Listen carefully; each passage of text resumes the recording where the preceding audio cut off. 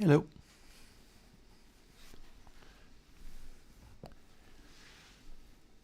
I'm Chris from Airwindows, and we're going to do a little live streaming today.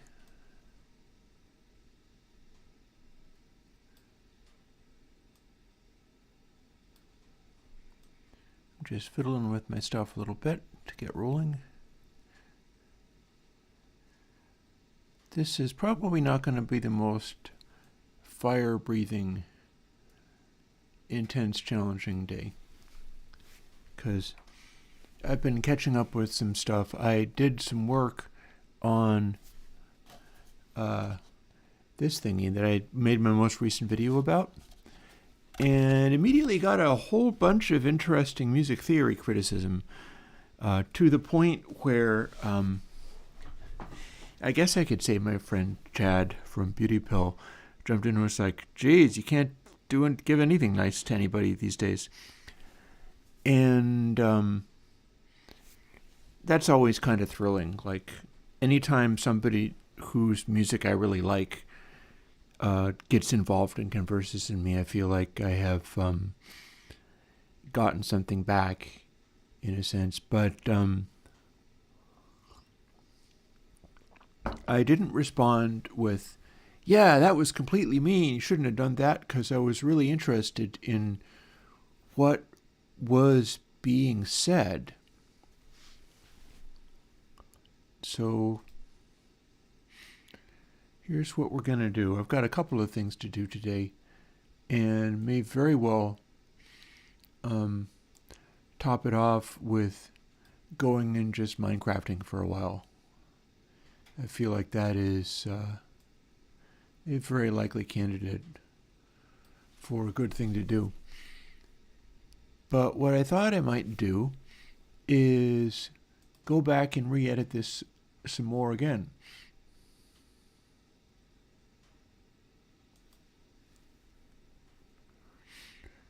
I have apparently misspelled paper chord reference, and so what I'm going to quickly do is save as. I also have tried to work with the video game and run into an obstacle, and I'm not sure what to do about it yet, so we will leave that alone for the moment. The obstacle is that I can export my program for making reverbs, but I can't export that game yet.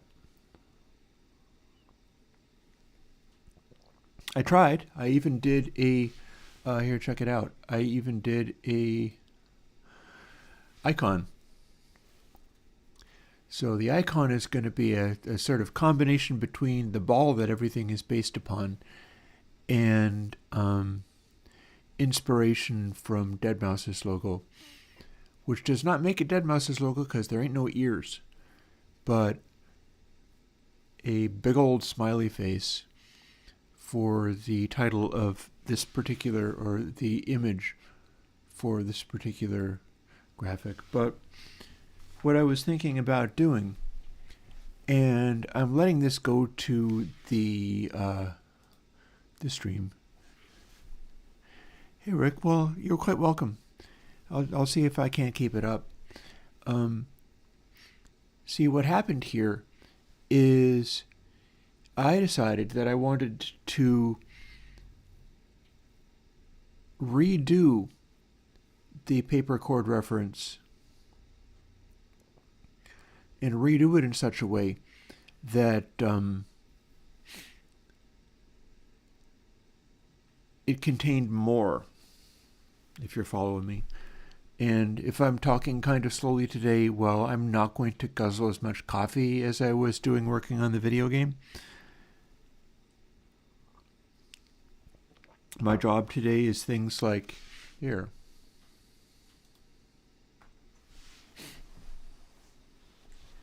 let's throw another log on the fire and be real warm.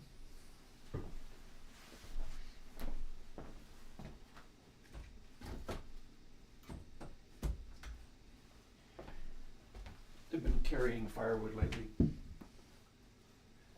Gotta go and bring in some more pretty soon.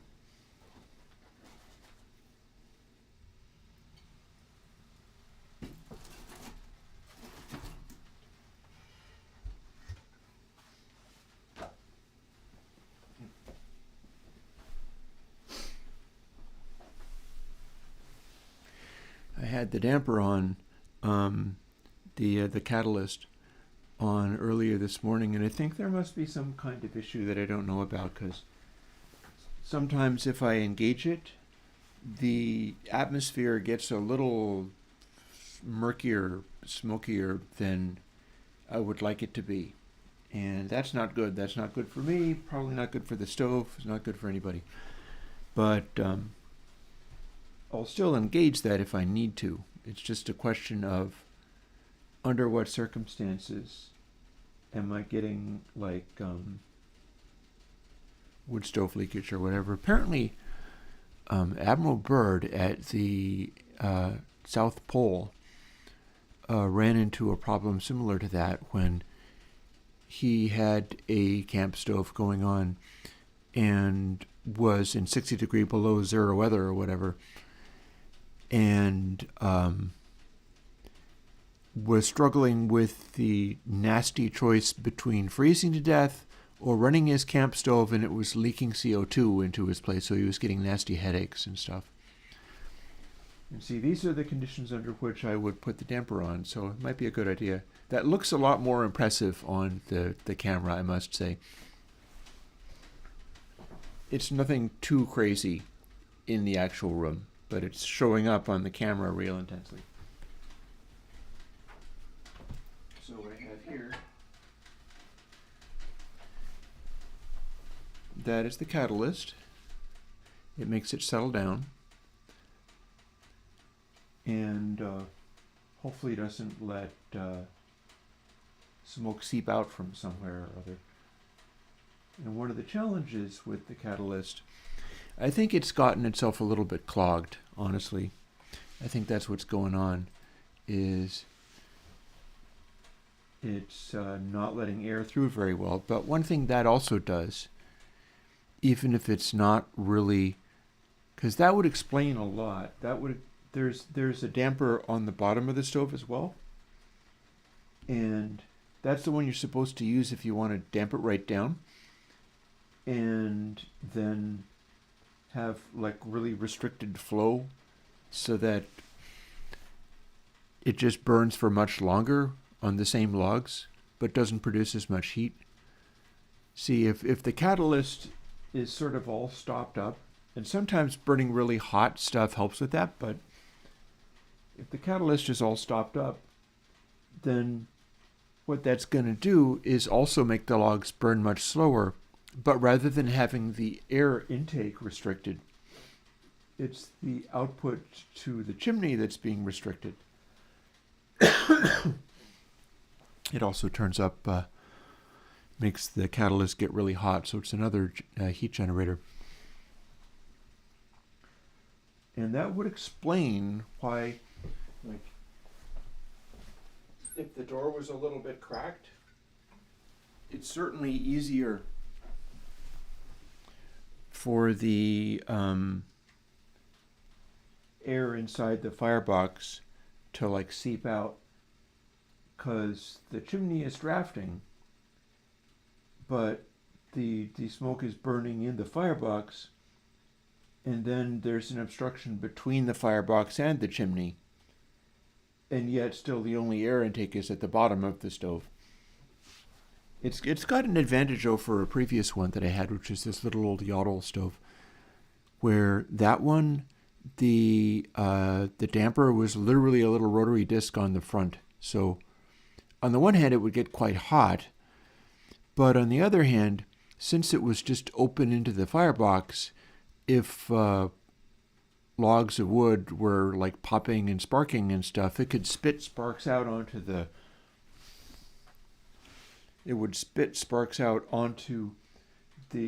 fireplace pad, and that's potentially not good. For instance, if you have sparks spit out onto the fireplace pad and they are igniting little bits of dry kindling or whatever, you could be in a bad situation. So the current wood stove is a much better design than that one. Anyways, we're not looking at a wood stove on this, we're looking at the chord chart. So what I did with it And I'm pretty much all ready to walk through this and then sort of go from there. There is an AU software development thing I have to do. And then after that, I'll probably just jump over on Minecraft or something and see how that goes. Because, yeah, like this week was supposed to be chilling out and not being too stressed. And the music theory thing stressed me out. And then the changes that I have now made also are stressing me out. So what I've done here, and I'll go and grab a guitar that makes noise.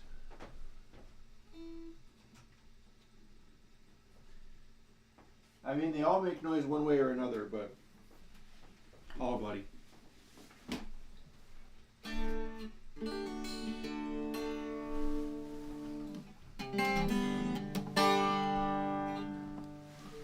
Yeah, can't see the guitar anywhere, can you? There it is. Now you sure can.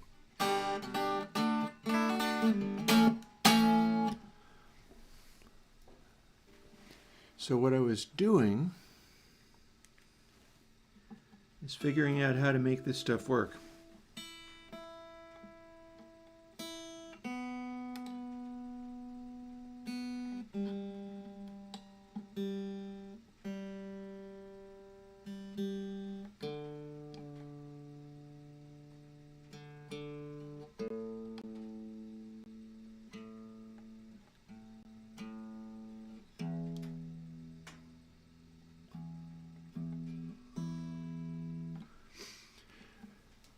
Gotta love this Ibanez for stuff like staying in tune. It's really good at that.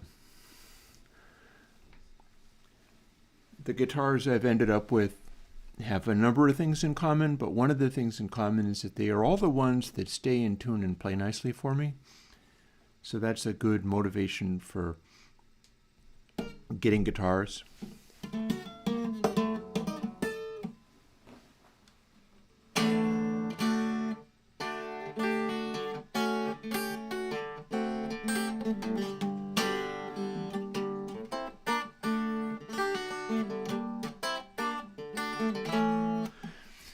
For some reason, that song that I wrote a long time ago just always jumps out of my guitar.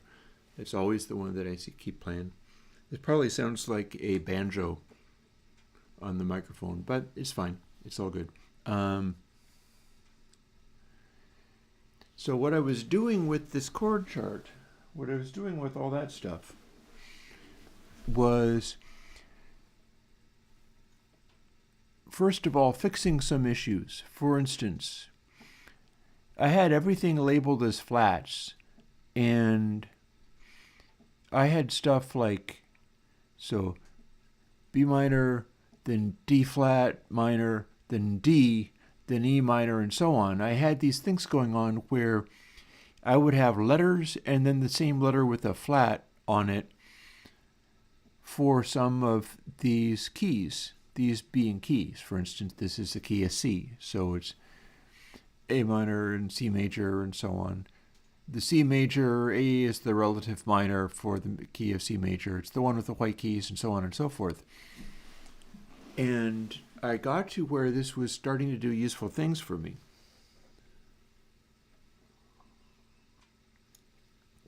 But there were problems, and I heard about them. I heard about them lots. Here, let's aim the microphone over again. And what I was hearing was that, first of all, the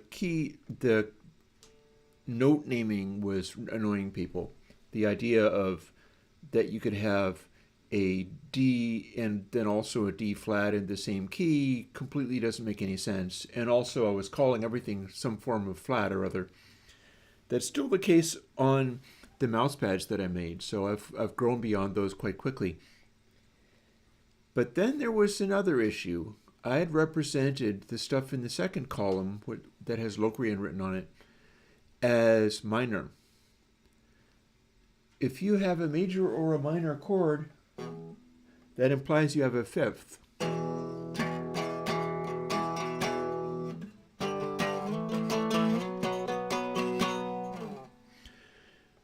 thing is, the Locrian mode doesn't have a fifth. If you are in, say, the key of C, right? So, or no, let's use the key at D, because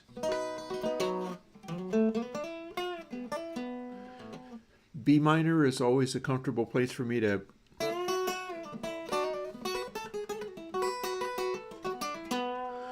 I'm real comfortable with that scale and that position on the neck, so we will use B minor.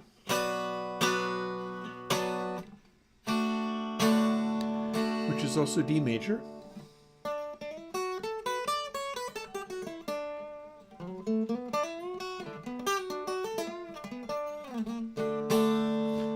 Here's the catch. C sharp, right? If I try to do C sharp minor, and here's B, here's C, C sharp. Well, I can play the minor third,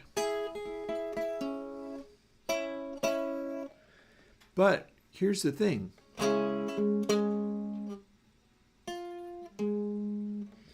I'm playing the fifth, but the Locrian mode doesn't have a fifth.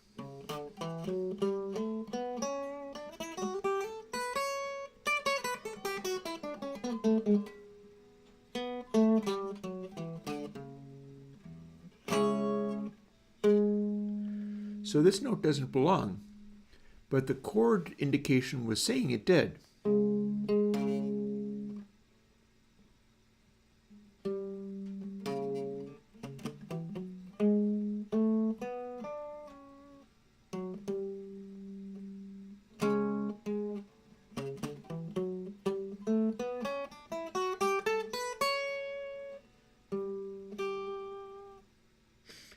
See, this note belongs in the Locrian mode,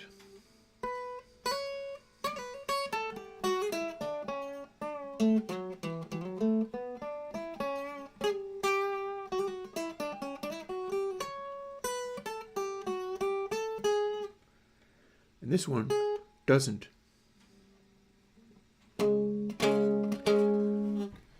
So I got a theory attack. I got jumped on by a bunch of people over the theory mistake that I was indicating a minor chord, and that contained a scale degree that was out of the scale. So every single one was actually indicating a wrong chord, no matter what, no matter where it was.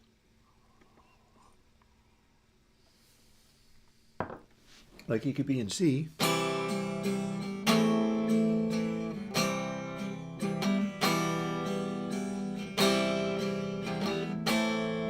But then if you went to B minor, that contains a note that is in the wrong key. Although what it is, you can see kind of with this here. What it is a B diminished chord. B minor is right there. All you have to do is sharp this note. When you sharp this note, you have all these chords available.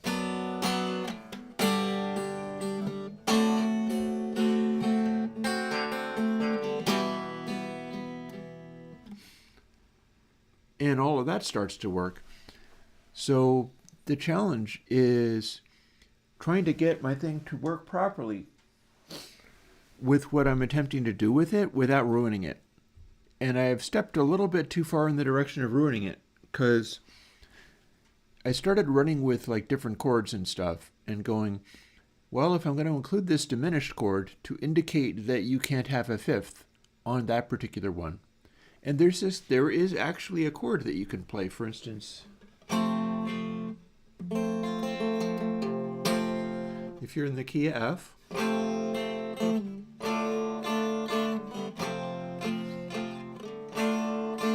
you can play an E diminished, kind of like this.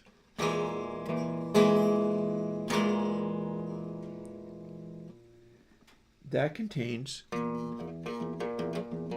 the diminished note.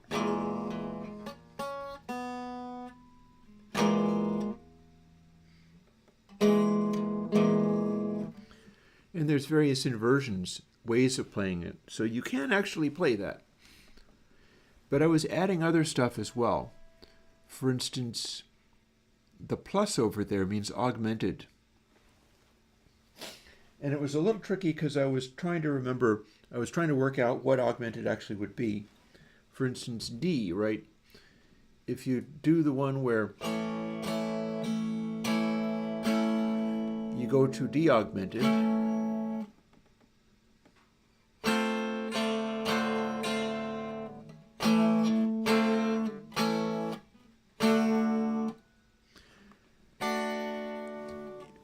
and I got it mixed up with the Pinball Wizard chord.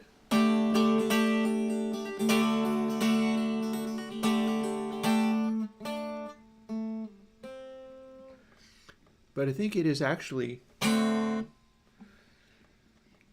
well, to tell you the truth, I'm now forgetting. Maybe it was this one. Because it's supposed to be in the Lydian mode. And the trick with the Lydian mode is figuring out how that even works, so.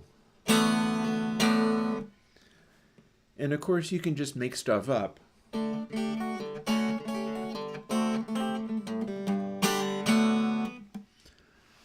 But the whole point of this is to throw in chords that seem like you could play them and that they might do something useful. Whether it's teaching theory while doing it is not necessarily as interesting, because what I find, and hang on a second, I'm going to open up the damper again.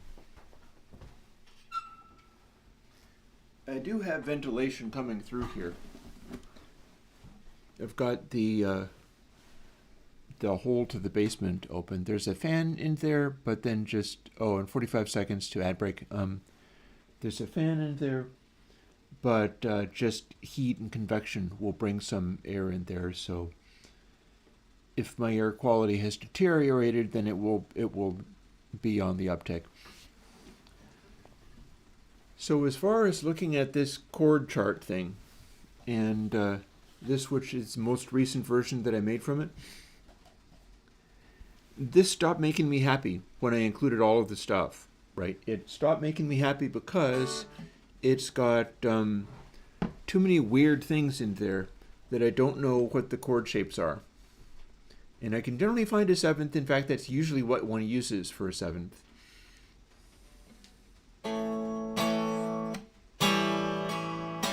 Seventh.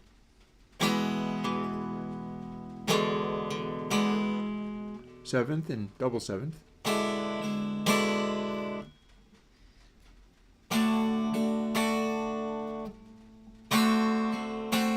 Seventh. Minor. Minor seventh. But this augmented, like I can't work around the diminished chord. There's only one indication that says there's no fifth in this. And so it's appropriate to throw that in so that if you're drawn to playing it, and I think, well, actually,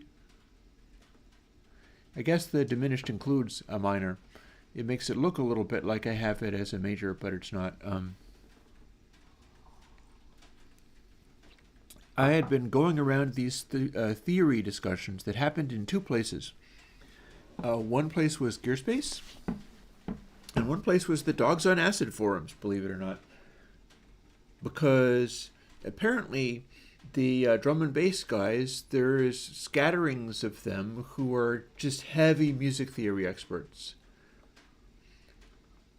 And I'm guessing sometimes they just do a half-step roller that sits on one note, and that's what they do. But they have the training for that, so that's very interesting to me. In fact, it was Dogs on Acid that had the /0 to indicate diminished, and I just liked that because it was like, okay, let's avoid this chord by making it look like something that you have no idea what it is. And then if you're looking for an adjacent chord, like if we're in C, it would be B. If you're playing a minor, then you can find one just by a single key change. If you're looking for a regular B chord, there's one up here and up here. And you can get access to it as a 7th chord. A little easier, but going from C major to B major is a bit of a big unwind, really. You can go from C major to B flat. That's actually, the deal there is that C major to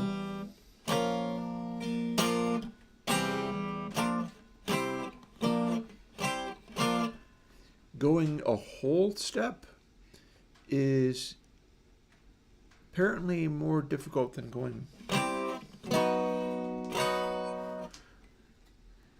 going from half step and staying in major is a big jump right around the whole chord chart. Similarly to if you went to D flat, which would, I guess, also be C sharp. So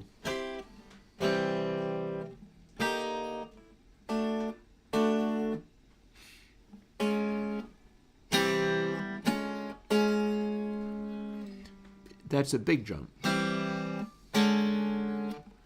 It seems like C to B flat, or I guess we see it as C sharp most of the time here.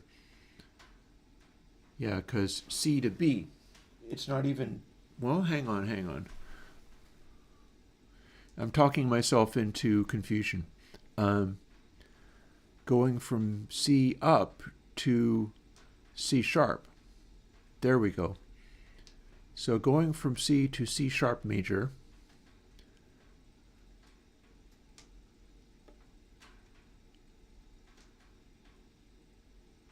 which also counts as D flat, or at least it's indicated as D flat here. The closest you can get is like just about all the way around the circle of fifths. So your C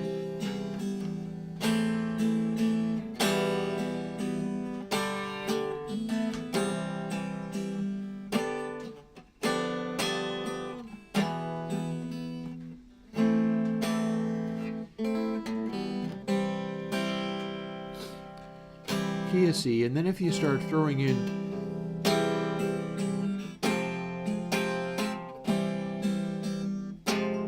see, that's an interesting change because the notes are very close, but you're implying a far removed key. You're going from C major to F minor, which is in the key of D flat,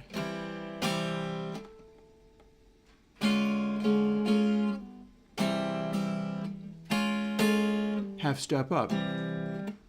Big change. But we can also find that and other difficult things to play, like we got a G flat. That's a major chord. I've got them indicated with minor thirds being the dark band and then major thirds being the light band. So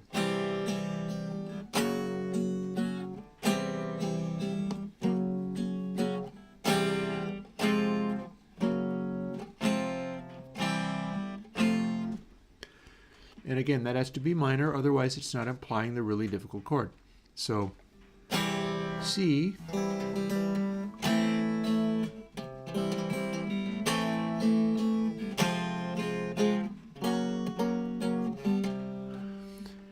big jumps in key. The key is jumping from like all white keys to all black keys. And that is a striking change.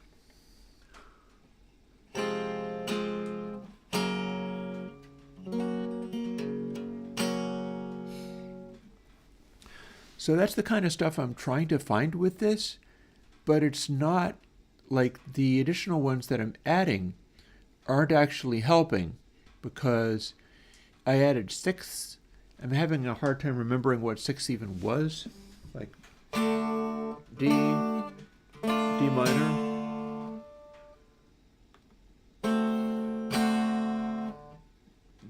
seventh, so I'm guessing I can get a 6 like this, right? That's probably the 6. Fifth.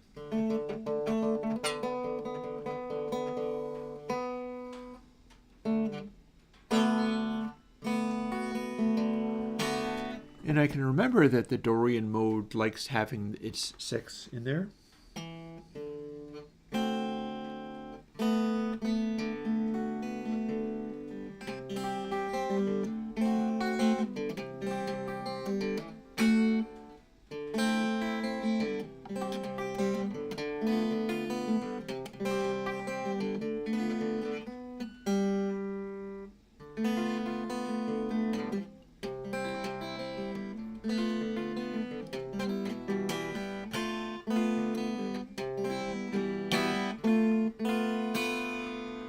And that's a 6, right? It's a D minor 6. So that should fit, but the 6 is kind of annoying me. It's like, I don't feel that that really belongs on the chart as something that's a default suggestion. If it was a 7th,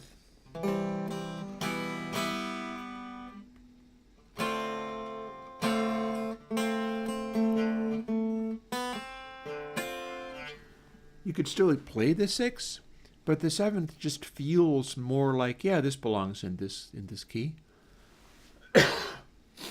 Same deal with A minor. A minor, A minor 7,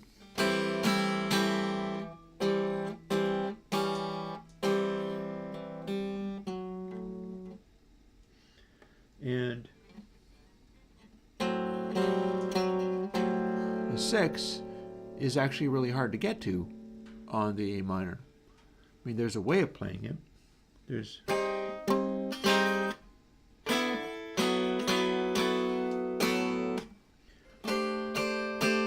inversions for all this stuff, right? I was looking them up on a chord chart online, right?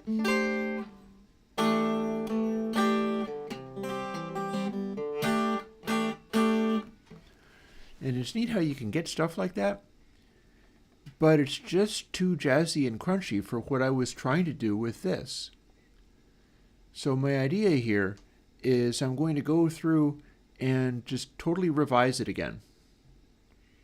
And revise it with the intention of making it more accessible, I guess I would have to say. So the plus has to go away on the Lydian, and I'll just try to remember that there is that fly-in sus4 or whatever, like whatever it was, augmented fourth.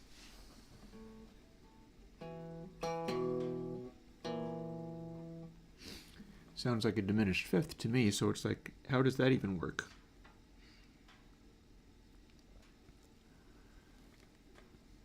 If we were to do a, let's see. I can't really work with this because it's like, I can't remember what the chord shapes are supposed to be.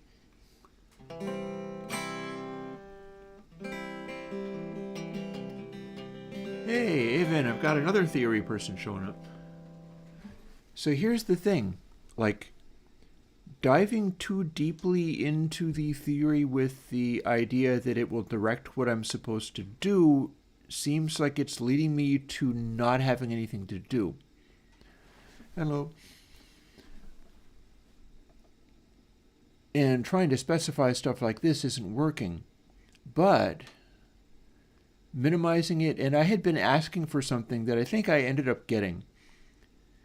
And that is, I was asking for a complementary minor 7th column, and there is no such thing. Like, that does not actually exist in music theory. You can't be like, okay, in which mode do you put the minor 7th because it says what the 7th is supposed to be?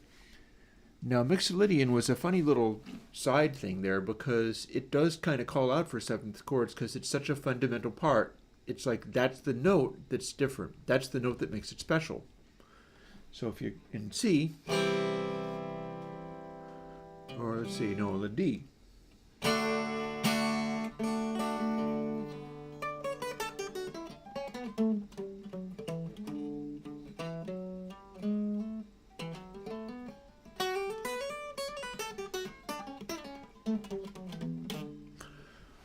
Major. But then if you started from, see, so D, so if we started from A,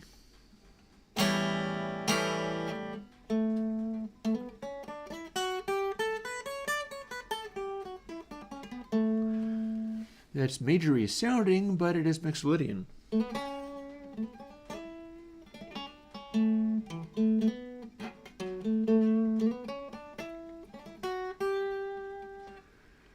Different note.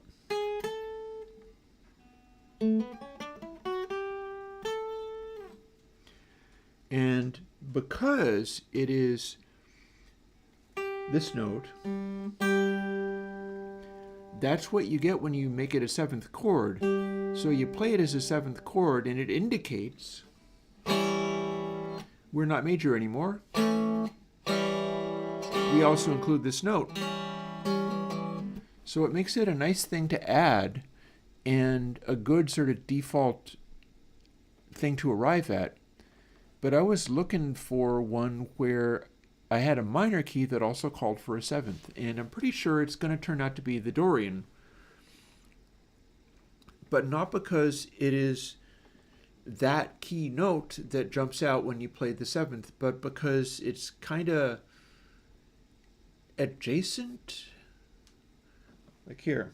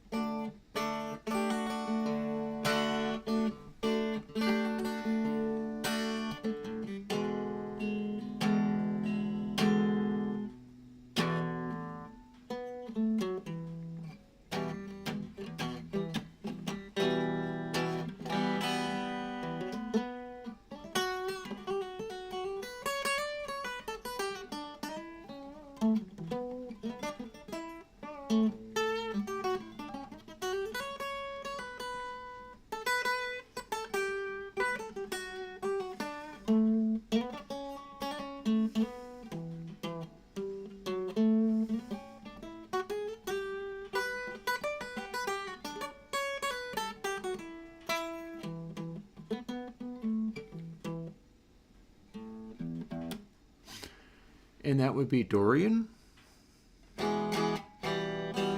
So you hear the minor third in there.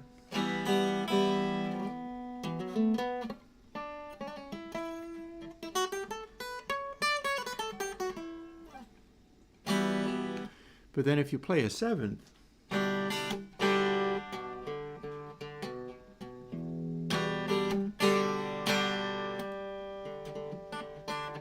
I'm just really emphasizing it by playing it in 2 octaves.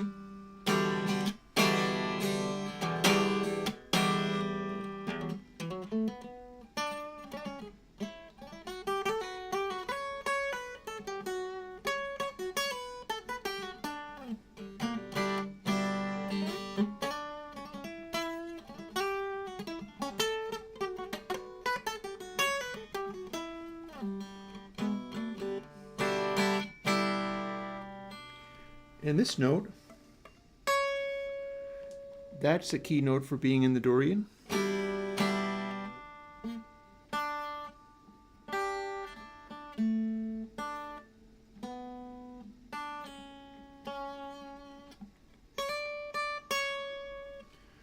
So it's kind of close to this note that we're playing. It's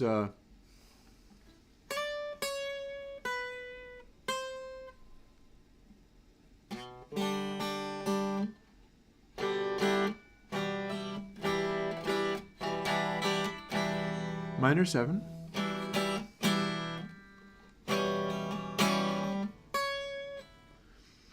You could also throw in the 6, and the 6 is the note that makes it be Dorian.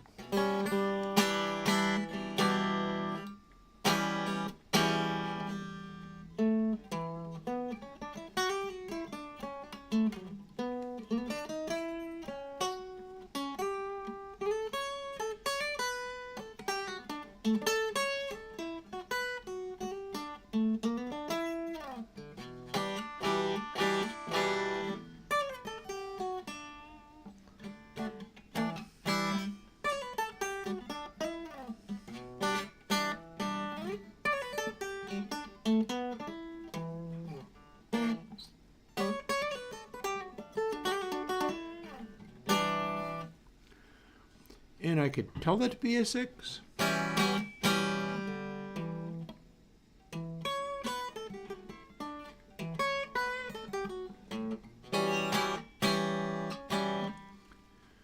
But somehow having the 7th in there feels better for implying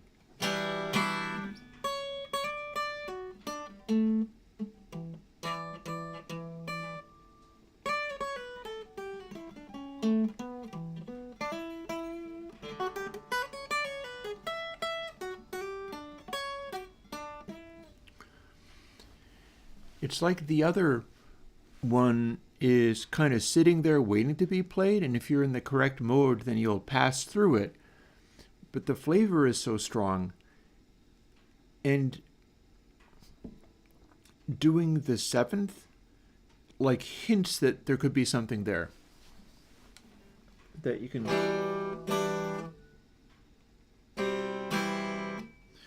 It suggests that it's going to be.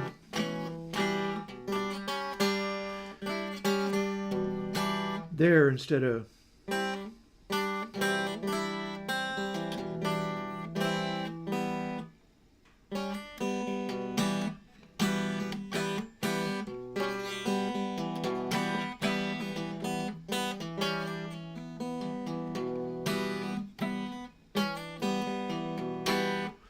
so it's pretty much what Avon said in chat, that, well, there's a tritone between the 6th and the minor 3rd.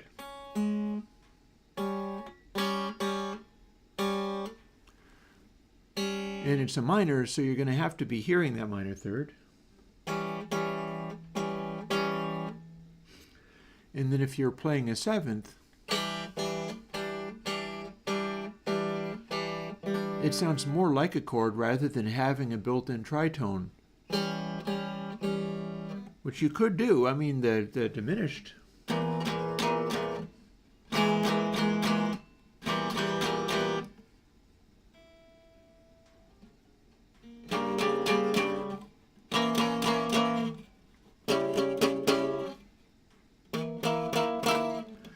You can play tritones. It's just that they're kind of crunchy and hard to make work in pop songs and things like that. So that said, this is just me explaining why I need to go over this chord thing again.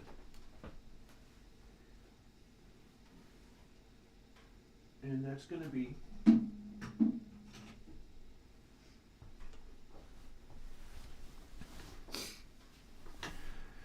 one of the things I do today. And I've also got a plug-in thing that people will be seeing on this Sunday. Although it's seeing as it's January, it's just a little maintenance thing. And then once I'm finished doing that, I'm absolutely going to turn to derping around in Minecraft, and people who would like to join me can do that. But this is an active attempt at not pushing too hard. There will be no crazy video game coding today. By gosh.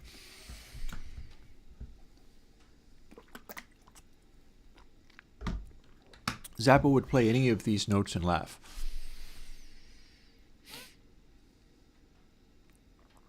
And I'm always quite happy to talk about Zappa. I just don't believe I have actually done that, though.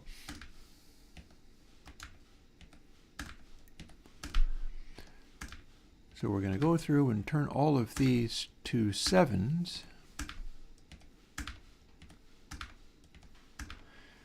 Because people can probably find 7s, because it always arrives the same way if you're playing them on guitar. And that's mainly what I'm interested in. And finding them on piano, I've got these keyboards here, so that's all cool too. And we're going to take away these augmentations.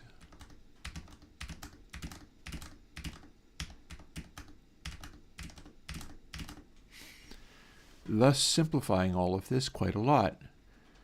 And then what I'm going to want to do is straighten out some of this mess. Because here's the thing. All the boldface stuff that I'm doing doesn't really apply as much as I thought. Not only that, we can make the sizes go back a bit. Let's start making it from this.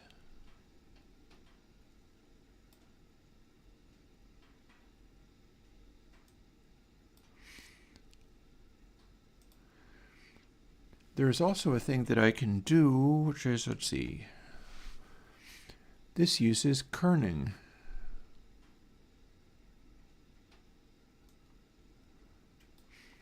So I'm going to try to figure out whether I can make this, oh, that's not the bit that I want.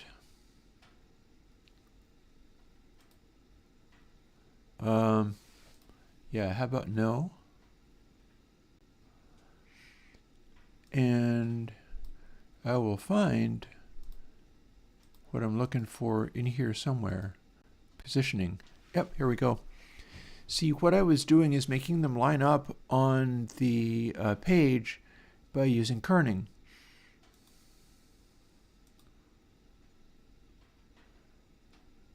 So if I set to 0 or auto kerning,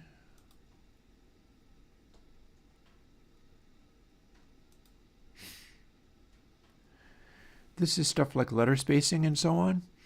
And there's a shortcut that I'm using to make all of this stuff line up correctly.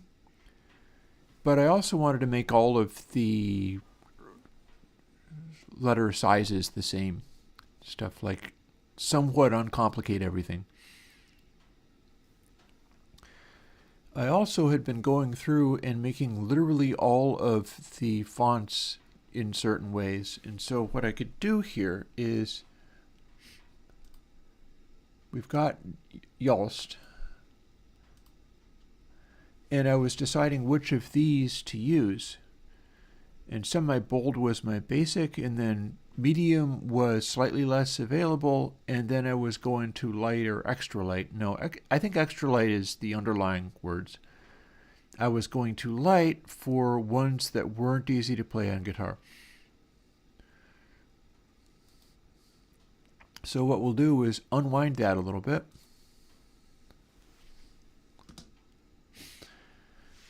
And we're going to go through some of the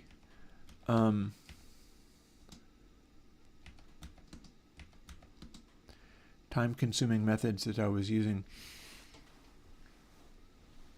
And this is what I have to do for making some of these things. I'll get the Ibanez back so you can at least hear it.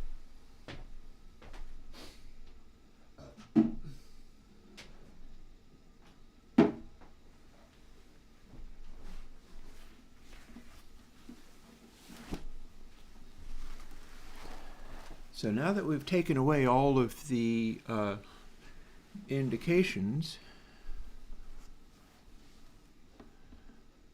we're going to go through, excuse me, and make some of these weights. And when there is the sharp symbol, I don't actually get to, and we're going to call all of those like light font face on the theory that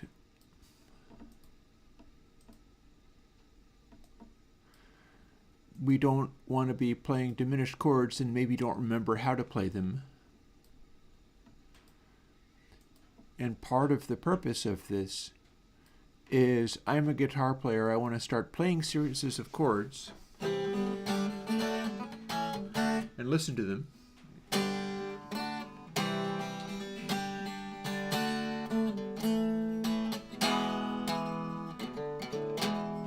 Hey, Joe.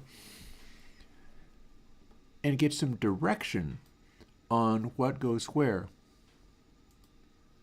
And the whole thing with going for stuff in the column having to do with Locrian mode is if you can't play a fifth, it's probably going to be a weird, crunchy, unpleasant chord anyway, so I'm going to try to lean away from it in this way.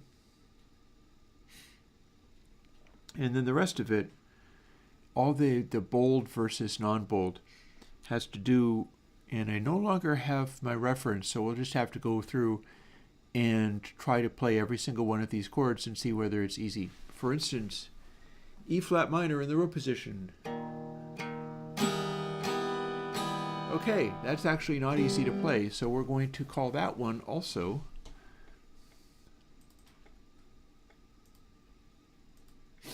light. F sharp major, that is easy to play. G sharp minor 7, we're getting a little farther away from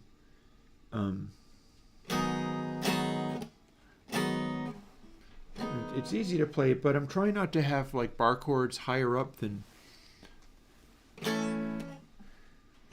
like if we have to go up to A as a bar chord, I want to leave that off. One can still find it and play it, of course, but G sharp minor 7 seems cool.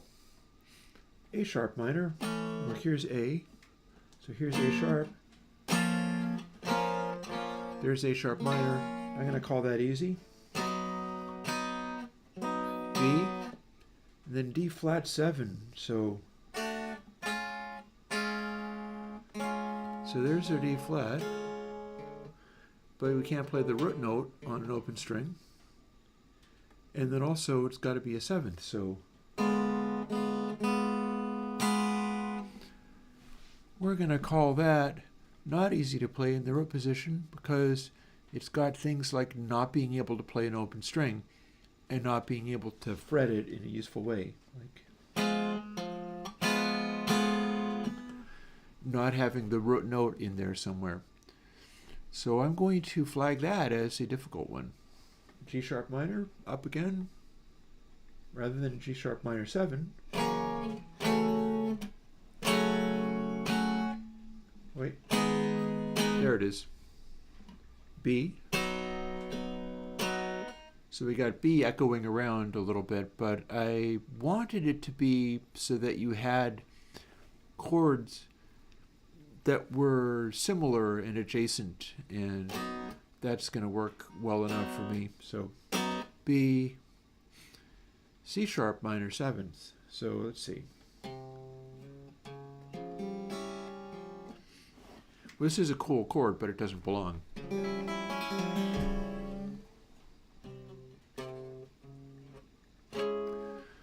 That's completely unreachable.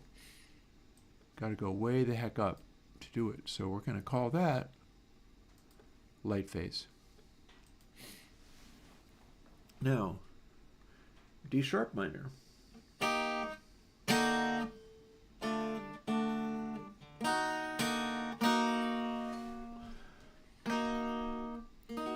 Well, that's cool and all, but it's going to be a little difficult reaching this note.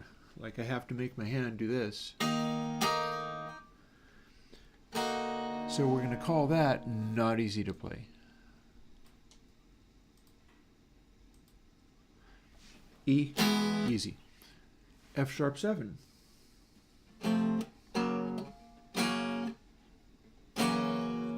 That's easy. C sharp minor. I think we just found that C sharp was not easy to reach in the root position. And again, this is like dumb guitar player mode. I need to be able to find these chords and things, like E, without thinking about them so I can listen to them. And that's the catch. That's the catch with this stuff. F sharp, minor 7.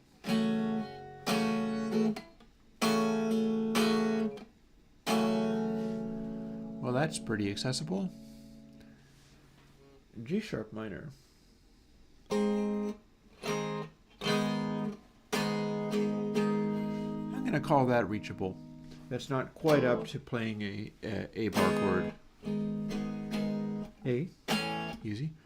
B7. See, this is B. So you leave out the middle finger. That's easy. F sharp minor. Easy. A again. See, this is why I was thinking about trying to find funny other chord things so that you'd have more, you'd get reminded more of like, oh, there's two A's, but this one you can play this with. And I guess we're not going to do that, but that just makes more easily understandable chords hovering around. B minor 7. So B, B minor. Awesome.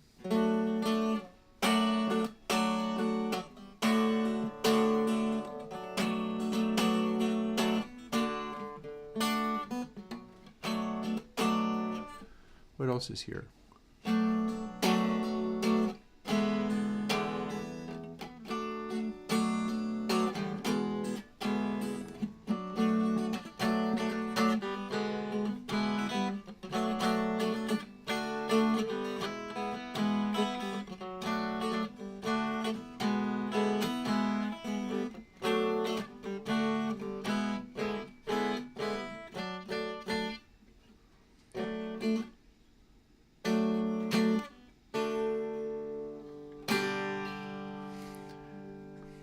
And we can go one step removed.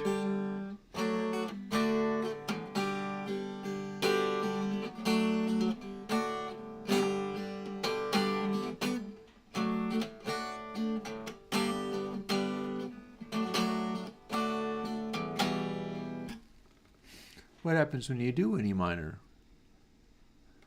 Okay, so that's neat. So we're finding stuff already. This is going the right direction. I just need to make it look nice and be bold-faced correctly. So B minor 7. I was going from B minor 7 to D a lot. E7 fits nicely with that. A is available. And then I went to G.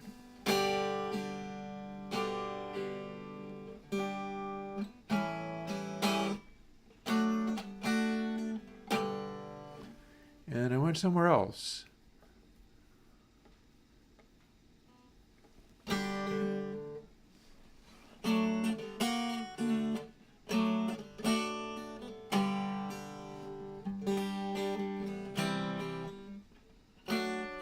A7 maybe? I played something. Oh, maybe, no.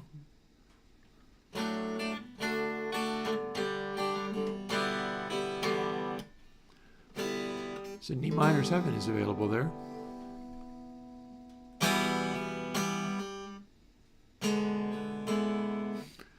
So we got an E7 and an E minor 7. But we could play it as an E minor. Don't have to play the 7.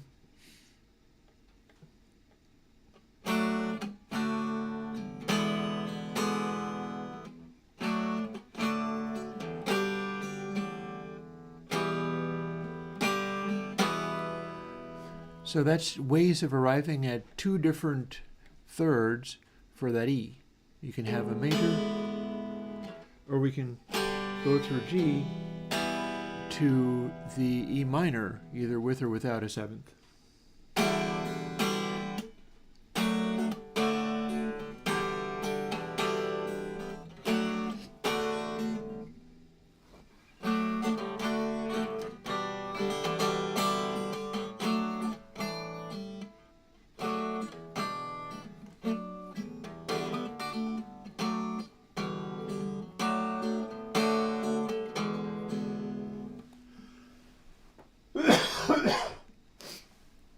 Excuse me.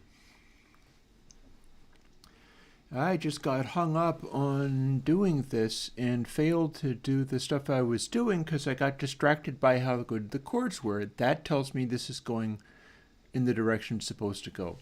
This is supposed to give me ideas for chords. That's its purpose in life. So that part's going well. So let's see. So E,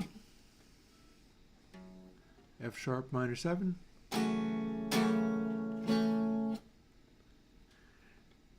G sharp minor, A, there's our B. Oh, it's a B7. Okay, so we did the F sharp minor and the A. B minor 7 is where I left off.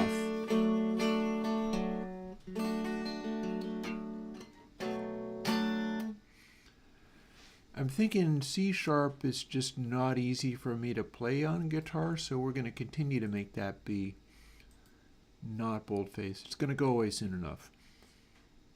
D, of course. Oh. E7. B minor. C sharp diminished. That didn't really count as C sharp diminished. D. E minor 7. F sharp minor. G. A7. E minor. Another weird diminished chord. G. A minor 7.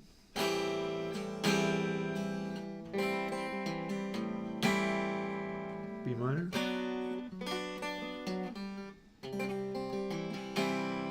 And then D7. A minor. Another diminished chord. C. D minor 7. Okay, so major, minor, minor 7. Pretty reachable, I would say. E minor, F, G, 7. Got to play that in a bar form, but it's all good.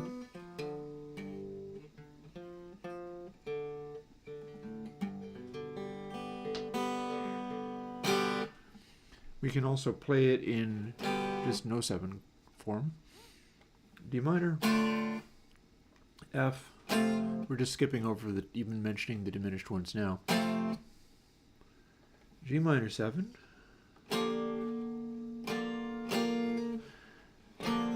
That's actually a way bit harder to play, but it's fine.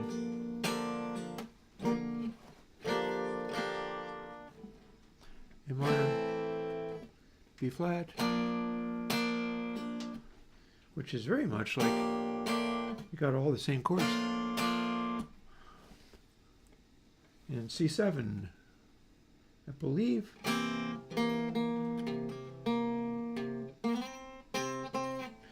See, we got a nice easy full chord for C7. It just pops right out like.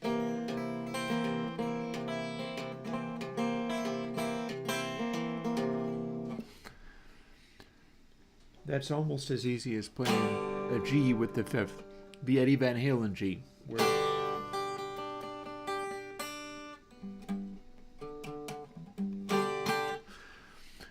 playing the high D makes the G chord at the nut ring out better. So that's an Eddie Van Halen trick. Let's see. So C7 we just did. G minor. Easy. B flat. C minor 7. I'm feeling.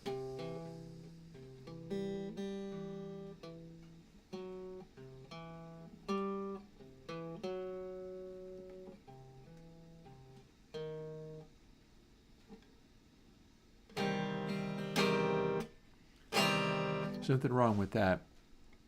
We're not going to keep it.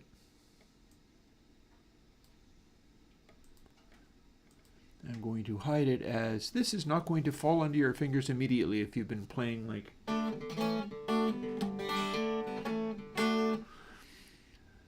D minor. E flat is always challenging to reach, so we're not going to worry about that. These are still on the chart. They're just not made to be immediately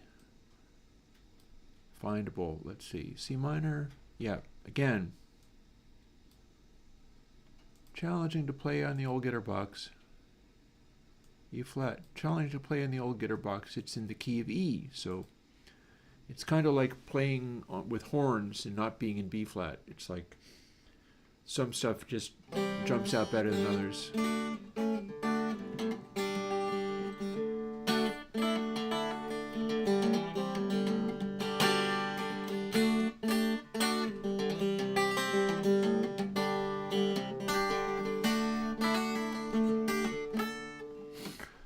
F minor 7. Okay, so F, F minor.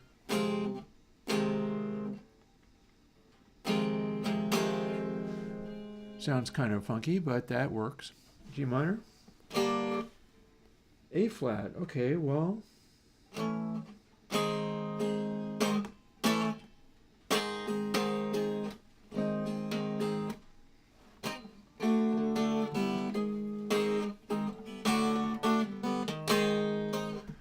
I'm going to call that easy to reach. It's a little weird, but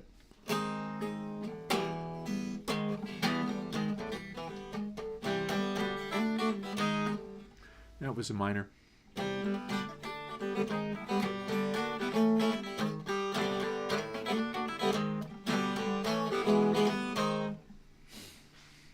Yep, I can get to that easy enough. B flat, so B flat 7. Yeah, that's playable. F minor. More diminished chords. I should pick out the few diminished chords that are actually, that fall out from under the fingers easily. Or maybe not, because it's like, well, they're yucky and clash anyway. A flat. Yep. That's the one we just played. B flat minor 7. Oh yeah.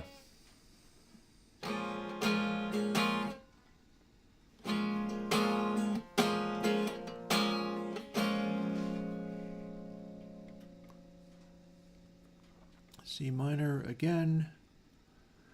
Legit chord. Not going to have an easy time playing it on the guitar box, so D flat. Yeah, I think we have some issues reaching this one, so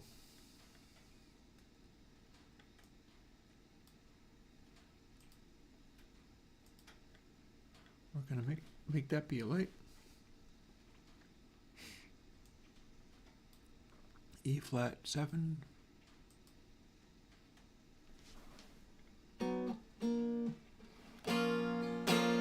B flat minor.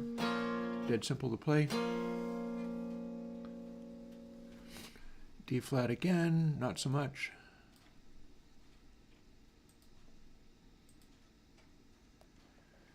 E flat minor 7, okay. That's not going to be easy, so we're going to make it be light face. On the other hand, that's easy. G flat is the same thing as F sharp. And A flat.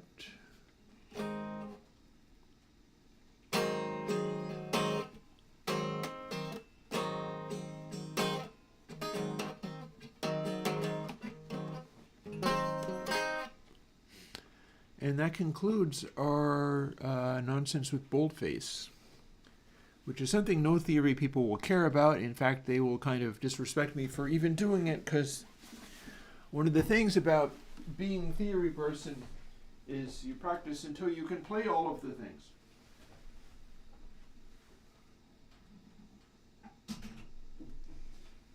We do not care whether it is easy and natural to arrive at any of these things. No, no, no. They must all be equally practiced and arrived at. They must all be accessible. And that's kind of the thing. A 1 minute warning on ads for the 3 folks who are here. The trick with the theory thing is that you can wind up doing all of the stuff just because you can and getting lost. What I'm trying to do with this, this silly nonsense of mine is make it so that, let's see, what can we...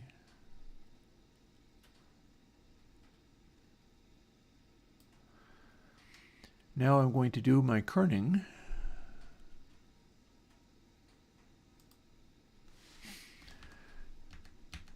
Kerning is another feature of this program. If you hold down Option and or Option Command and arrow keys, you can scoot stuff around in this, and that's what I've been doing. You see it doesn't line up with the lines, and the lines aren't perfect either, but it doesn't line up with the lines, but we'll fix that by scooching everything over small amounts.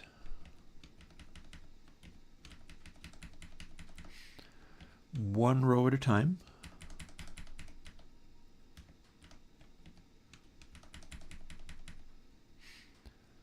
Typically less than a character's width. So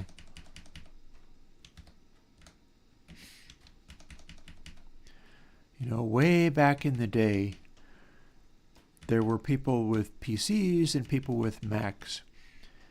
And the Macs were like 68K processors. I grew up at that time. And typically the PCs ran the internet and all of the things, but the Macs did the graphics and made pamphlets for and things for people. They made the books, they made the images. And so people would call what I'm doing right now Mac digging. Diddling around with this stuff until it lines up in a pretty way. And that's absolutely what I'm doing with all of this, is we're going to dig around with it until it looks nice.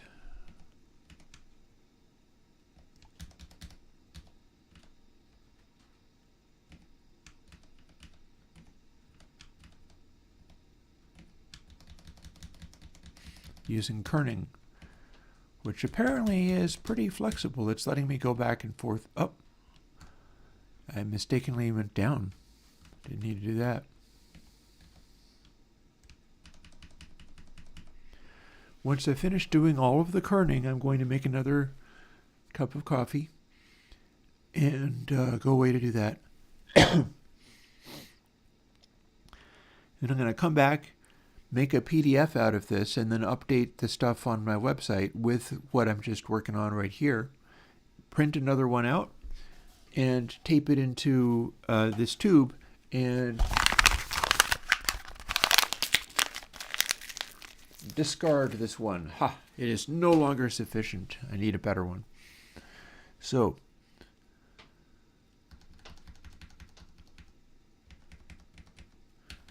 and that will involve, let's see,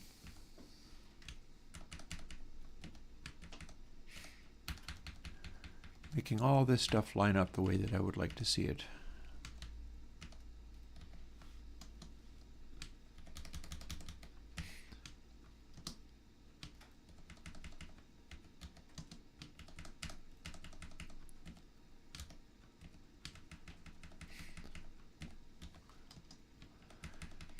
If I need to move it quite a ways over, I can just plain hit space, and that'll do it for me. This is why I had to strip out the kerning to go and revisit it, is because I knew I had already moved everything around so much in so many little ways that just recentering it all, making it equate to no kerning was going to be the correct answer. So that's 3 columns done. I'm toying with the idea of lessening the darkness of these underlying ones that say minor, or increasing the darkness of the one that says Dorian. I mean, the one that says Locrian. But I don't know if I actually need to do that. It's already kind of low contrast the way it is.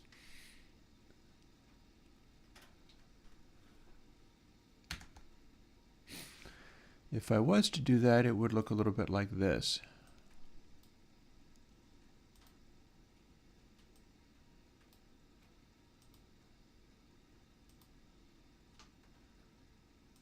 There is Dare Puppy. I select curve and the node control thingy.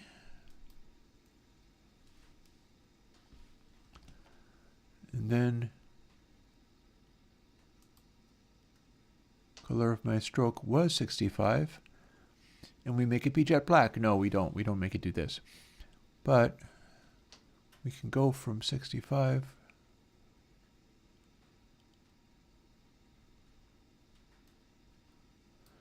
to 55, just for a little extra push.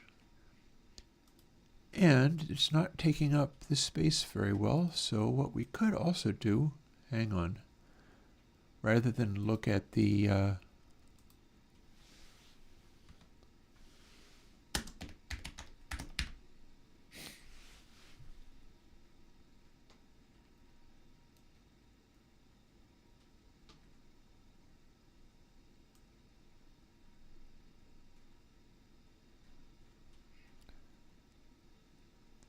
so we'll use up the space just a little bit more, and we'll do this.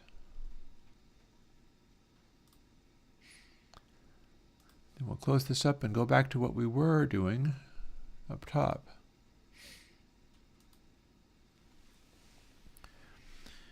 Alrighty, one thing at a time.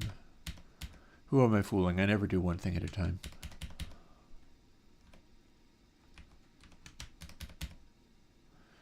These could be smaller, but there should be still room to fit them.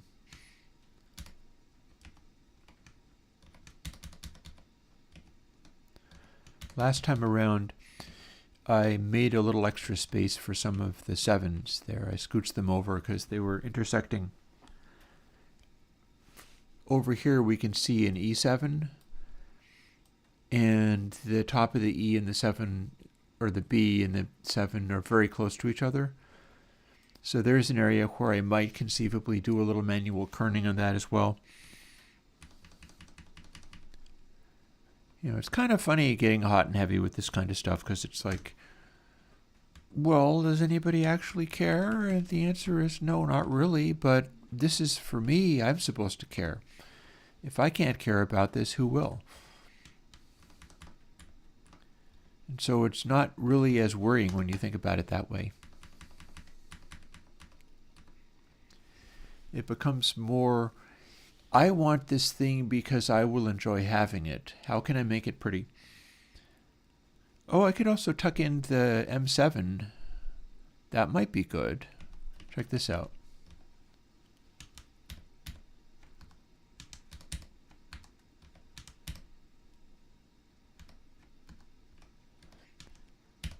Becomes like a little salute glyph. I'm tucking it right over that M.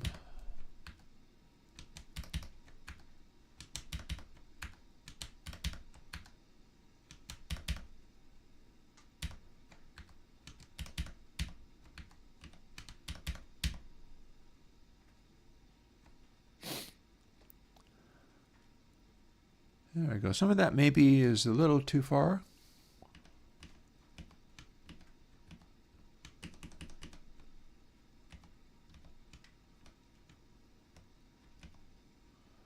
But on the whole, this seems about right. So there we go. Latest experiments in kerning.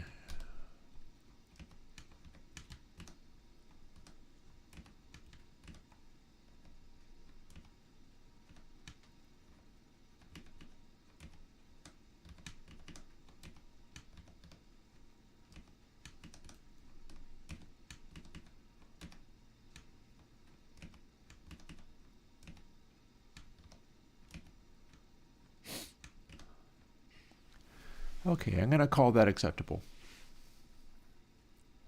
And then we got to bring this guy right over. In fact, I don't even think I have a single space between those. I just have to make it munch up against each other.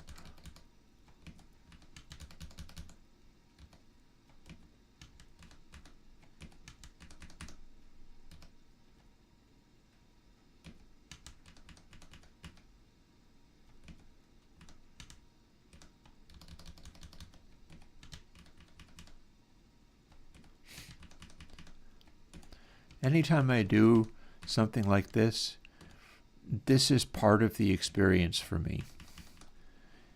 Is just all the mind-numbing little stuff that one learns to do to take care of a situation like that. Let's move this whole thing over a little more than that, because that's just nonsense.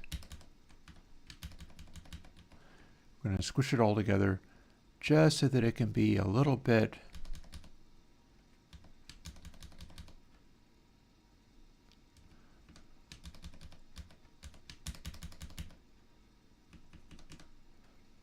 less messy. I mean, I could pick a smaller font, but then it would be more difficult to see the chord, so I don't like that. Let's call that acceptable. Or I could move the vertical stripes over to the side. But again, let's just do what we can with what we've got.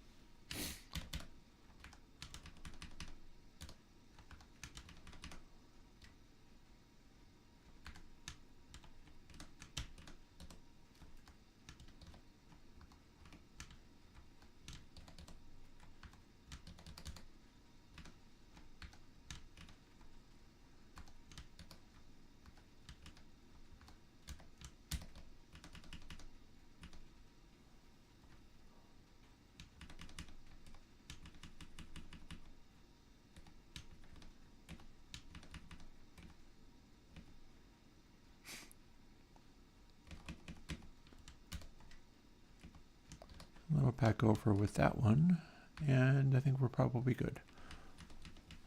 Oh, let's tuck in these 7s as well. I mean, they're already pretty tight, though. Let's tuck in the ones that are next to additional characters.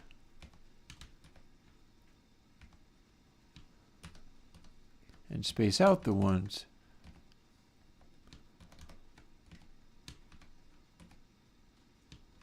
that need spacing of some kind.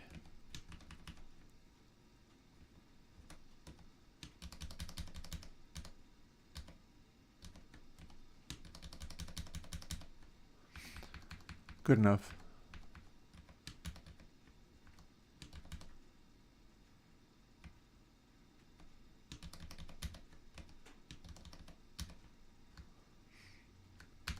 And there we are.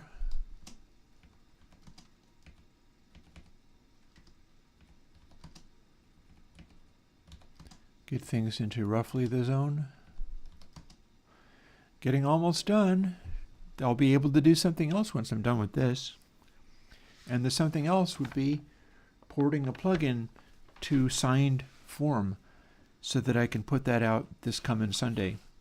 And that's a plugin that one particular person asked me nicely for, and it took me forever to get around to finishing it for them. Like, I could have delivered this earlier. I did part of the work, and then I just stalled out and got busy doing other things. So I apologized, and am going to come through on this January of not doing the major big league heavy duty stuff. It's funny, it's like I've gotten almost used to not having people jumping all over me for the actual plugins, and I wonder how much of that is because people know there's a fan base out there who will be... I'm not sure if people really care. Like, why would you care about a fan base of people who liked me? That's not even a thing. So instead, it's probably just that the quality of them have raised up to the point where the only objection left is the base assumptions of no interface, AU and VSD2, and so on. And when people get used to that being there, if they accept that part, then sometimes there's nothing further for them to worry about. And I'm still wondering whether I want to throw on the diminished chords.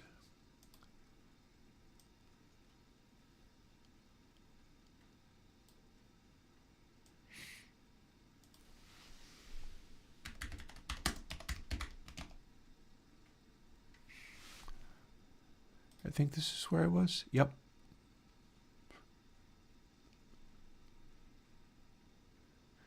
And that's apparently one of your normal ones to play. But this is the shape that one uses for this kind of stuff. Although that bar I find difficult. Like you play the bar and then you're not playing the top two strings. That doesn't make a lot of sense. But what you get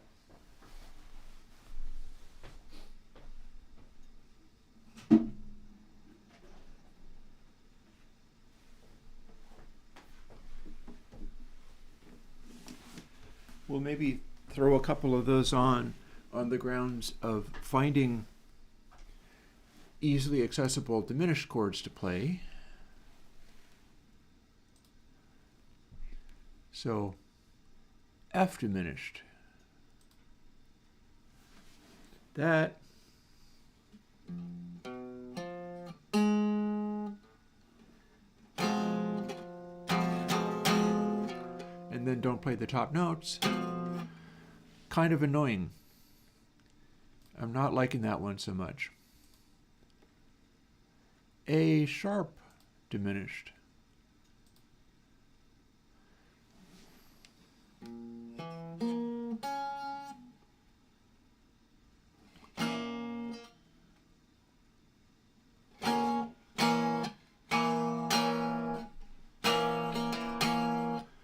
We can include this. See the way it falls under the fingers? You're kind of obstructing the top and bottom strings anyway, so that's fairly falls under the fingers. So we're going to say the A sharp diminished. Oh God, please don't do that. The A sharp diminished.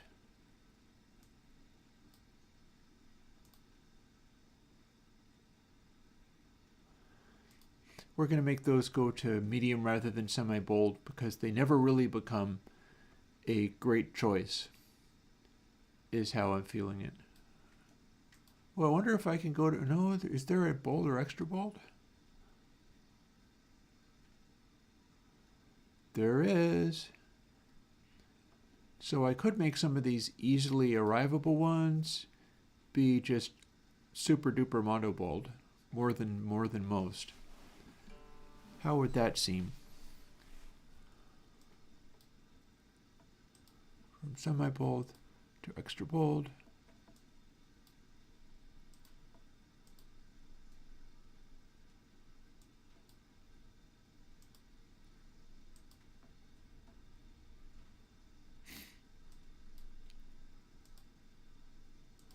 I'm distracted off of what I was previously doing, but that's fine because that's how this usually works. I'm trying to make it visually balanced so that it looks nice but also draws the eye to the ones that are very accessible. I'm going to call F also as very accessible. I'm making these single letters be heavier. Like when you first start playing guitar, and you've never played it before,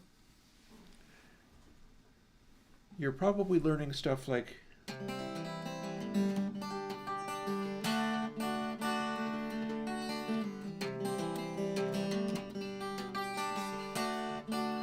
these are folk chords. They're often major.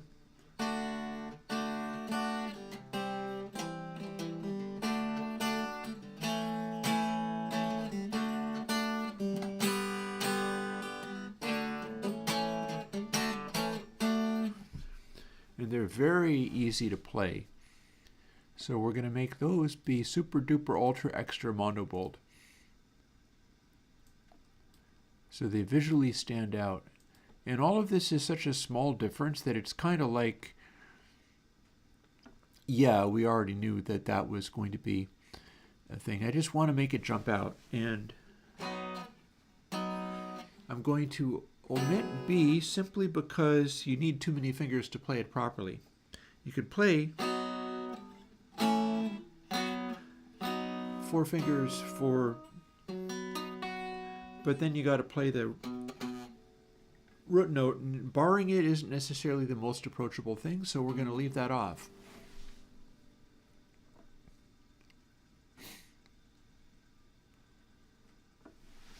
We've also got an F sharp.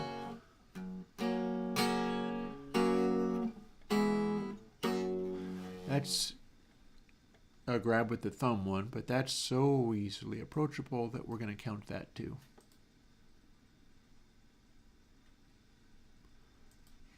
Since it's not a one-letter character, I'm going to go to just bold rather than extra.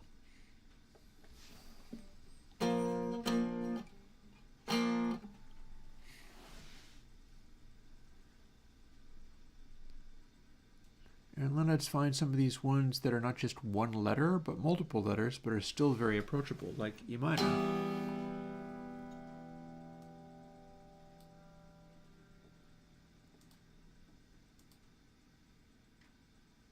And A minor.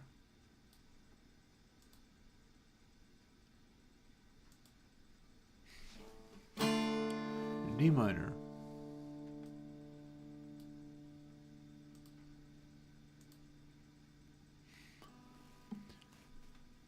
There's the same things, but here.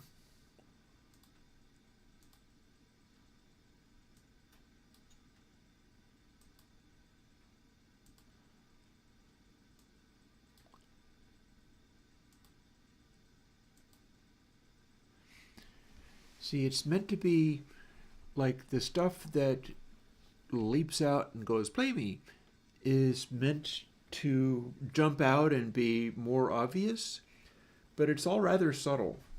Oh, and I was doing diminished. So let's see.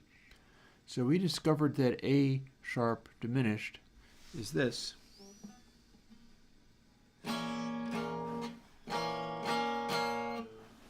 That seems legit. What else have we got? We've got D sharp diminished. That's way the heck up the neck. That's all the way up here.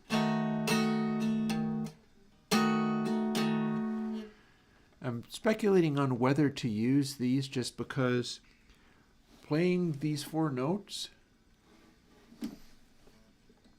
if you learned this chord, you can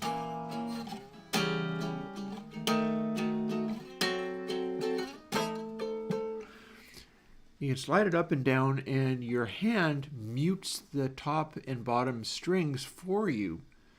So it makes it just like if you can put your fingers down in this chord shape, that's all you ever need.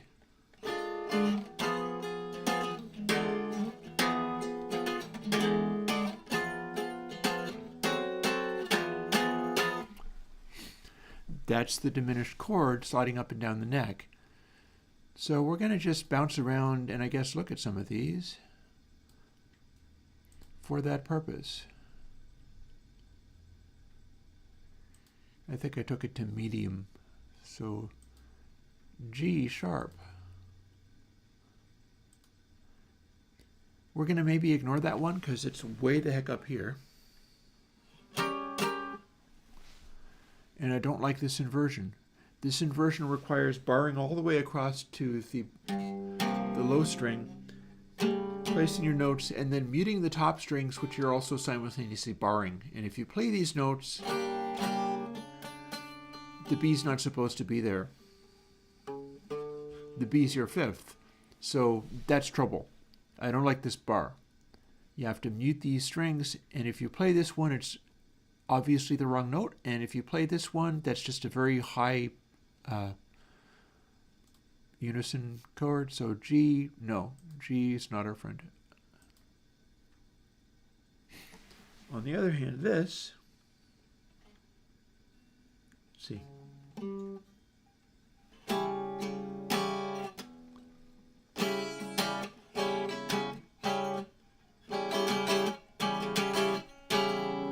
That's much more accessible.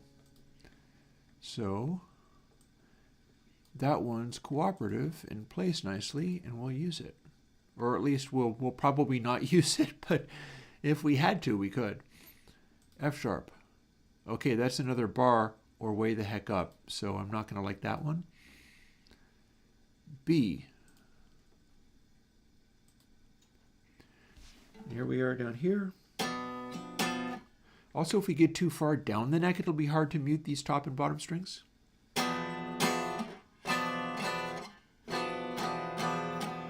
the whole reason I can use this at all is because a bunch of these are, if you learn this chord shape, you can find where it goes.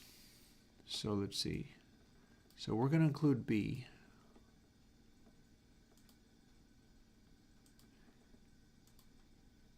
E.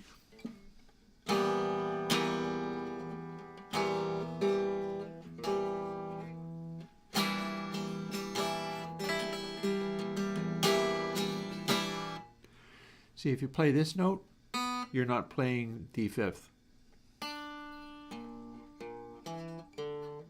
So we're playing a diminished seventh. So we'll keep that. E, yeah, we'll keep that.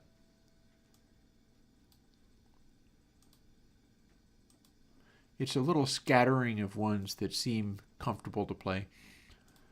A. Okay, here's a twist.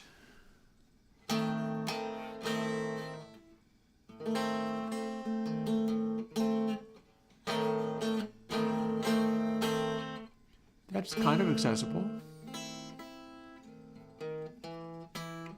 But you gotta avoid playing that E because that's the fifth.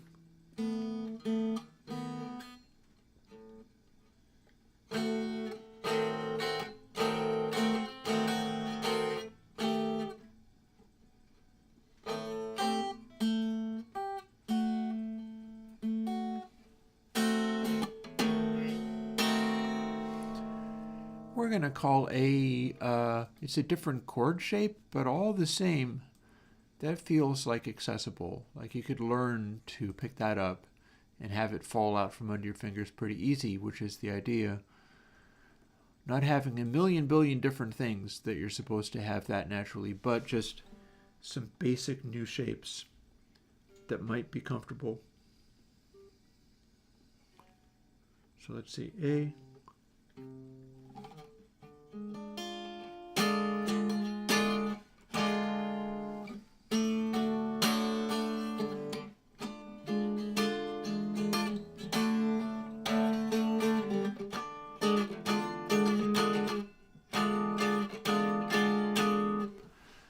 That works.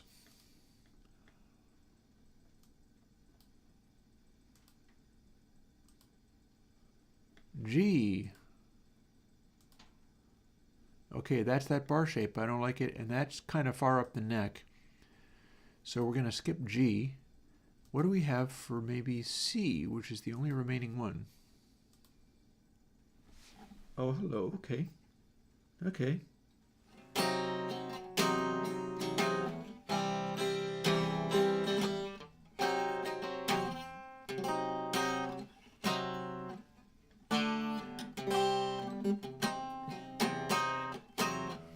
A lot of these feel crunchy, like you'd be hitting the note and then it doesn't want to play, but that kind of goes with this kind of chord anyway, so I'm going to call that acceptable.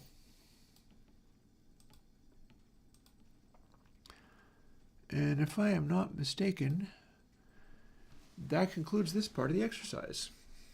So let me put the guitar back again.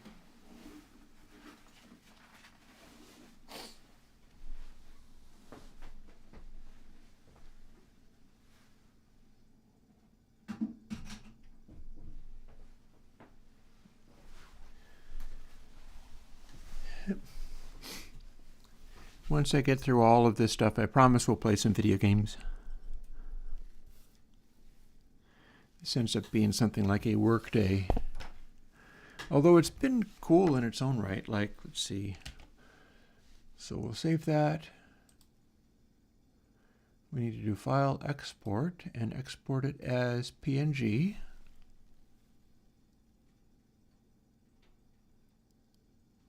No, not PNG. What am I talking about?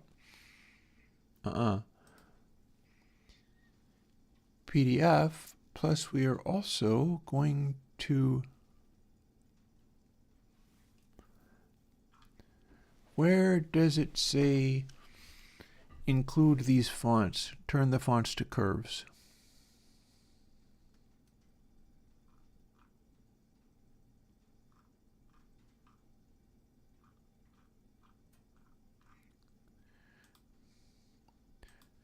text as curves. That's what got me there last time. So we're going to embed the fonts because that's a Google font, but the last time I tried to use it, it did not work. And we're going to export that as a PDF, which means it's now 139K rather than 13, but that's because we're keeping these fonts and showing them as they are. I'm thinking that the cornering of everything seems acceptable. We hope. But an interesting side note about that is that the hello.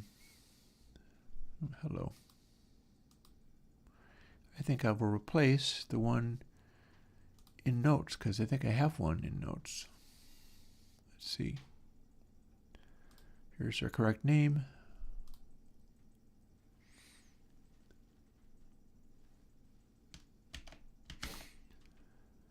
And done with that. So next thing is to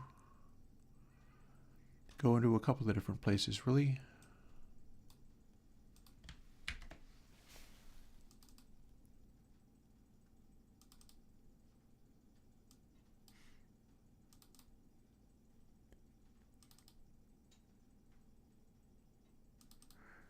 So one of the things that has to happen is I kind of keep my old things.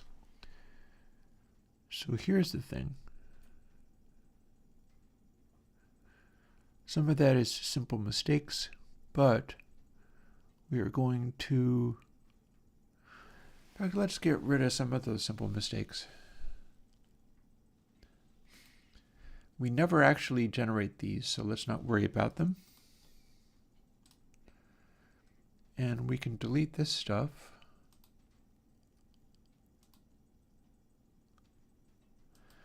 And we're going to rename this to paper chord reference crunchy.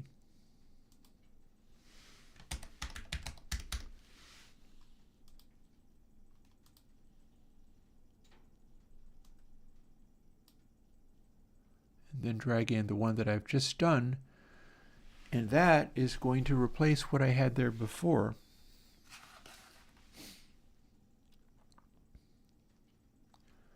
Which should mean, if all goes well, and I don't see why it hasn't, and there's no other place that this has been. I'm going to have to buy this at some point just to have not be there. It's embarrassing. I'm used to using FTP programs and being like, that's just part of the computer experience. I have not really treated them as like Designer or whatever. Affinity Designer and Photo I straight up just bought. But now we drag this over here so that we can go to the website. Boom.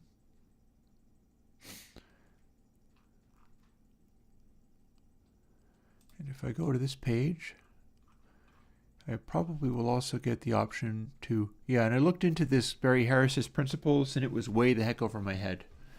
That's not going to be a thing. Like, it would involve me pretending that I was that good, and that ain't happening. Then we've got this, and this is what I just did. It is successfully and correctly uploaded. So I'm pretty sure, I'm going to scamper off for a moment.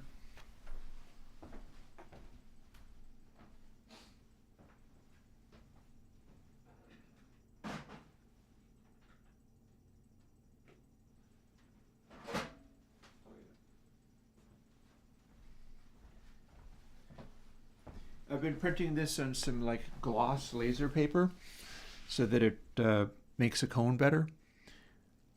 One thing I could do if the idea of me boringly going through all of this kind of stuff is fun to anybody, I could start incorporating the tempo stuff as, for instance, the opposite side of the paper or an additional paper.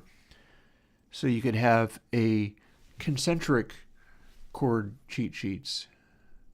Let me first go and print this.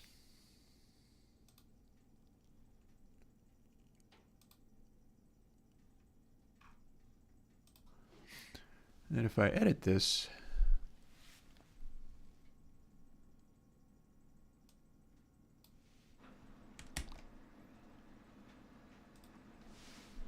I think it was cycle 147, right?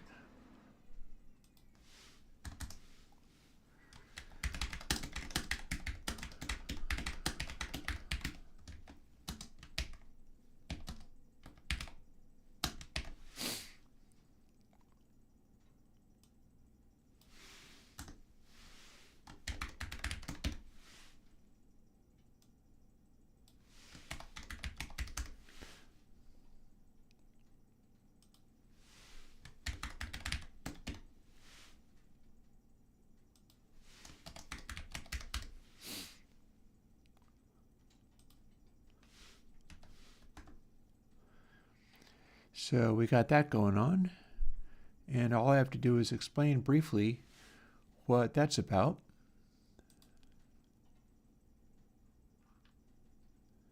And then we will see what's going on there. But I've printed out the thing, so I'm going to bring it over.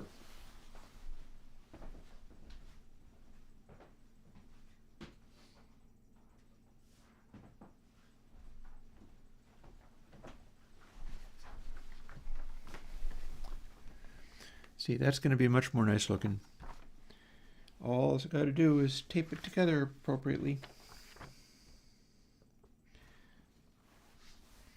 I'm a lot happier with that than the previous one, I'll tell you.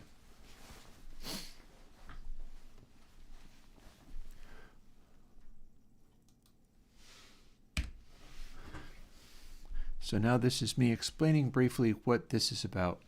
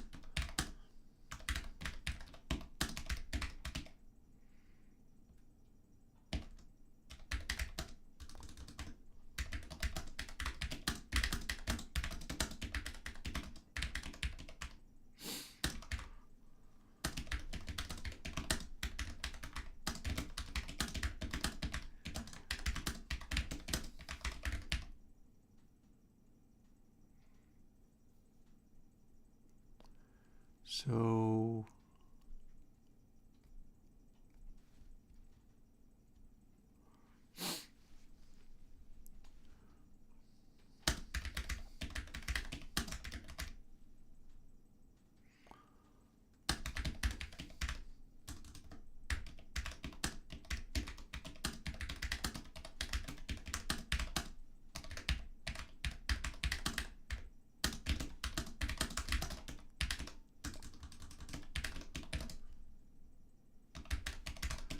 which is the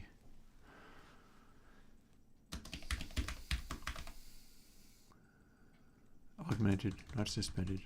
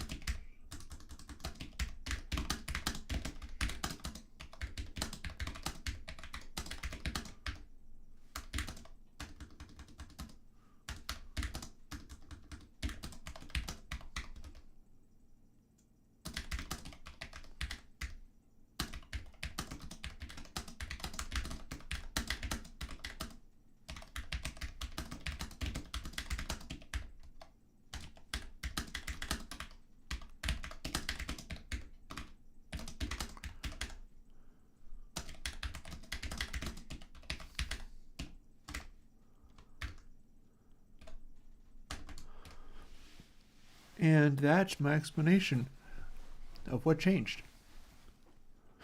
What happened?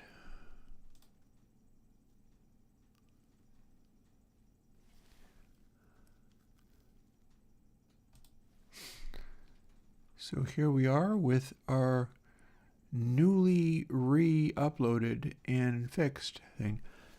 Notice also I'm using the same font for all of this. I decided that I liked using Yoast, J-O-S-T, for all this Airwindows stuff, because like I'm partly Scandinavian, and why not? And it's cool, it's accessible, and you can get a hold of it. It's like one of those Google fonts or something, but it's just weird enough, you know? Like a sans serif thing, but it's just weird enough.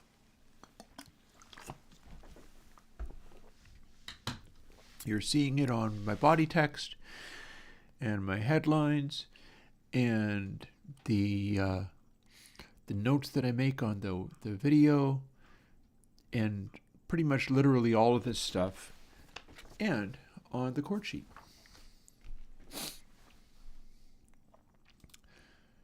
Alrighty, so having done that,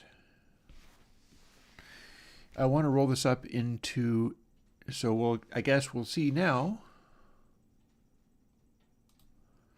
what that next step is like, what it's like making this into the roll.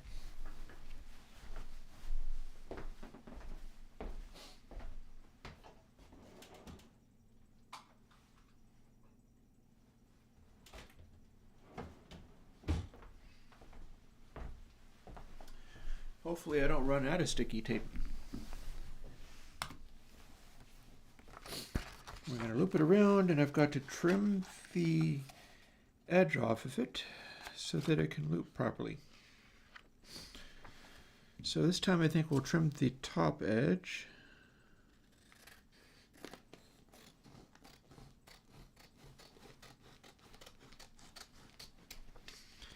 And I'm going to trim the sides once I have it taped.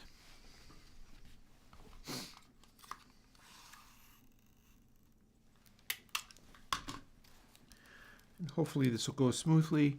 One of the intermediate ones that I made, he says go smoothly and immediately gets it stuck. Okay. Okay, so let's reevaluate that. Can we do this at all, or do I have to print it out because I screw it up completely at this stage? We'll find out. More will be revealed.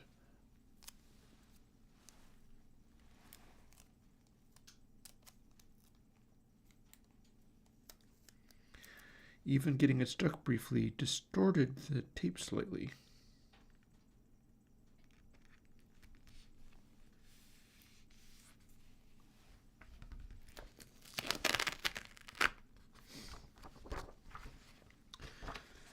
So now let's see whether I can do the roll properly.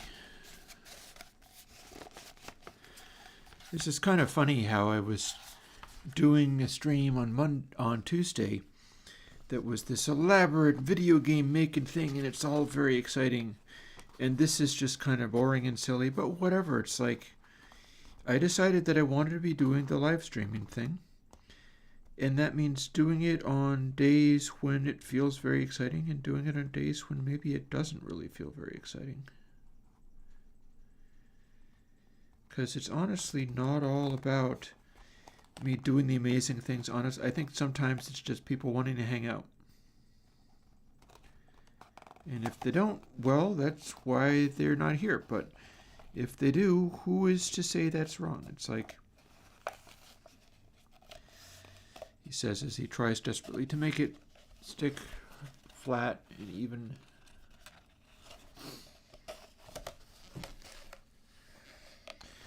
What's wrong with that, I say?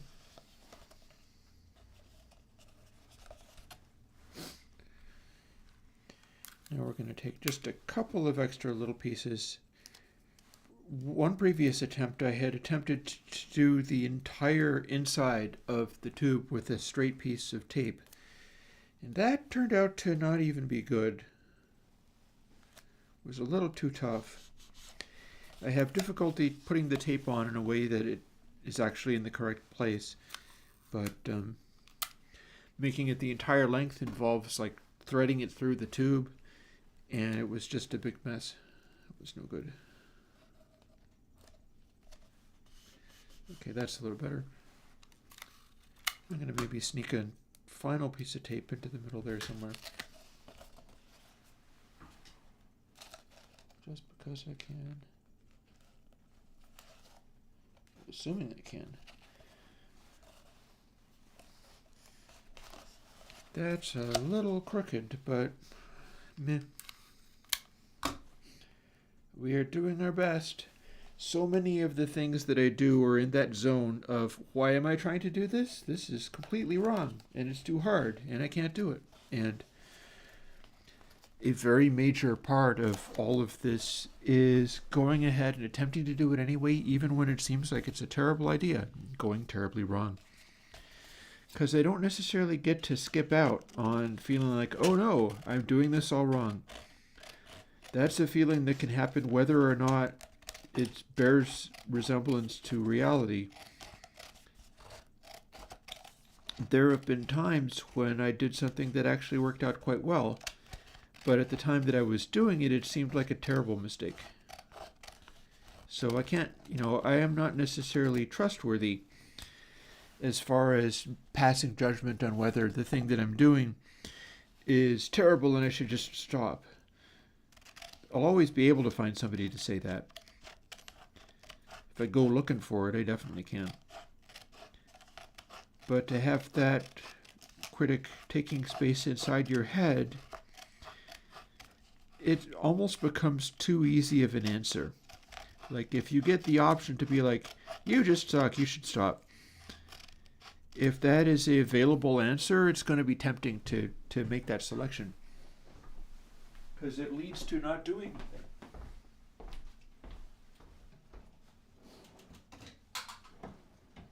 And not doing a thing is more comfortable than doing it, typically. Less action. And yet, even though I have no business making a music theory tool, I have made one. And now it is in a configuration where I'm happier with it. And we got this going on where we can be in these keys. The big old bold ones really kind of visually jump out. The ones that I consider to be hard to play are hiding and are not as easy to see, but they're still there if you have a reason to go and find them. We've got the reference stuff. We've got all of this going on. And there's a nice sort of symmetry to some of this. Like, I've got a B minor on the end here for a minor key, and then you could play a B minor 7, meaning that you're in Dorian, or you can play a B minor again if you're in Phrygian, and these are each different keys to find that in. Likewise, we've got a D here, and then a D here, and then a D7 here.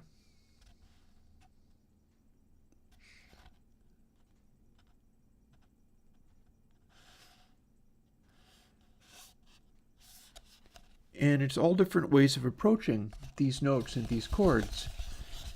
But having it look that accessible is important to me. It means I can start experimenting around and arriving at stuff, which is what I've been doing over the last year. Like, my music over the last year has all come from that and the little deck of cards indicating like ways in which the music can be. Up to and including the little anagrams written on them. Like here, this one. This one begins in a position of full. It's suggesting a tempo of 102, which I'm calling testify. And it can transition, and it's got the note F included in there. And you can transition from full to either happy or kind. If you go to happy, another thing on the card, I shouldn't say that it goes with this because you could have any of these things in any combination. But if you go to happy, it feels like a energy burst going from full, smooth, continuous music to something else happening. Or refuge going from full to kind, it's like dialing it back a bit. There's colors associated with them. There is an anagram for each. This one's called Weatherized Wise-Hearted. It's anagrams where the same letters make up two different words, and every single card has a different one. Some of them are really cool, some of them are just weird. And then they have time signatures, like you could pick a 3, which is presumably a 3-4, or a 19 constructed as 775, because the weird time signatures suggest ways of breaking them down, or restrict you to ways of breaking them down.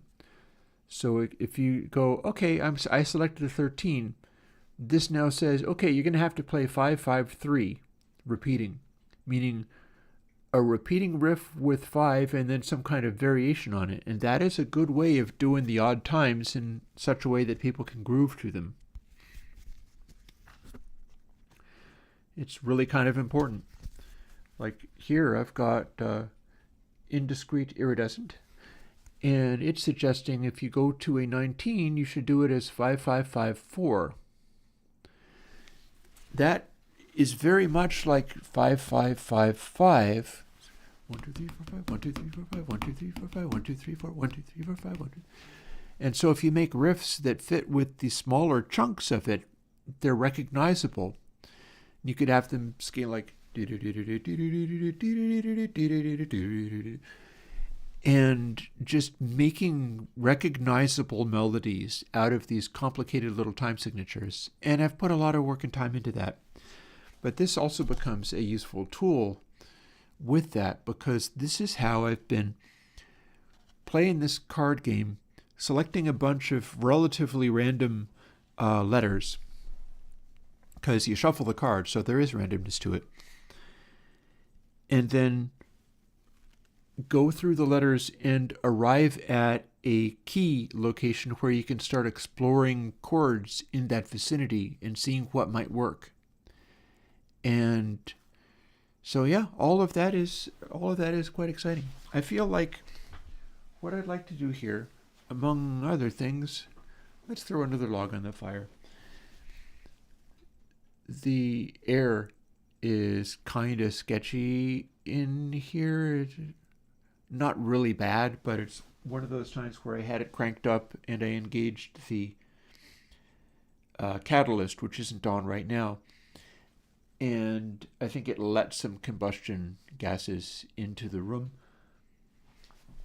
So I'm going to leave that off, but I'm going to get the fire going up again. And then I'm going to do my audio unit port to signed, because I've got something I'm going to do for somebody.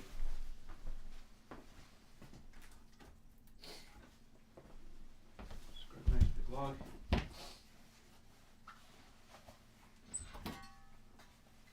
The thing I'm going to do for somebody is a variation on sample delay.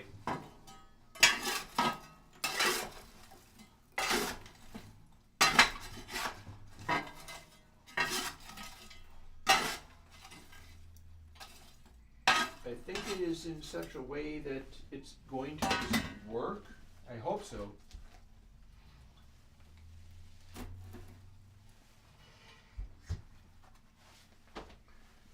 But the idea is that I need to do sample delay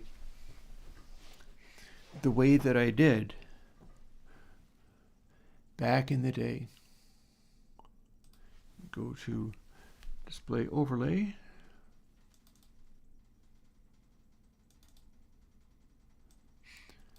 So here's our plugins, and I have uploaded this. Here's recent things. Sample undelay. You can see there's a little stuff sticking around, but not all that much. We don't have that much in the way of like, wow, new things that you haven't seen yet. That's because it's January, and it's not really that kind of thing, but here is sample undelay, which is the previous version of sample delay. And you'll notice that it's got negative settings for a bunch of this stuff. This is how it originally came out before VSTs were a thing for me. So this is a Mac only. It's an AU plugin. And the reason that it is a Mac only is because I haven't found the latency setting on VST2.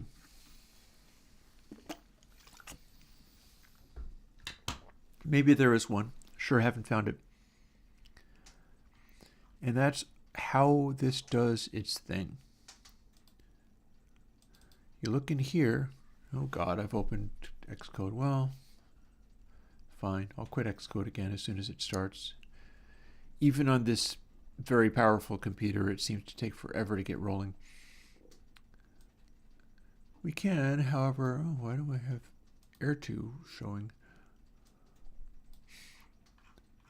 We can look at this though. See, we got coarse, sample, subsample, and phase. Normal and invert, which is an option that this one now has. It's set up to do it as a pop-up menu, because that's what the AU's made available. And get latency returns a latency of 1024. Everything else declares it to be 0. This is declaring a big pile of latency. So how this is going to work is we're going to go over to Airwindows, plugins, and the signed AU, because I've already generated the other one. I've got it over here. I've got it in upcoming, where sample underlay component, none of this other stuff, and overheads is a kind of reverb, a kind of compressor thing. MS flip timer is another request. Linux ARM contains those two. We haven't got anything else in the pipeline right now. But here's how we go through the process of doing the signed version. And once I've done that, I get to go and make a cup of coffee and we'll start playing Minecraft and we'll see whether anybody shows up for that. I rebooted the server this morning, so there is at least that going on. So we've got our AU folder. We need to edit this, but I don't want to edit it in Xcode. I want to edit it in BBEdit.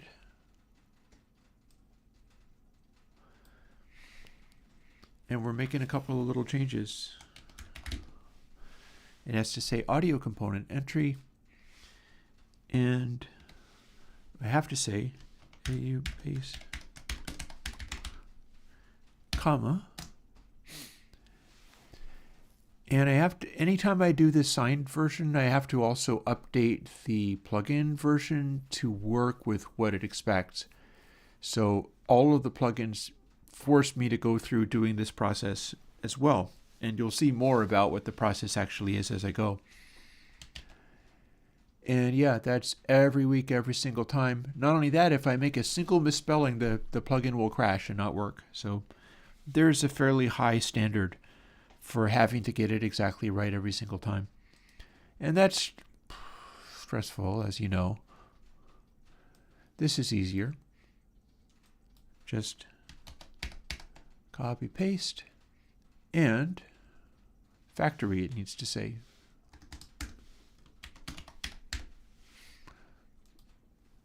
Same deal though, if I get a single thing wrong with these very simple mindless things, the whole thing dies. So that can be kind of intense. Oh, and I think I'm going to need to pull these things into view so that I can get access to the stuff on the side of the screen. On the side of the screen I have a whole bunch of plugin making things kicking around. So let's see. So I did the plugin factory. I've got to get this clipping.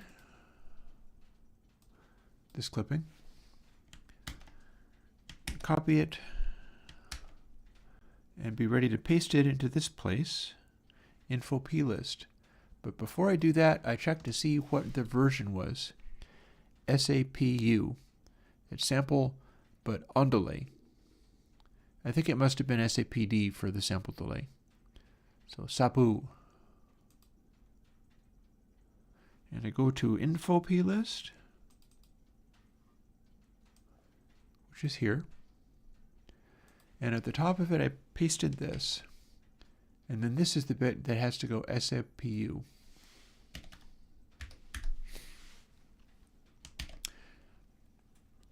Having done that, I can now close that. And in fact, I believe I can close Baby Edit while I'm at it. Now I can move over to Xcode. So here we are momentarily in Xcode. See that English L proj? That's going to change. This is what it looks like to be in Xcode. So here's the things I have to do here. And again, every plugin needs to have these done by hand. I have not ever had success in doing scripts for doing these things. Other smarter people are great at doing that kind of stuff. I am better at doing things like reverbs that actually sound interesting and stuff like that. So I do my thing and they can do theirs. This is my process, stepping through all the things on this page one by one without ever making a single mistake, at which point I get an end result out that works. So let's see, delete folders in red, public utility and AU public. Apparently I don't need to delete external frameworks and libraries. Or do I? Nope. Nope. That's still legit. But I do need to bring in CA SDK. And I drag it in here. And I say create groups.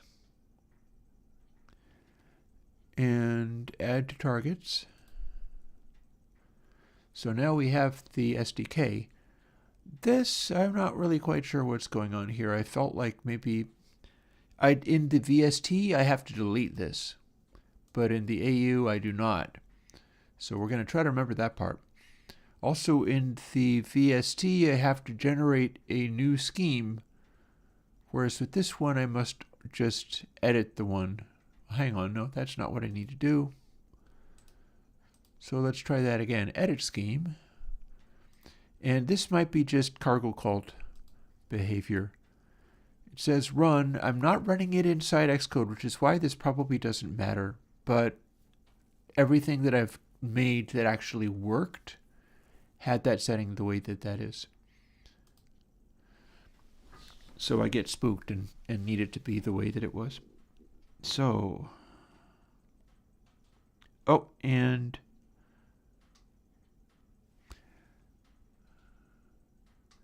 we're going to be setting the scheme to any Mac. Unfortunately, for the moment, see what it says? It says my Mac and my Mac Rosetta, but then it also says any Mac, but it says i386 deprecated /Intel, and it doesn't actually mention Apple Silicon anywhere. And that's what we're about to fix, so there's no point in setting this yet.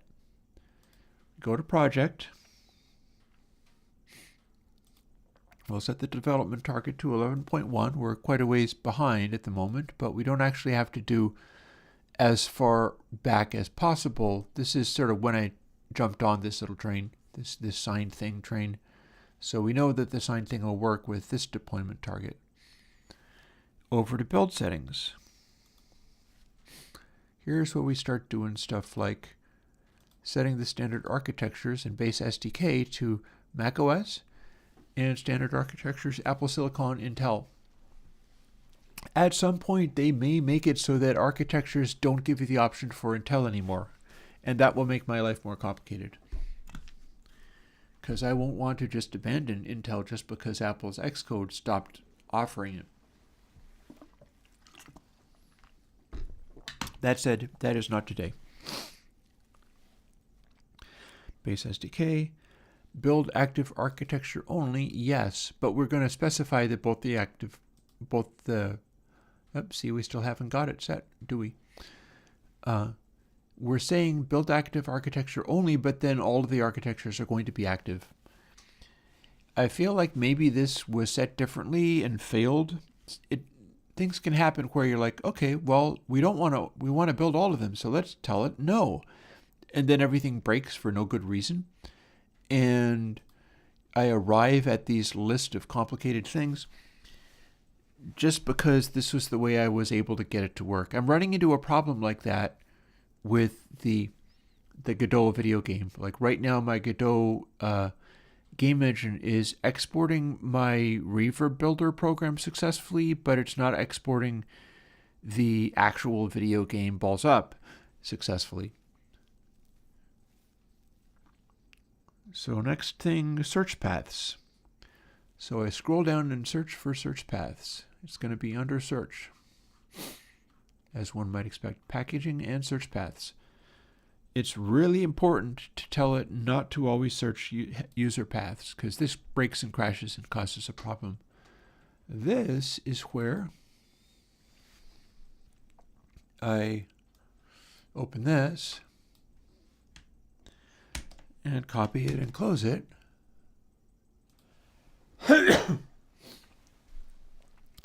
That is the header search paths in question. So I have to put on this line, and not any of these other ones, but just this one, this thing. And boom. Having done that, that's the final thing for project, but now we move on to targets. By the way, I've changed all these so that they go from top to bottom, but I've also had them in all random directions. So let's see, one thing at a time. See how we did project and then targets is not any different?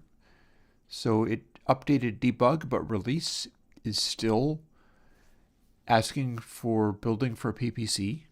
And it doesn't even, this compiler forgot what PPC was millions of years ago.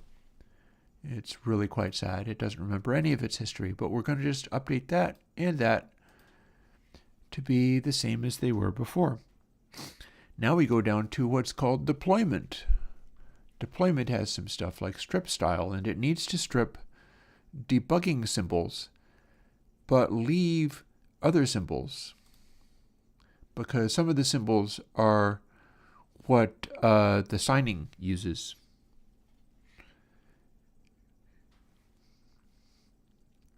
Deployment, macOS deployment target, again, we have two different settings, even though I already told it was going to be 11.1. So we override that, and instead of release being targeting 10.4, which it has no idea how to do, we're just going to make the whole thing target 11.1. But if I fail to set that, it crashes and dies. Res is a funny one. We're going to scroll all the way past Apple CLang. Most of this I have no idea what the hell it is. To where it says res, other res flags. We're not really using any of this, but it's still, I want to remove what that was. See what it says? It says PPC, i386. It has all these different locations which no longer are relevant to the libraries we're using. All of this is wrong and broken. So we just make it go away. Boop, just like that.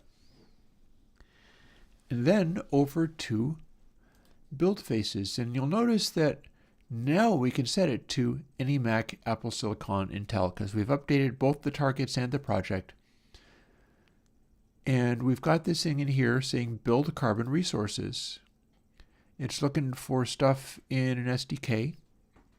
It's looking for an R file. It's trying to do these things. But if it tries to build carbon resources in a modern system, it explodes and dies. So what we're going to do is just hit the trash can and go, no, don't build any carbon resources. We haven't been using carbon for decades now. Take a chill pill and don't do that thing. And then we are over to signing and capabilities, and there's a couple of steps here too. We're going to tell it to automatically manage signing to start off with. And my team is Christopher Johnson. Also, some of this stuff takes place in Godot as well, like bundle identifier. This is what works for me with the plugins. I believe I can make the bundle identifier for a video game be like COM, Airwindows, I don't know, game maybe? Maybe I don't even, maybe it could just be COM, Airwindows, and Balls Up being the name of the game. And it could be that. It hasn't been working so far, but this will. Team, that's me, Christopher Johnson. And signing certificate can be development for now. Because what we're going to do is we're going to build it and find out what changes it wants to make. And here's our build. So over here, sometimes it's up here, and sometimes it's way back down here. And none of this stuff relates. Like, we're doing all this stuff with the plugins, and it's whining about how deprecated it all is, because Apple is wanting to redesign everything and have you keep up to speed. That's not going to be something I'm going to be able to do, but it does offer you this, update to recommended settings. And so we're going to remove some of these settings, adapt some of these things into other things for the purpose of making it maybe a little more resilient going forwards with this code base if I need to. We're going to set this up. We've got a bunch of warnings that it will have. We're not doing debugging. And dead code stripping, that's interesting. But all we really have to do is say perform changes. Go ahead and do all the things that you think you need to do. After that point, we're going to do these, which are migrating localizations. And none of these localizations are actually in use. And you just hit return again. It's going to move English Alproj, where there's kind of nothing in there, to N Alproj. Japanese, there's nothing in Japanese, but we're going to do that anyhow. Enable base internationalization. They are recommending it, so we're going to do it. And then German, and you notice up at the top here, I'm going to do migrate. It'll do it, but this is still showing. I don't know why. It just does these things sometimes. So we're going to go back to signing and capabilities. We have now successfully built and done all of our updates, and that seems to be working. So now what we do is we change off the automatic signing, go to Team Me down here. Developer ID application is actually the same certificate I'll be using for the Godot thing, and theoretically that I would be using for the Reverb plugin program, except for that I'm not actually building that with the signed profile in there. I'm just building it, and that one works, and the video game does not, and I don't know why. It's the same Godot engine each time, but something's different somehow. And having told it, our certificate is going to be Developer ID Application, which is what you do for a program, but that's also what you do for plugins. We archive. We could simply build, but we're going to archive, which includes building. Build configuration is release.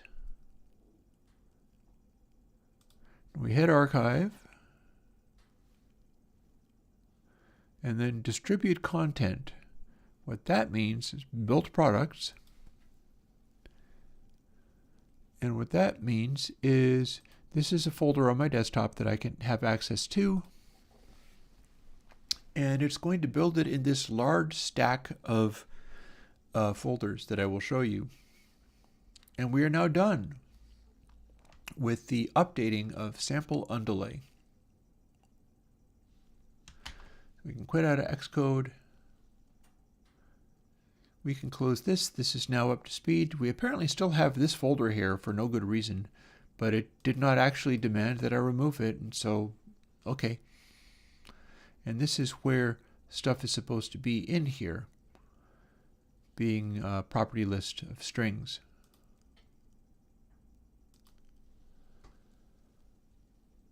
And here is assign Mac. Here is upcoming. So we're going to have sample underlay component, and then we're going to have sample underlay DMG once we're done with this. So first, let's go and get the thing. Command O and downspace lets me step through this rapidly. And I'm going to drag that to the desktop and get rid of that stack. It just does that. Don't ask me why. And drag this component file, which is already signed, but I need the packaging also to be signed, to a program called drop.dmg. And that's going to make a disk image file. And the disk image file is the bit that I can sign. So we have successfully done that. Actually, let's not do it quite like that. Let's have it match the other stuff. Because here, what happened there is usually I have a package of these things, and it's the VST, which this won't have, and the component file. So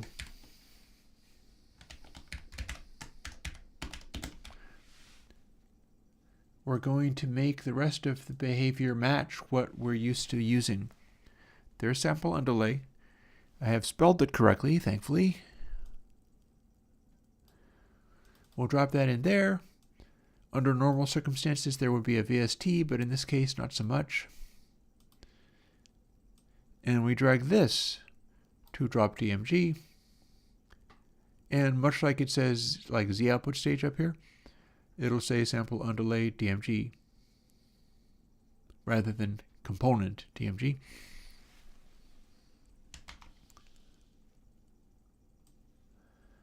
That's it here. Although one thing I can do is copy it to my components folder.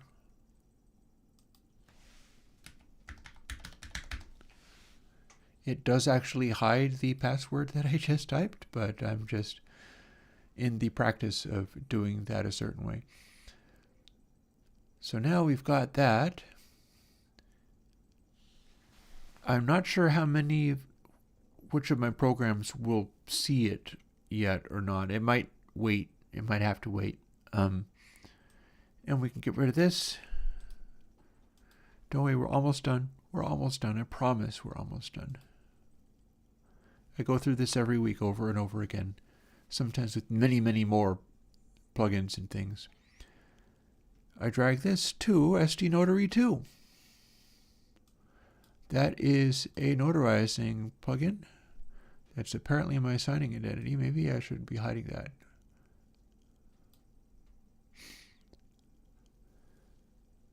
And off we go. I have now sent my disk image to Apple, and it's scanning it and trying to find if there's like bugs and things in there, if there's viruses and such. While I do that, I'm going to put this cheat sheet away.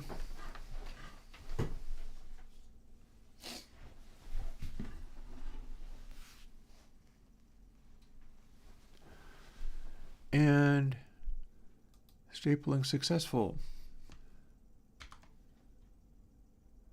It's now given me this folder. Inside this folder is a log, the signed one, and the original one that I made. So I can throw the rest of this stuff away, copy that over there, and we are now ready for Sunday, presuming that the plugin works correctly, which it should.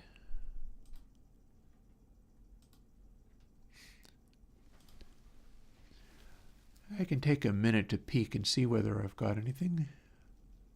But oh, that's on the wrong place. Hang on. We'll get there. So we'll put upcoming away. We'll put this back over here because we're getting away from this nonsense.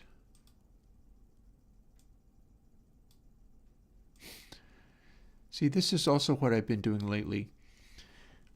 here's the collection of the new things like plate reverbs, because I'm feeling like maybe, even though I have Sunset Chamber sitting there waiting to be worked on, I'm wondering whether maybe trying to do one of the Bricasti plate reverbs might be the next correct move. Because my new format for doing these reverb sounds, I can do this.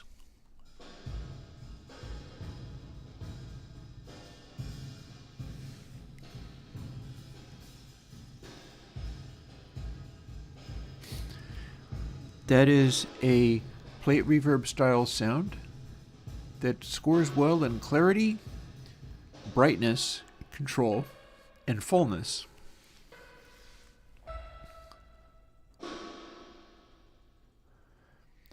And I'm going to say that sounds kind of a lot like a plate.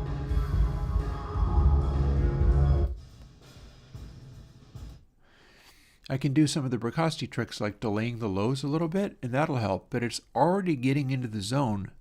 I've also got this one. This is a slightly shorter one, and it scores well in clarity and also being super loud on guitar.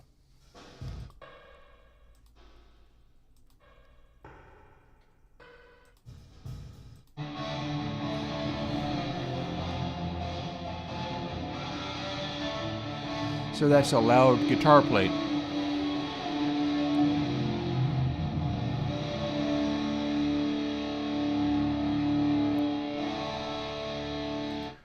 Very rowdy, right?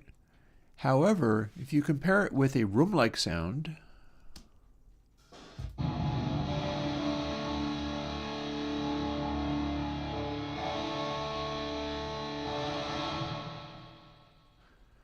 the room-like sound sustains a lot more.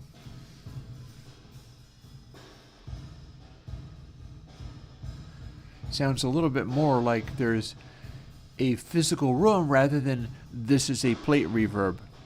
But sometimes what you're shooting for is this is a plate reverb. And these ones just vibe a lot more like a plate reverb. So that might be the next reverb thing coming up. And I can now dispose of this little piece of paper because that is the one telling me to do the sample delay thing that I did. You can dispose of the piece of paper by throwing it in the floor.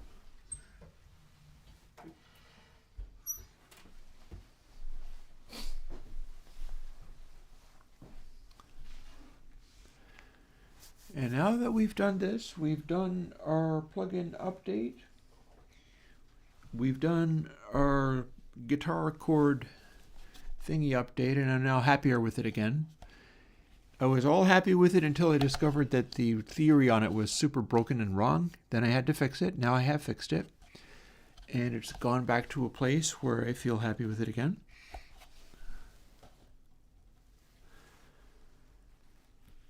I think it's time to fire up a video game and go and make another cup of coffee. It's not even noon yet, but it's getting close to noon. Where shall I find it? Here we go. So this is going to be the afternoon. Oh, and we're doing a bunch of updates and things. Hopefully it's going to work, right? With a bit of luck, this is going to work. It'd be a bit of a drag having gone through all of that if I attempt to do 189. What do you mean 189? It's not 189 that we want, it's 12.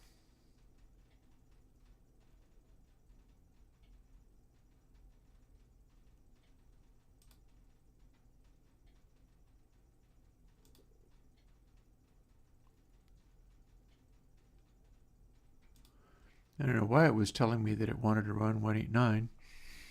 Hopefully everything still works. If everything doesn't work, we'll do something else or figure something out. I did, in fact, set it up so that now I've... Oh, and Java looks a little bit different, but hopefully that's still okay. We'll find out. back in the day when I was a kid, there was an advertisement for the Museum of Science where they went, "It's fun to find out."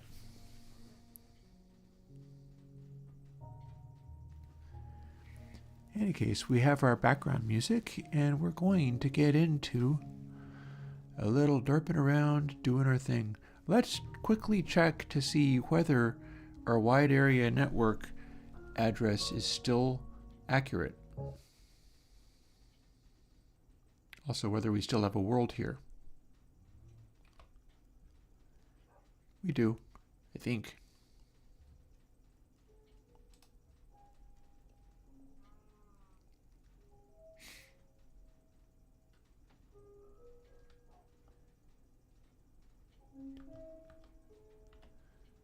Okay, so what I'm going to do is quit out of there and connect on the local area network, just because it might be a more direct connection.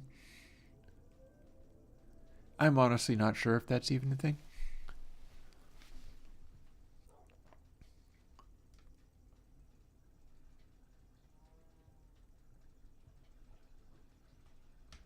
I'm poking around a little bit to see whether there's anything interesting that I should know about. Any madness that anybody got up to. Well, that wouldn't have changed. For that matter, I can check to see whether our XP grinder needs refilling. Or indeed whether there is a mean little monster kicking around here somewhere. Who do I hear? I heard growls.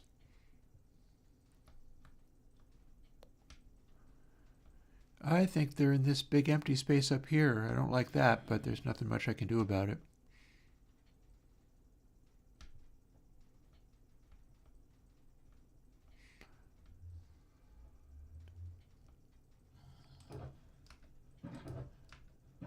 We've actually still got a goodly number of these.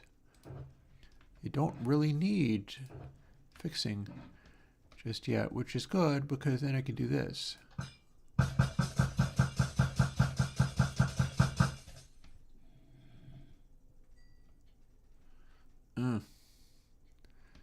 Very annoying. I'm going to go up and go monster hunting or something. I feel certain that that is one of my options.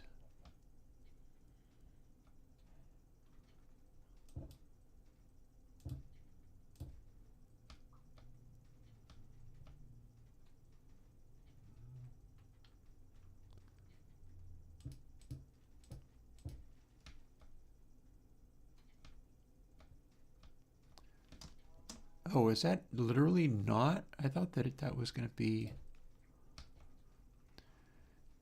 These quartzes are so easy to chop up with this stuff. I was very concerned about not having mobs and zombies be floating around up here. Oh, found you. Drake.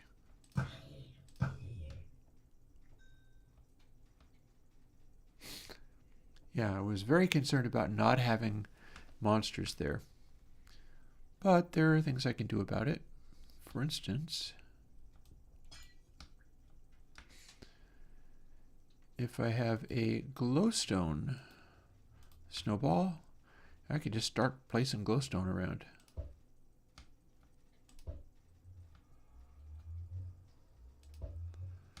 No reason not to spam it.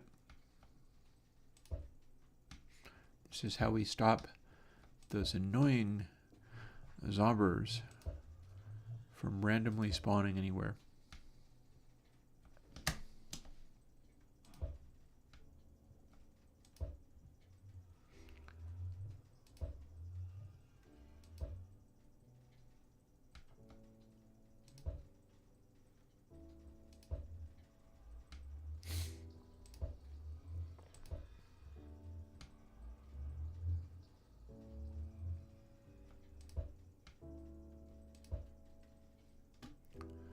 This time, no zombies, please.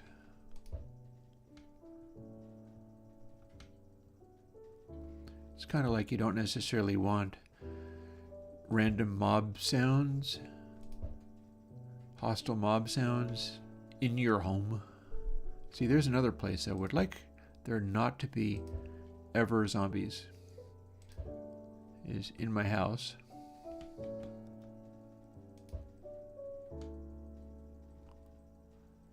And we will do our level best to make it so that there are never any zombies.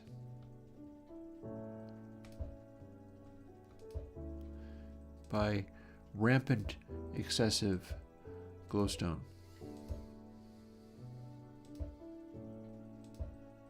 All the glowstone everywhere.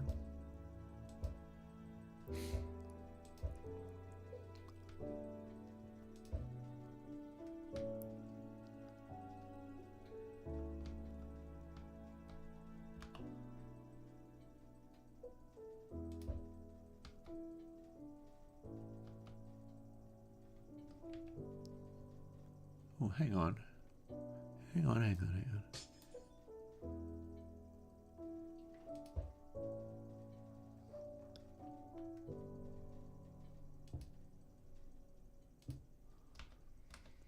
I'm going to need one more of those quartz blocks if I can find one.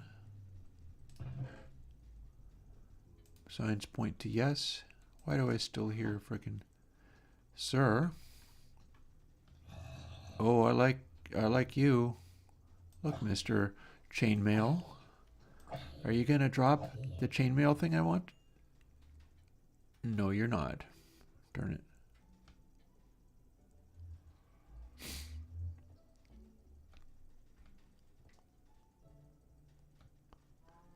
Boop.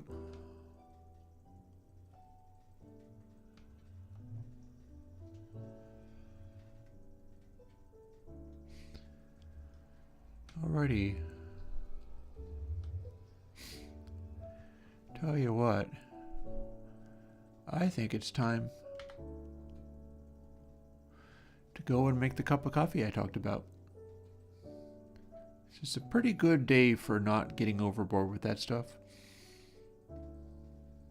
My tendency, of course, is to always go overboard with all things.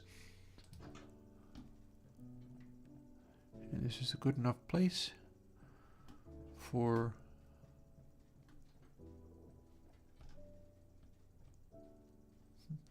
tasteful art and art.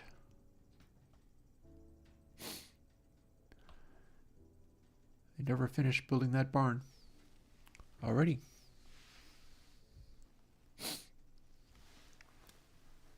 So I will be back probably before this runs out, unless things go horribly wrong somehow. If they do, I'll come back and wave.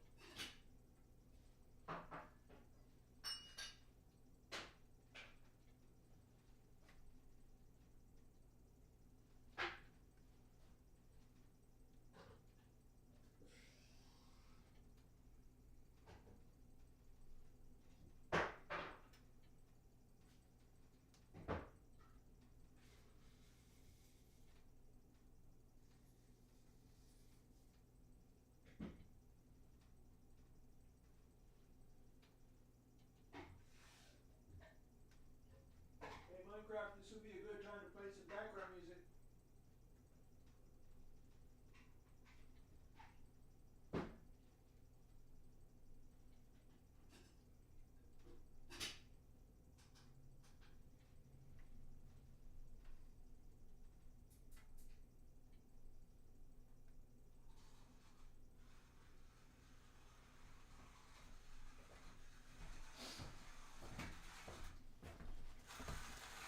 I guess Minecraft doesn't feel like playing background music at the moment.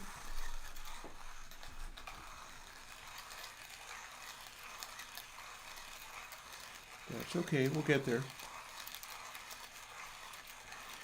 It's nice to get back to this in its way. Like, I literally have nothing planned Minecraft-wise, and that's fine. It's like, this is specifically happening because I have been burning out doing too many damn things on the Airwindows front, and the whole paper roll-up chord reference thing was supposed to be a very low-key thing, but ended up me learning music theory, which I wasn't fixing to do this week.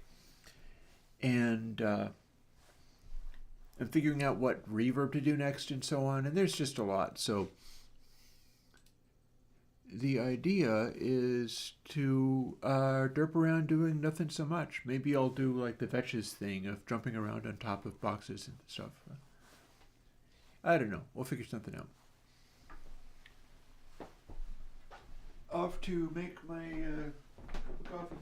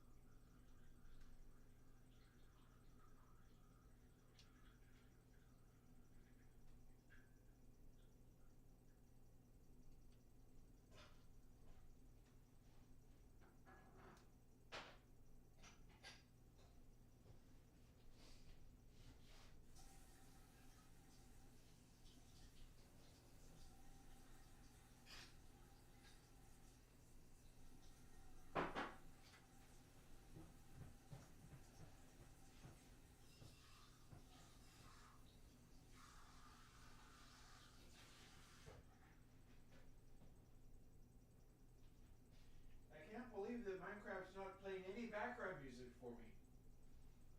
This would be such a good time for it.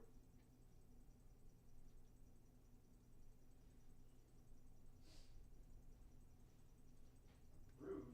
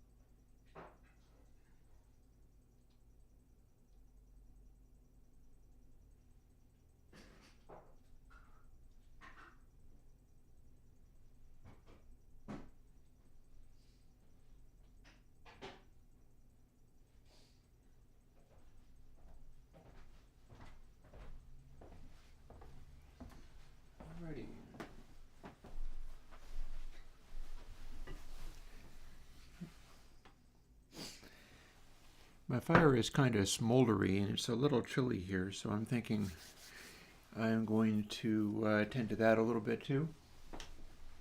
Shouldn't take much. Couple of spare sticks on there, Bob's charcoal, that'll be fine.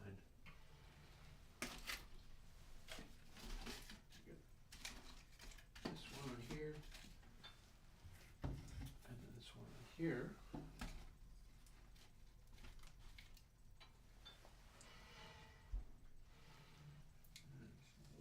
Over.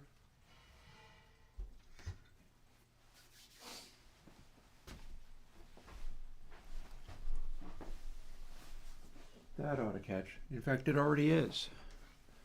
It already is catching. Was being a little bit slow.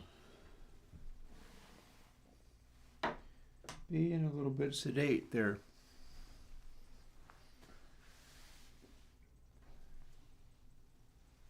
But that should get it going again.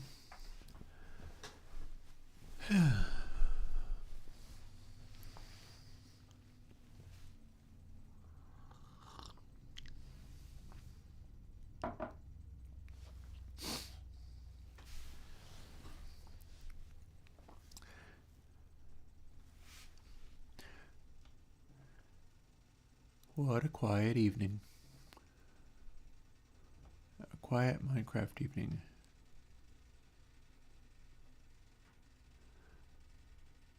We will put the clock here so that I can make it stop being evening real fast if I want.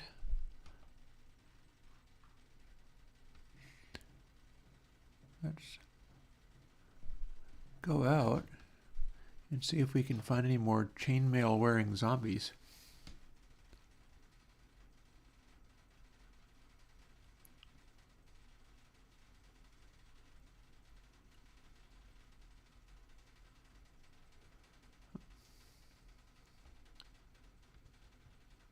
Oh, there's a spider, there's an Enderman. Don't have any real need for an Enderman.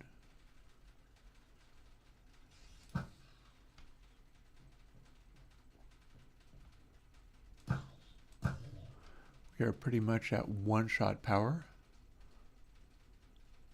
at this strength level. Oh.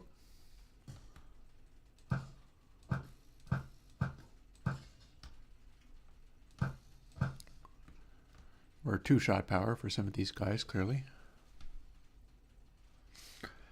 Let's make our way over to that big mob grinder. The whole idea of this was we wanted to be able to... Oh, those guys I don't like seeing around. We wanted to be able to grind some useful... Sir, where are you? Where even is he? He's hitting me, but I can't see where he is. There he is. Rude. Okay, so far so good. The whole idea was to be able to get some drops after that other one got accidentally destroyed.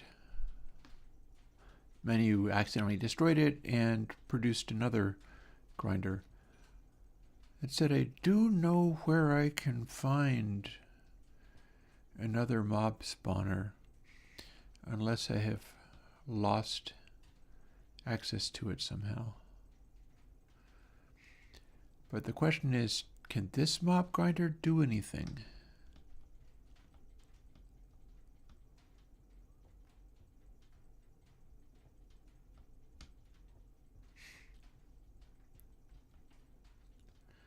We got a nice little design up here. We are hopefully high enough that we're not generating mobs anywhere else other than where we want them to be.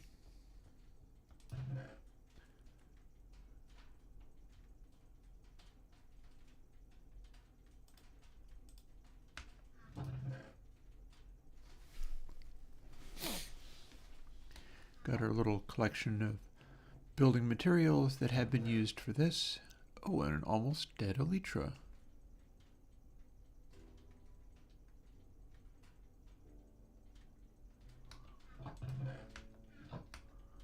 Well, I'm not actually wearing an Elytra. I'm wearing powerful diamond armor. I barely got touched when those things were attacking me. And that would be why. Here's the music. Finally.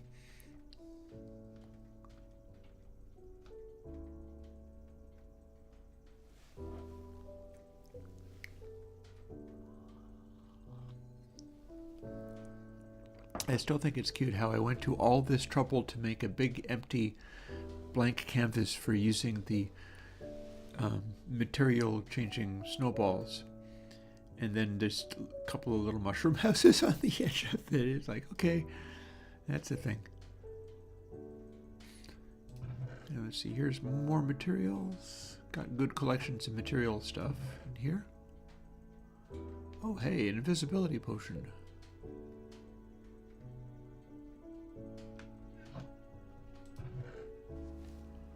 And a bunch of rocks. I don't think we ever even used the chiseled rocks for anything.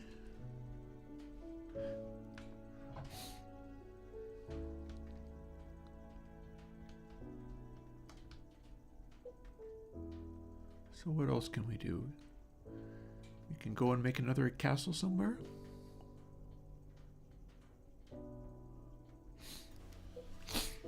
We don't have to, but we could. Oh, I do hear a mob that could potentially be dropping.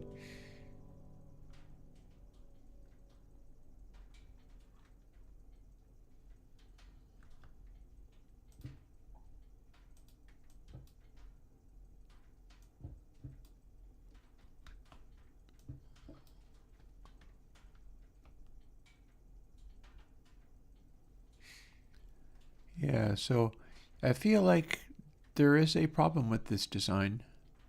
And among the problems with this design is that stuff ain't spawning, and if it is, it's not being forced to fall through. This would not be what you'd call a super high intensity grinder. Not so much.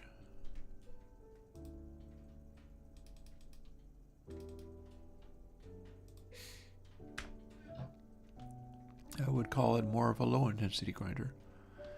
But I'm going to put a little darkened window in there. Oh, actually, that's not where to go.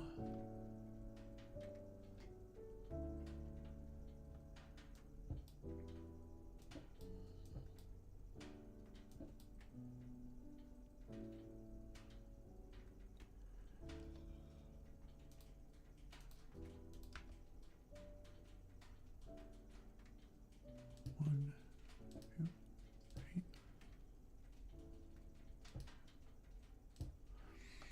Now we are protected from falling through.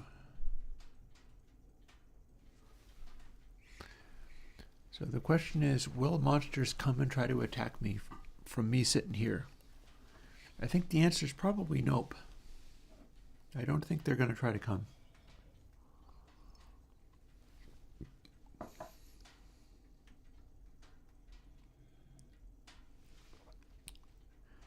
Sounds more than a little bit like he's just chilling out over here, growling.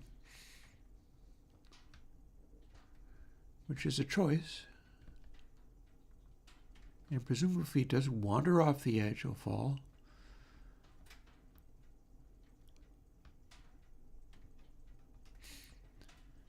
But this is going to be a tough way to grind a lot of stuff.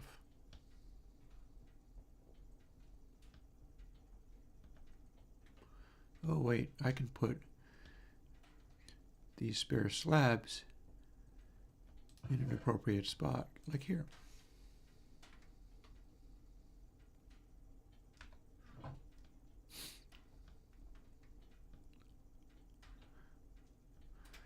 love those weird steps. I never thought that that would work, that you could make steps like that.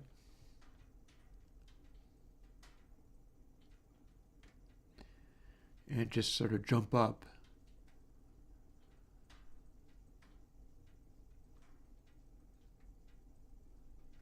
I'm not sure if I like the fact that you're wandering around with grass blocks or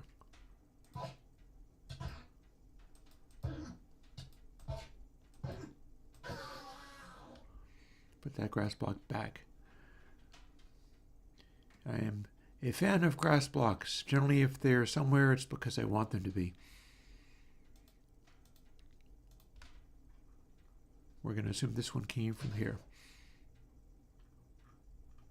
And I'm not a fan of this jerk.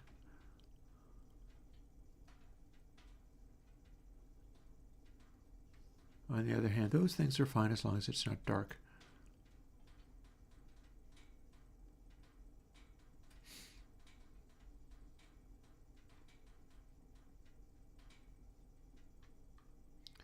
Oh, hey, we've got another pearl.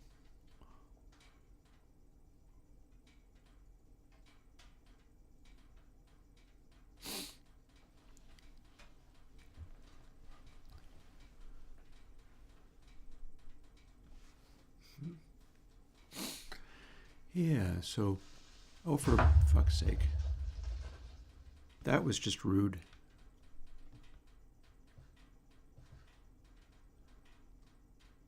That was just straight up rude. I am offended.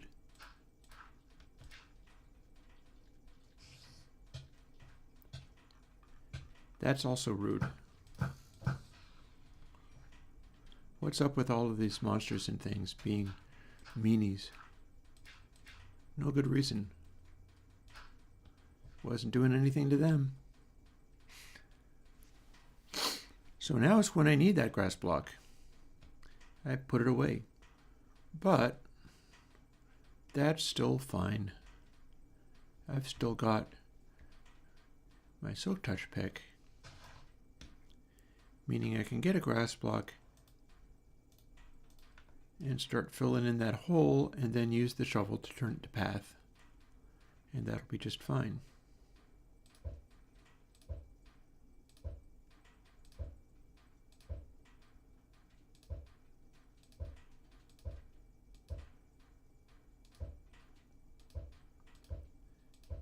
Aim might be a bit of a problem. Let's see how well aim works. Oh. Are we stuck on geometry? Can we yeet ourselves up and away? Yes, we can.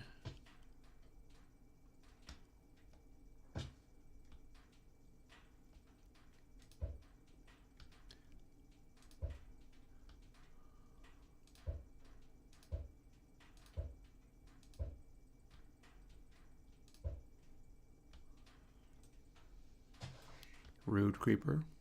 Oh, for heaven's sake. Doing that means I need to place another grass block to be able to do this. Let's see if that works. Very good.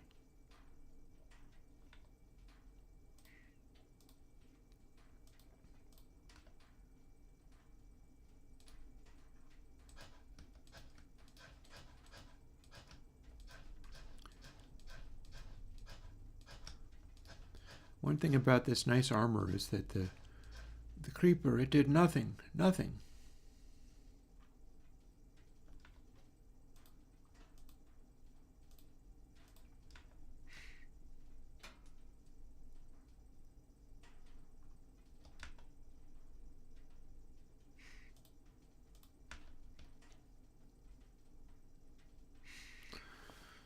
Perhaps wander off into the distance and see what's what. Back in the day, this whole seed was something that me and other friends of mine played on. So like practically 10 years ago now. Perhaps a little bit more. So there's an element of wandering around in this world and it just being a bit of reminiscence and figuring out stuff like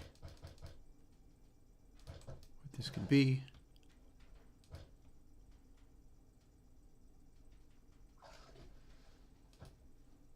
See, this is an interesting thing, he says as he falls right through.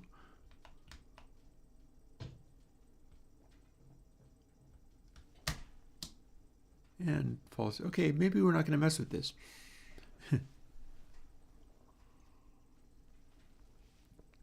I'm not sure what that's supposed to be.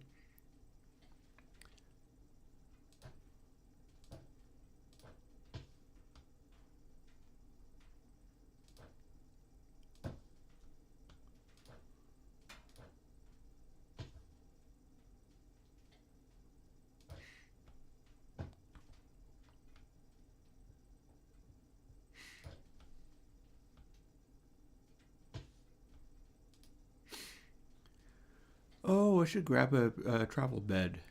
That might be good. I will grab a travel bed from the mop grinder because it had them. Because there's some directions that I could wander in. Oh.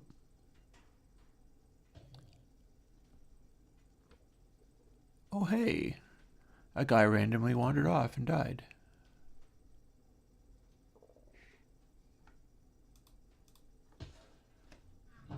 And another. Who knew it would start to ramp up now? We're still not dropping any chainmail, though.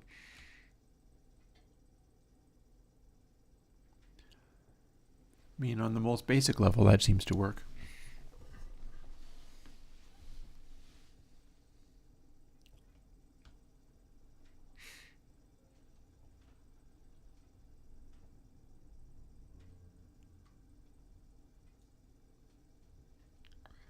I'm not sure what made it start working when it wasn't working before.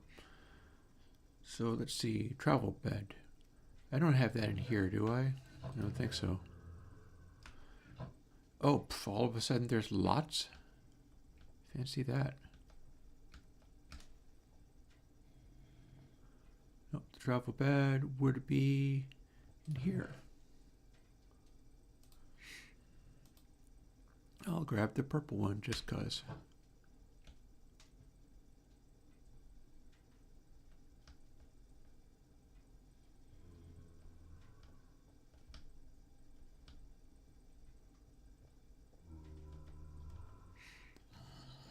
And here's where these guys apparently live. 45-second warning on ads.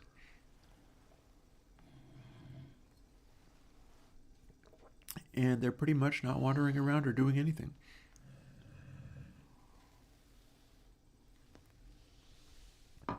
See, to make this a high volume thing, you'd need to be deploying water to wash them off the edges. And then you wouldn't need all of those shutters. Not that we couldn't spare them. We can make all the shutters we want. But we would need the shutters if water was just washing everything off.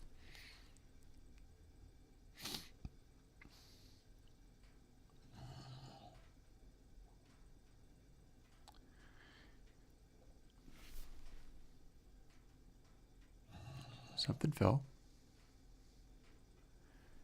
So a little bit difficult to see down in there, but there's the possibility of stuff falling. The whole idea for this is, can we get, and that could possibly be a purpose for today's stream, because we never really got around to that final acquisition. The giant ice rink is the product of using a chainmail chest plate for the purpose of generating an enormous cylinder. And we use helmets to generate enormous spheres, but we don't have a chainmail helmet anywhere on the server, to my knowledge. Oh, there goes another one, just like the other one. You can't really see them go. You only see them once they get to the bottom.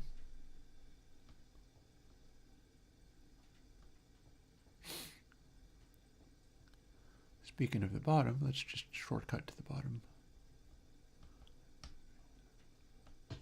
Boop. And interestingly, we got a little bit of leather. That's different.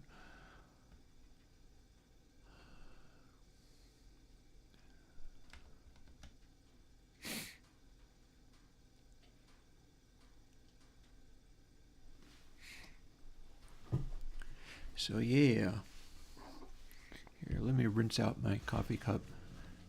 Oh, hello. Why am I still hearing mobs? They must be underground somewhere. Irritating noise. That said, though, I mean, some of what we're trying to do is hunt zombies. If we've got zombies generating somewhere, let's go and hunt them. Well, I definitely want to hunt that.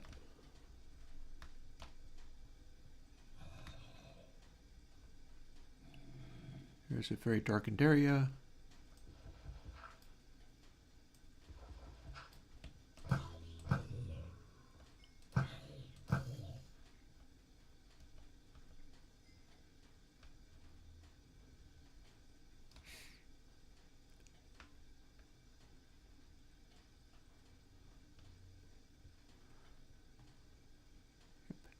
These are spots from which monsters can come unhealthfully.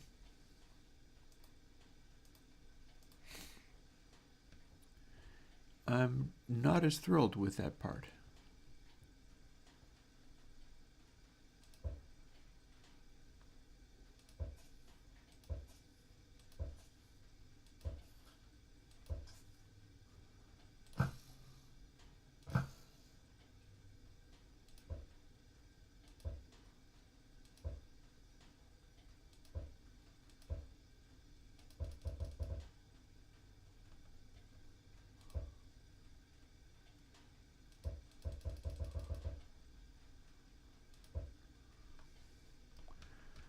Darkness of this area, it's like not big enough to be a proper mob grinder and not little enough to not count.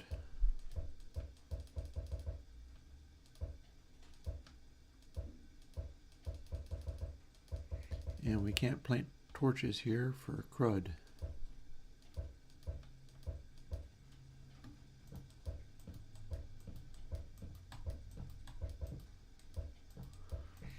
There's faster ways to duplicate these, but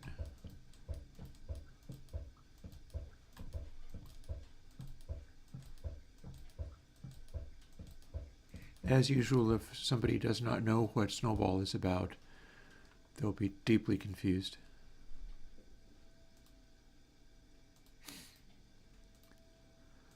Let's just grind us a crap load of torches right now.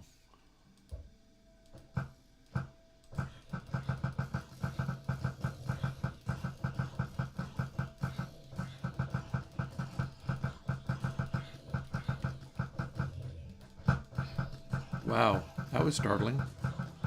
This is one of those really tough guys that never falls.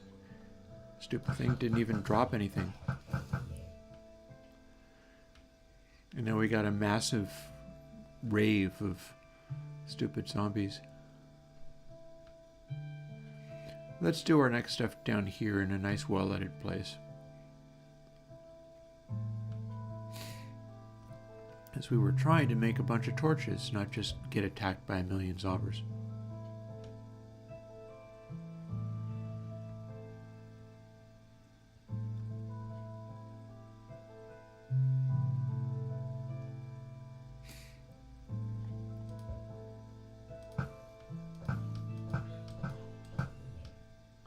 That's how it's supposed to go.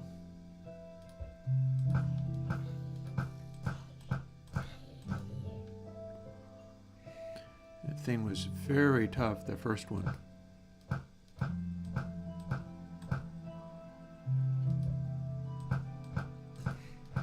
It was summoning reinforcements like crazy and also not even dropping torches, so it was like worst of all possible zombies. But now we got torches.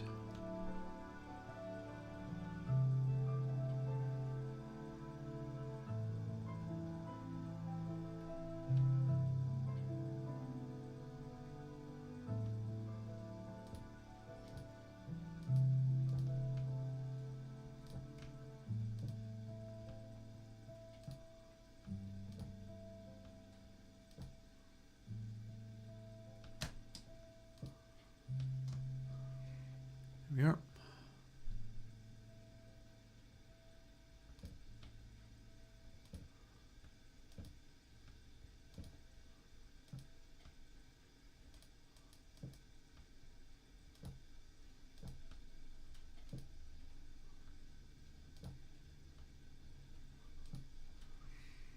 No dark spots. Yeah. Although it's not going to be today, I am going to continue with the game making stuff. It's just that I'm less enthusiastic about trying to get going with game making stuff from literal zero. I would rather have a bit of a head start going when trying to do that. So I feel it'll just be more entertaining in general. Can we reach this? Yes, we can.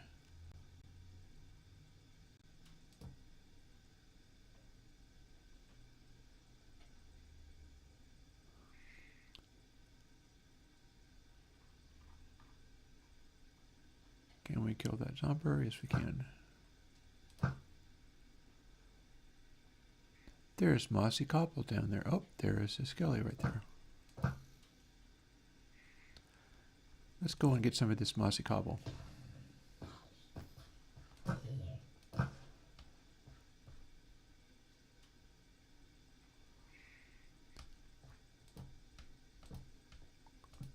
Light up some of this area just as if we were playing regular Minecraft.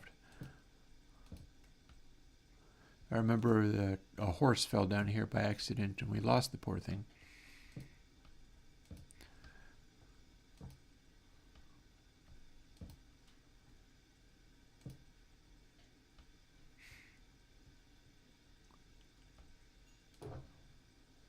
Oh, it's a memorial to the horse. Okay, so we can't actually take this away, but we could.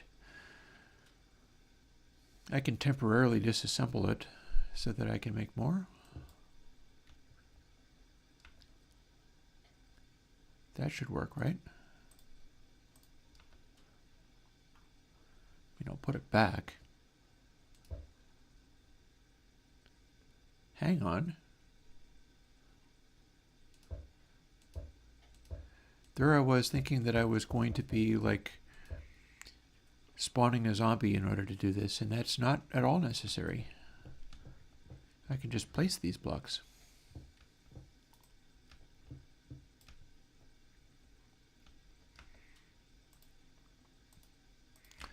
Right on. Okay.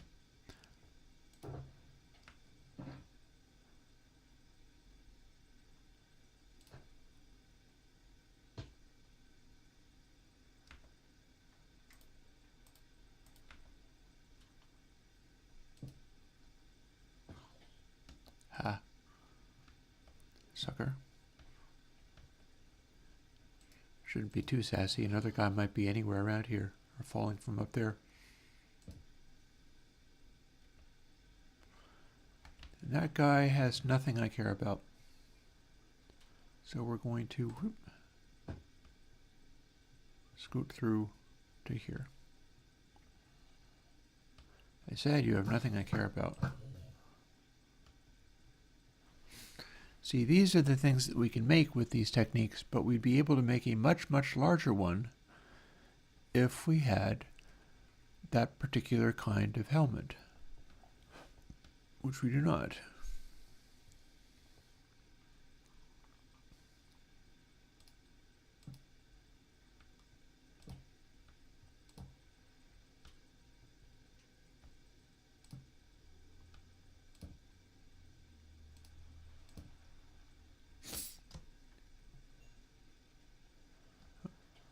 Here's more darkened places to boldly go into.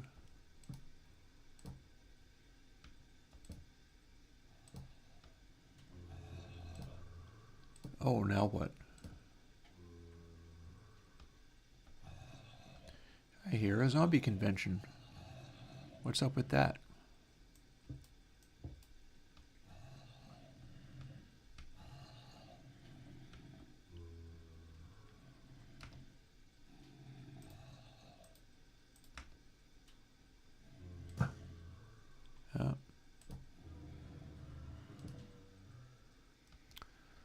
Well, there is the bare possibility that that contains something I need.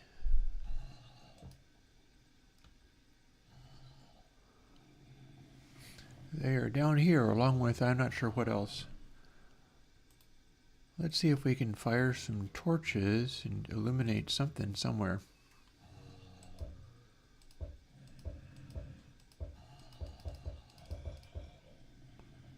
Okay, that's a little illumination, kinda, sorta.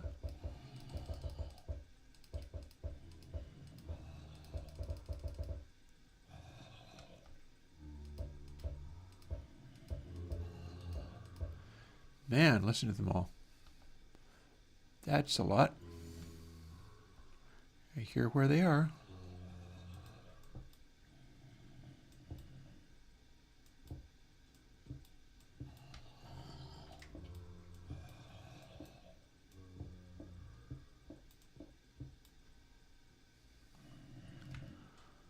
And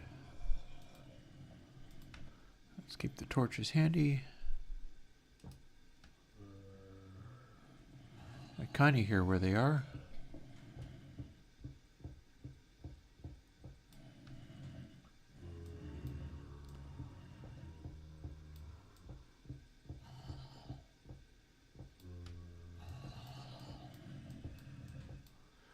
Man.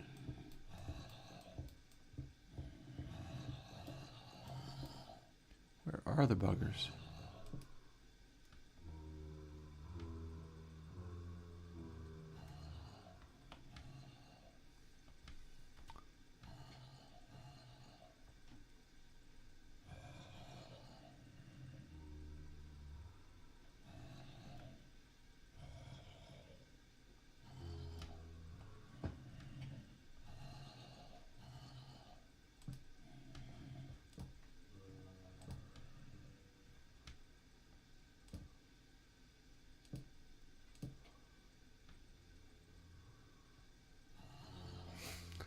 So you sound like you're this direction.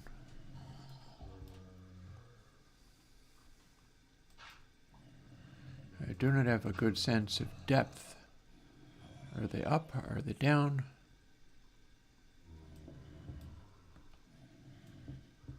Do I have a spawner? That'd be cool.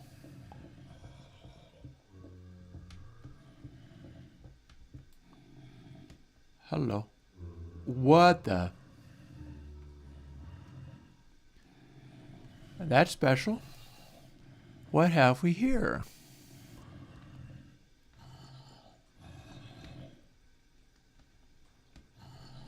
We've got some real troublemakers over here. So if I drop this, I still can't get out.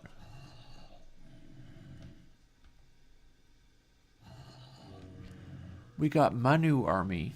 We got Manu Army with TNT. But not for long. How about place block again? Block, please. Thank you. Yes, there we go. I didn't like that. Came right at me.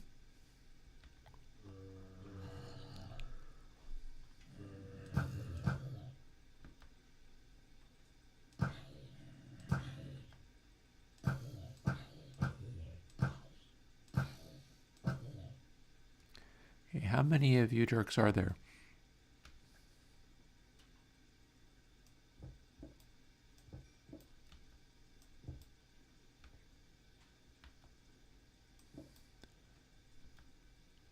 Looks to be about it. Torches again. How about we just replace the sword with torch? That's quite a lot of TNT.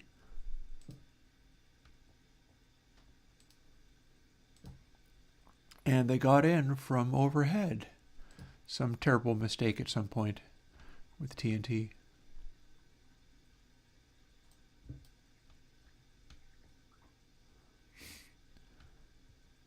Okay, so all of that, that's not so much a trap of monsters carrying bombs as much as it looks like it would be. as much as it is just an oops. Stuff from this hole.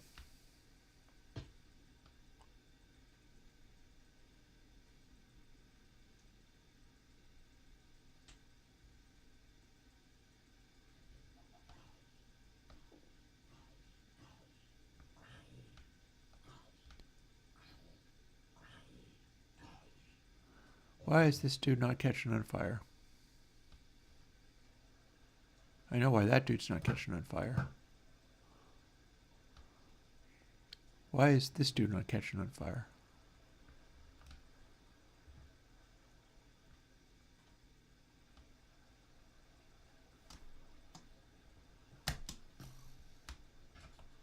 Now he is.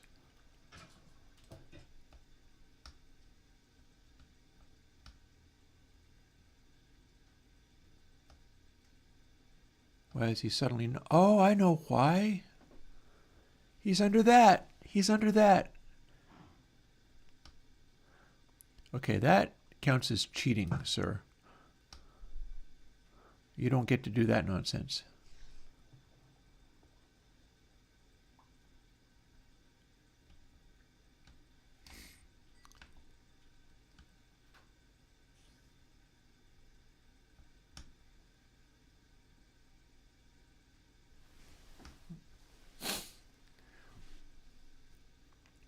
I should throw another log on my fire, I feel.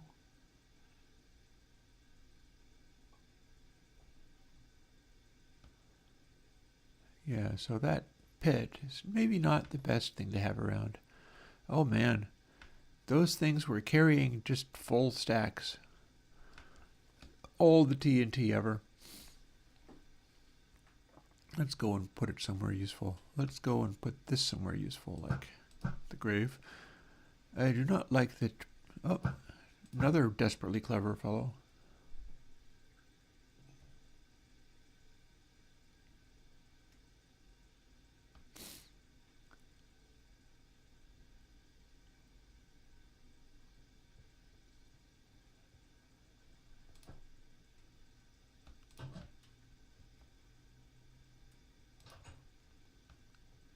Kabunk. I think probably we'll call TNT stacks as kind of fancy and be done with it. We could throw some of our torches in a junk drawer.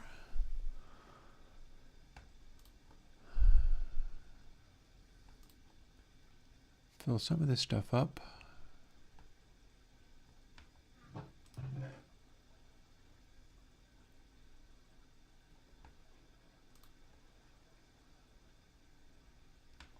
As we see fit.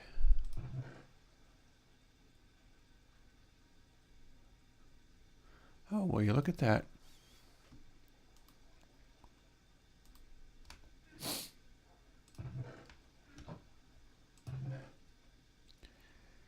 We could go and do some fishing. We could try to fish for a chainmail helmet. How likely is that? Probably very unlikely. If indeed possible at all. Which is not to say we can't try.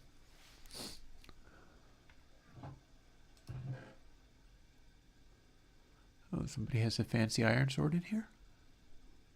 And we haven't been naming things very much. We've got lots of name tags.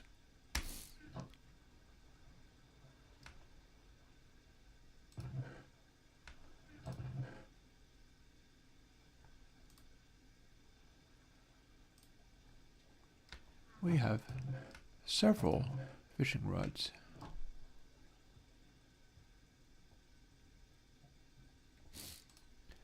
How are we doing as far as repairing these things?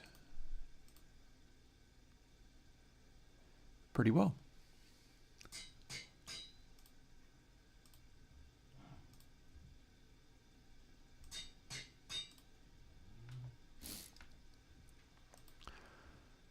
So one thing I can do now that I've got that is let's go and make some more. But we don't want to do it that way, we want to do it this way. It's been weeks since I've played this, and so I barely remember how it goes.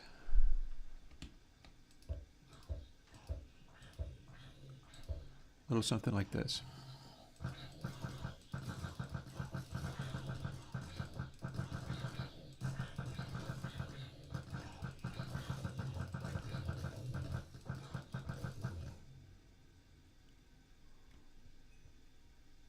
So that's kind of interesting.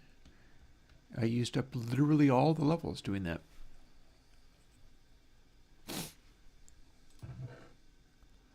But there's a bunch of fishing rods to replace the one that I have made, and that's probably strong enough to fish for a while. Let's give it a shot. The little old mini game, and we'll see how that rolls. And let's put this away.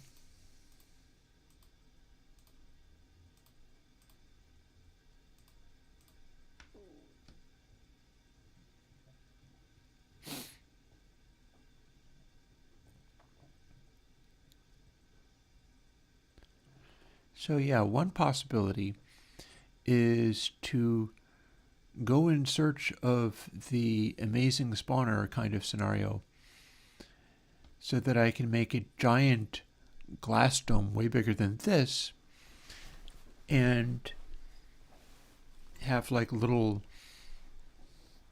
arcologies.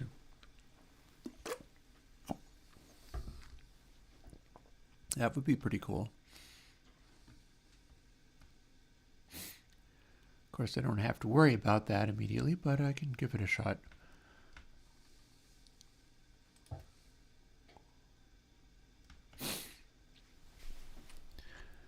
And yeah.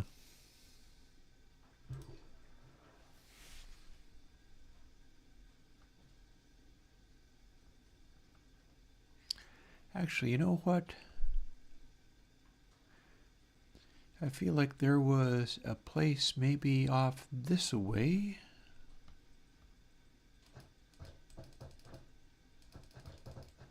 Past here.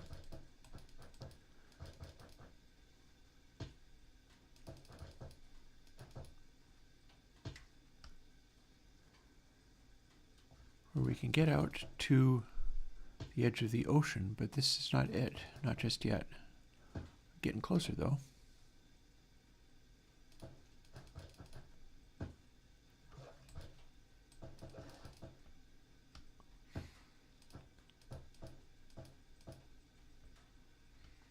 My XP is not terribly high, but that just means that some of my things are not very powerful. My snowball magic is dependent upon how much power I've got.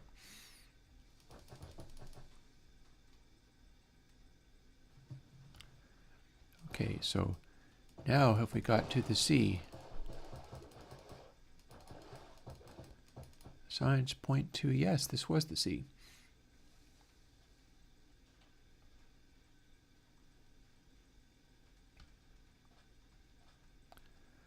Which I think means that this is a little island. So we could colonize this island. How'd that be? That could be a plan. It looks like a very peaceful island. But is it an island? Oh, somebody has been here. I see a noob tower.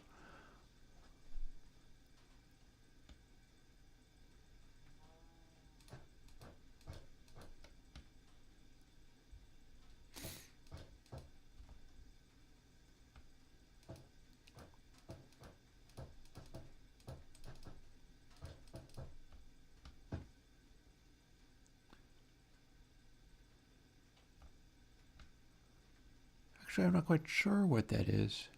But then I'm not sure this is an island either, so there's much questioning to be had. Wouldn't it be fun if I ran into somebody's random undying mob? That'd be a heck of a thing. That's possible in Snowball. You run into a 20 million level guy just out of nowhere.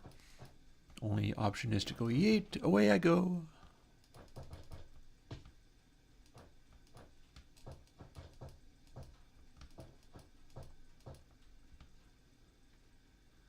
Okay, so now it's over to cold areas. We're not so much worried about that. I'm trying to figure out whether this is a continent or whether it is a smallish island. I'm feeling like maybe this is more along the lines of a continent. Which, if it is, I'm not going to really worry about colonizing it. It would be just another continent. And also, what have we got here? There is definitely something here. We've got markings. We've got torches.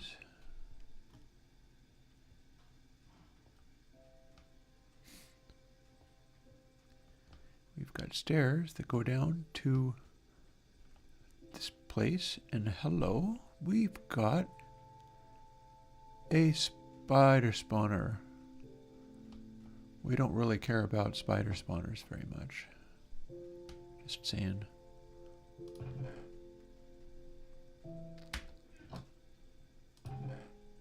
And it's got some stuff, including a fairly new elytra.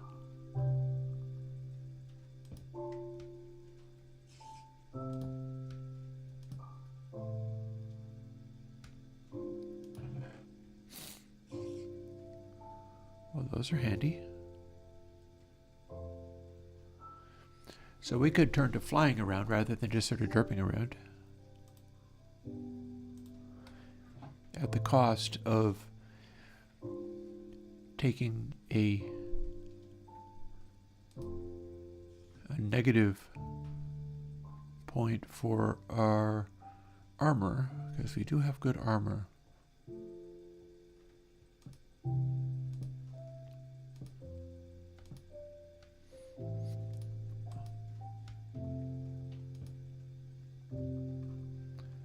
You're probably not friendly. And now you certainly are not.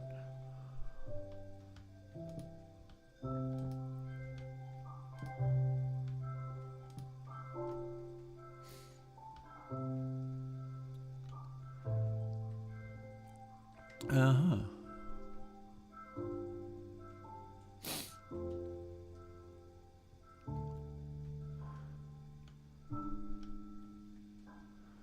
Okay, so this is the thing. You got a spider behind a wall somewhere.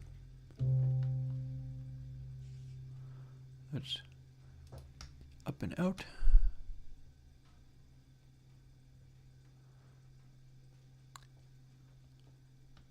And time for darkness. My big old empty space.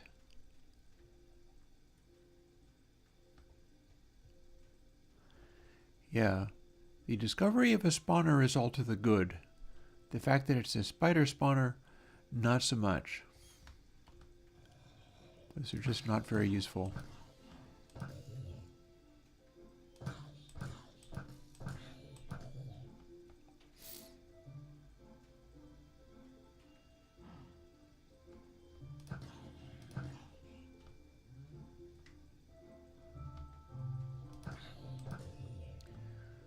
Well, this is one way to spawn zombies.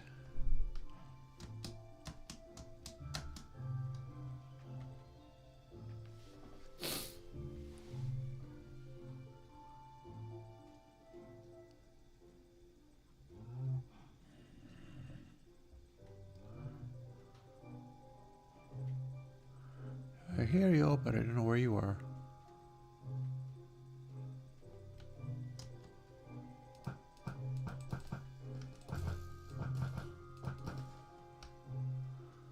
That guy was far too difficult to take down.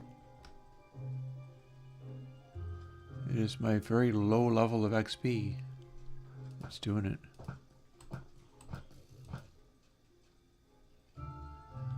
Oh, he's standing right there.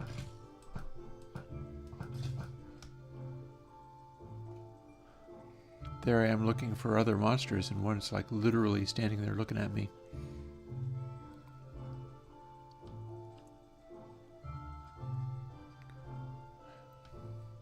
I claimed this spot in the name of Airwindows.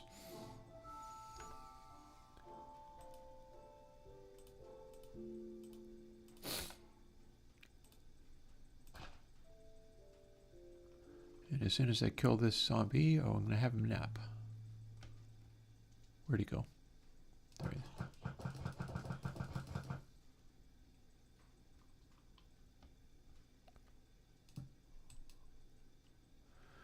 Sleeping, looking out at the ocean.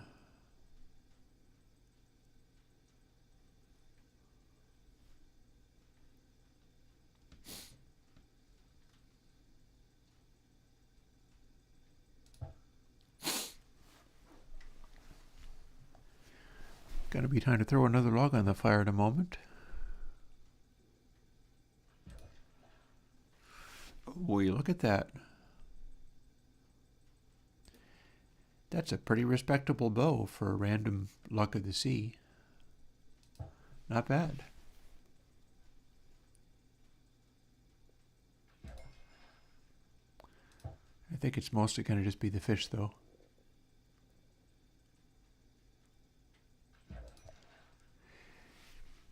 I think there is probably a zombie spawner. I don't remember the details. I do know that there was one. I figured out where it would need to be, and then I didn't actually make a tunnel to it.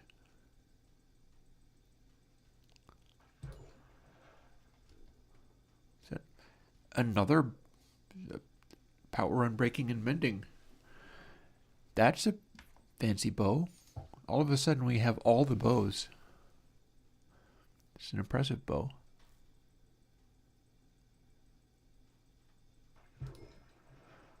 And that'd be very cool if it wasn't for the fact that this is Snowball Madness, and as long as you have an arrow, you can kill everything.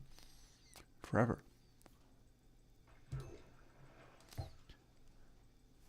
Bows are cool, though.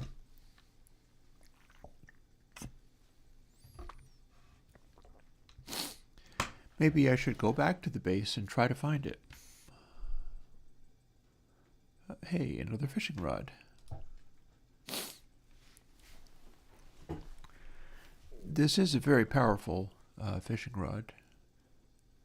It's a laugh a minute with this one.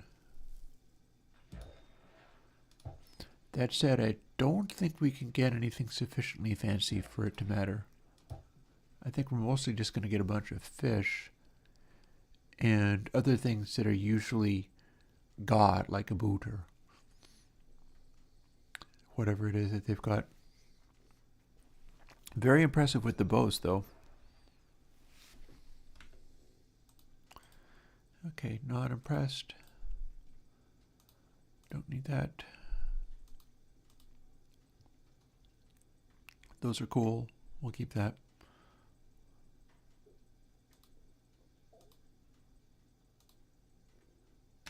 Let's fly away home. Akio Sakura, what do you need?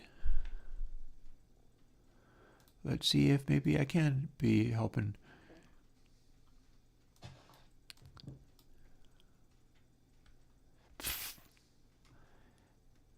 That's a fair question. I'm a little bored of it. Not super duper bored of it.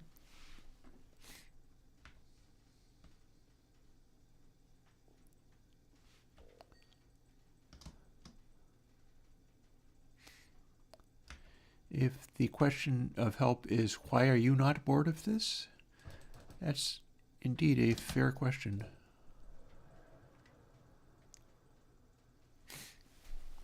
Right now, I've just had more excitement than I really needed.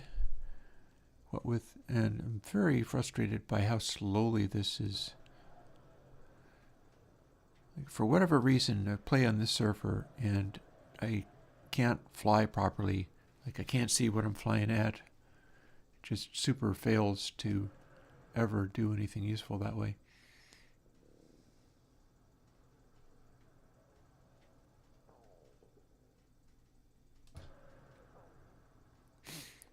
Maybe it's just these rockets making the flying go so very fast.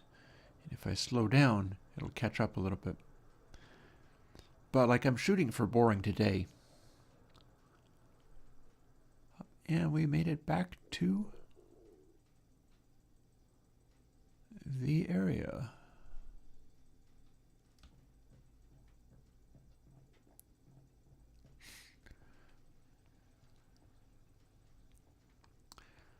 So let's see, let's head back to the general area of the base and search for that zombie spawner I was told about.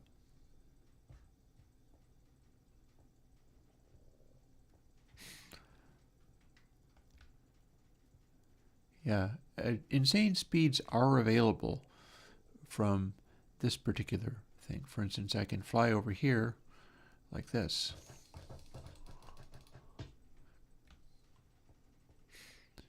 With relative safety too, because it is the Snowball Madness mod. Unfortunately, that means that the insane speeds make it impossible for the world to load fast enough to see, and that's a bit of a downside.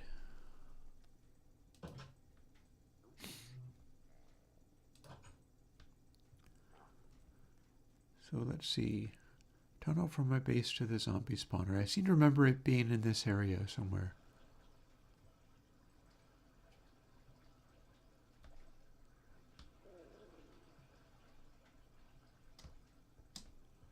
That's just gravel.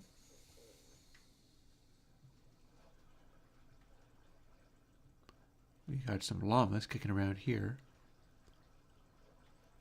Drama llamas.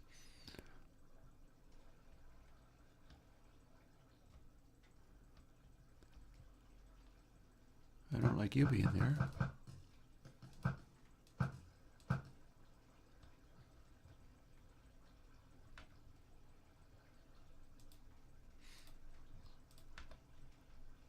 That's a llama noise. That's another llama noise. Let's attend to some of this so that we don't get any more of those dumb creepers. I like them.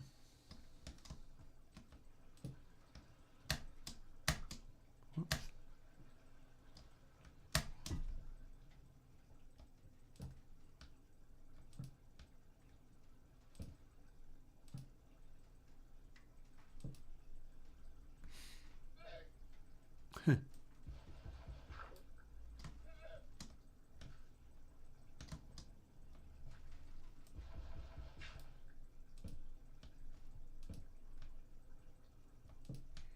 This is definitely not where the tunnel would be, but this is an tunnel, so we're going to light it up a little bit.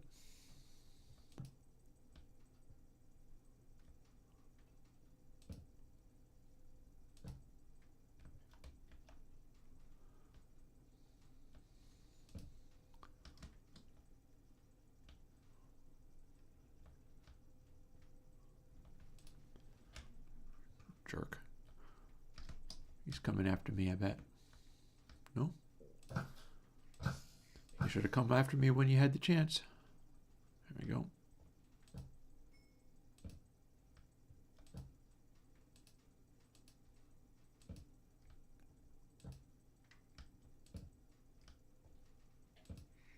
Lighting glitches. Oh, another one.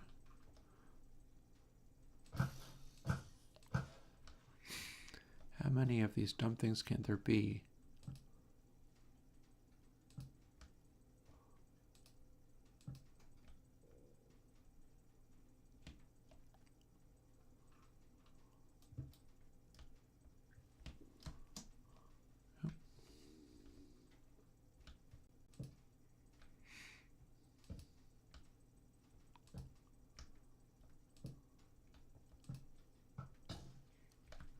Oh, for... Two can play at that game, Sarah. Ow.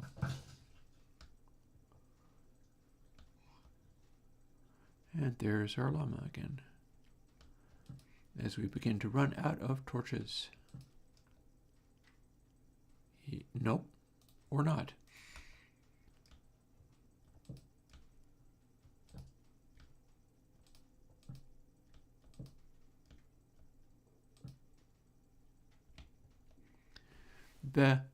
We got spaghetti caves here. I'm not going to worry about lighting this up any longer. That's enough.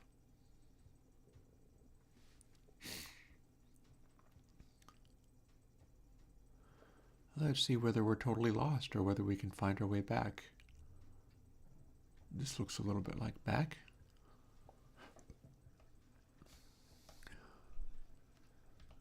Wee splosh.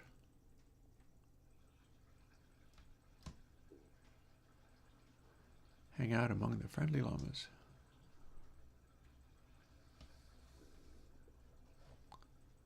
So, If I was a tunnel from Manu, where would I be?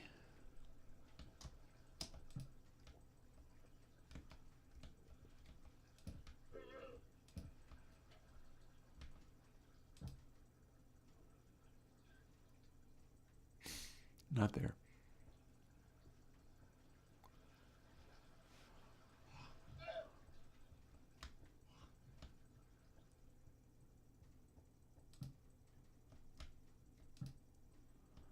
Well, that's not a tunnel. Kind of is, but kind of not.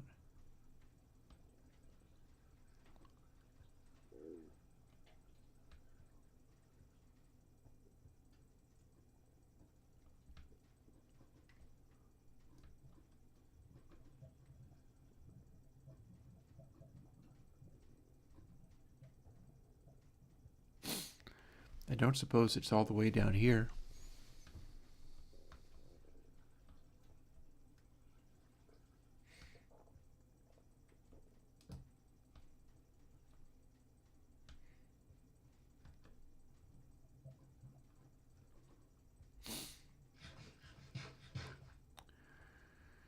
I don't think it is. Although here is where a bunch of spare armor is made.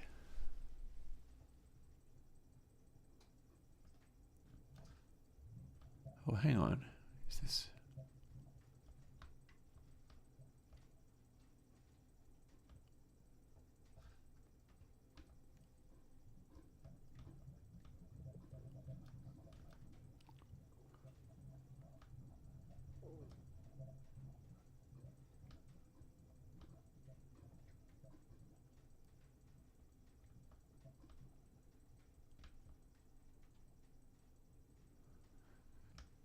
Something's leading somewhere.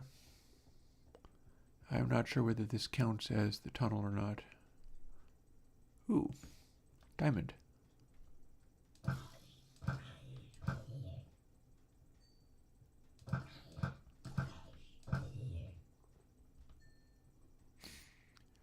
we slowly start to get back up to good levels of HP. I mean XP.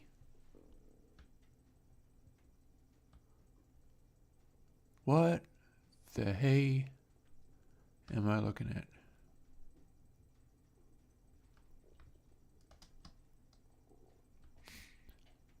We got a gang of baddies, including spiders and a spider jockey.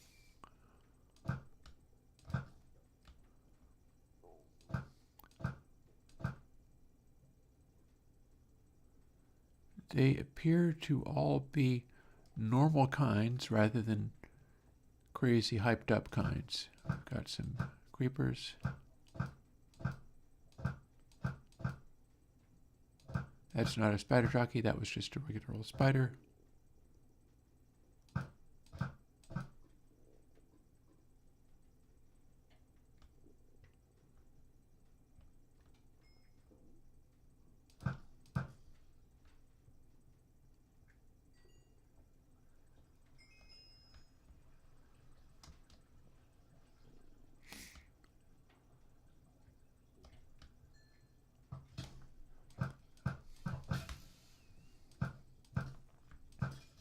Gotcha.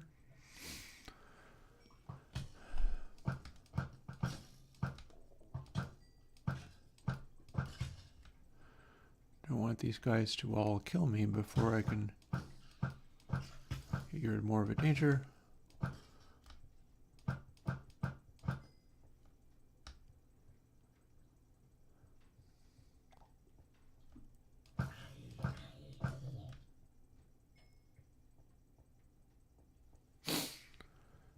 And we are going this way. Anybody coming from behind? No. Oh, that's a dangerous spot. It is super dark in here. You do not want to be washed into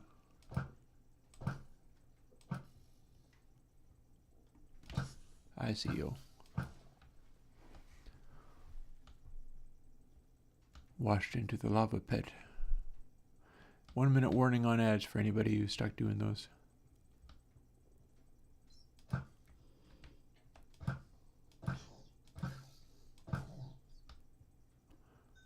Careful and not shooting the bat. Bats are nice. Love our bats.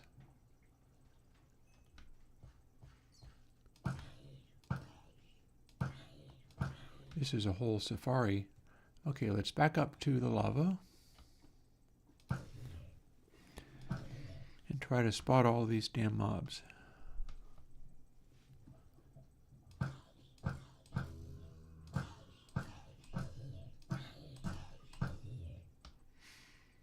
As I gradually get more XP, my shots will become more powerful. So there's some... Oh, it's a gang of Endermen. We're not going to deal with you guys. We're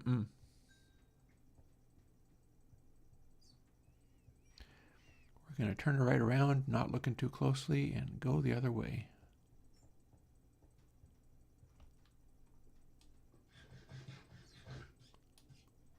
Oh, bat, don't do that.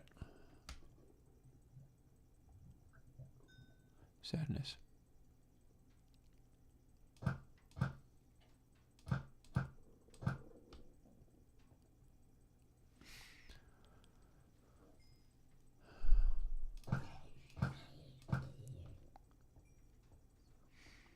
So here's the question. Is this in fact leading to a spawner? Or it's just wandering down to apparently bedrock?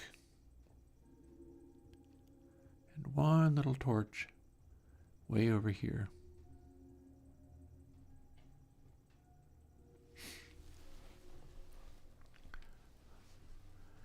Did I make a gravestone for the horse? I think that's what that stuff was. I think that's what the hang on. Need to pay attention to that for the moment. The mossy cobble. I think that's what that was.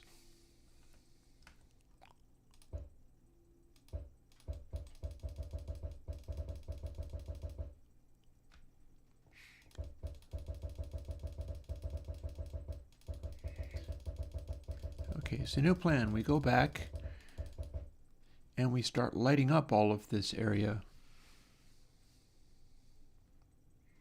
And right now,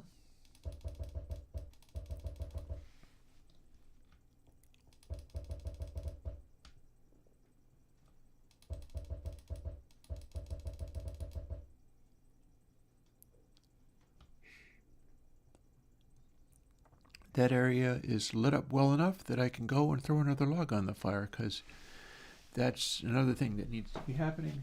Let me go and attend to this for a moment.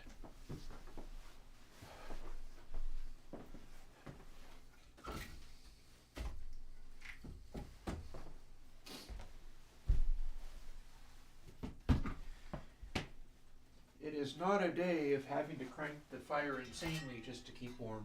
It's not as super cold today as it has been, but still.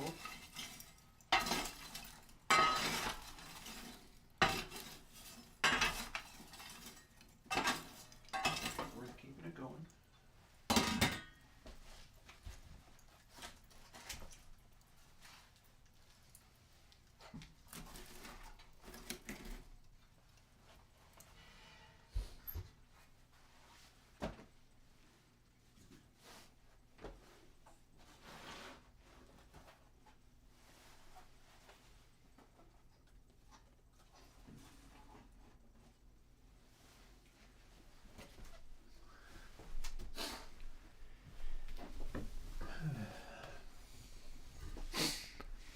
I think some of my fire brick is going to need replacing at some point. But that is not a worry about right now thing. I mean, heck, maybe it's not even worth worrying about at all, but... Hi. None of you guys are spawning with armor on, and that's a little bit frustrating. Let's up. Oh, okay, maybe not so much. Not right now. I said armor, all of a sudden we got skelly armor.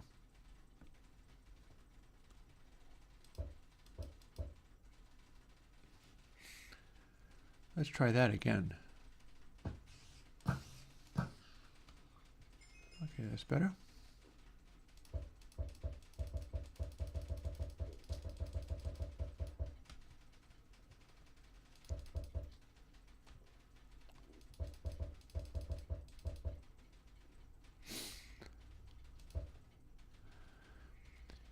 These kinds of torches are not great on filling in lighting glitches. Got a lot of lighting glitches here, but they are great about not having to go and make more. So we will deal with that. I've actually run such a program. I didn't keep the information around.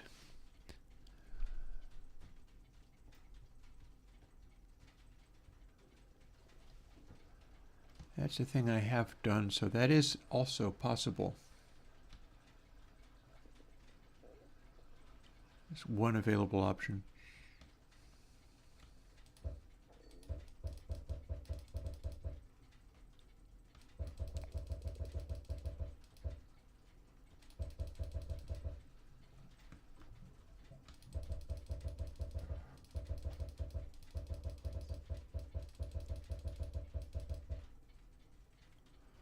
And here comes trouble.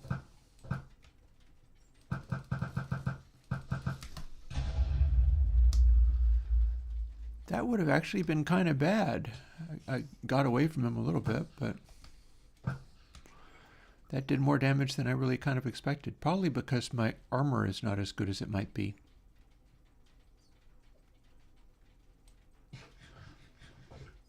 Let's heal up from that unfortunate experience.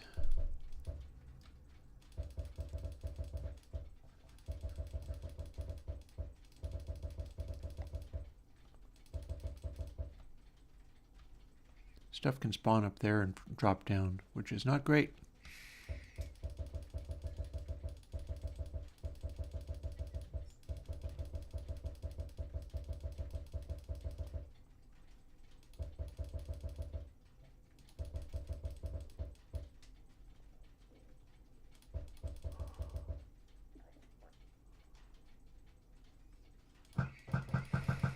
Don't like you things.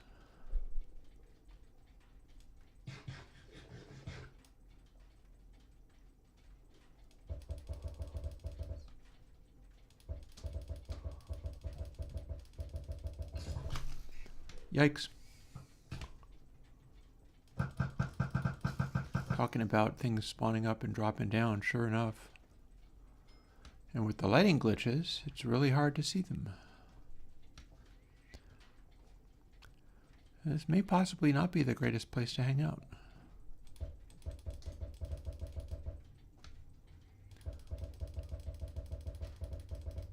As much as I enjoy the idea of... See?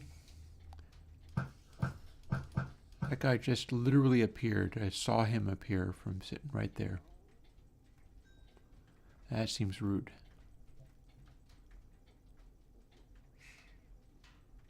I can't see anything on this wall because it's super dark.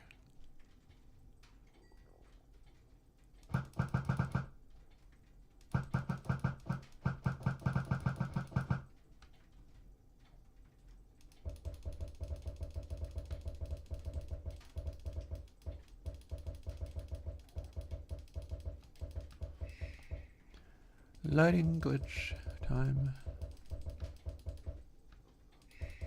Lighting spam time, more like.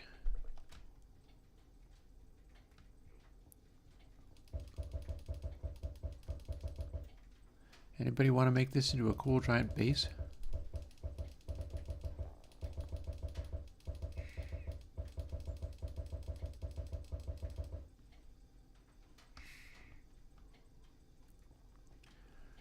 It's a bit of a lighting glitch base, but on the other hand, it's full of spiders.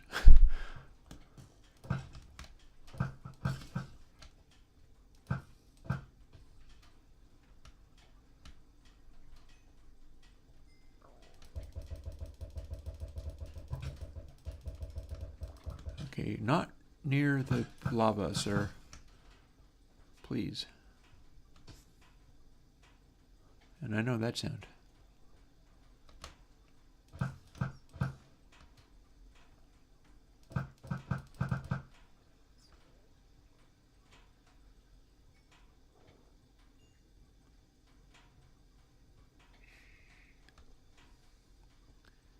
I am growing weary of all this nonsense.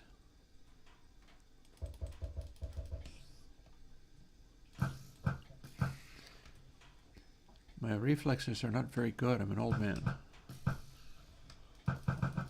You guys are my primary concern at the moment. Doing like you.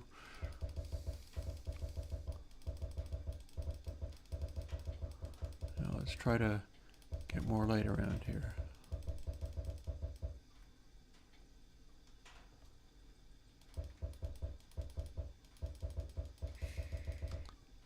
And none of these jerks seem to be wearing chainmail armor either.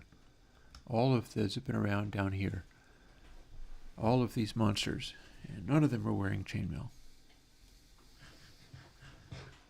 I would even accept a Skelly wearing chainmail.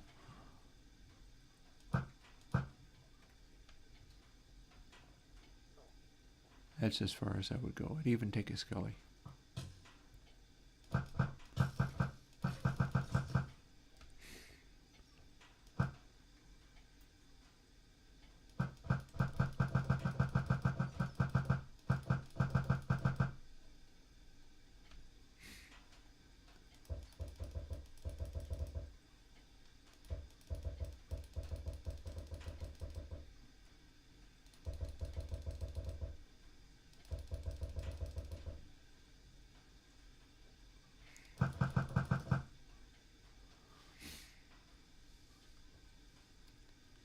And a little farther over. Let's not stare at the enemy too much.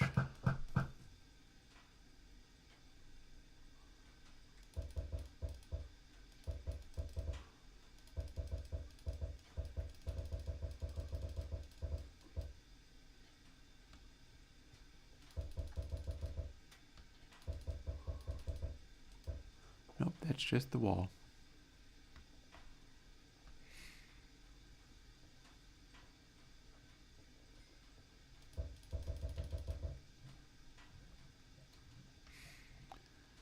I see a skeleton over there.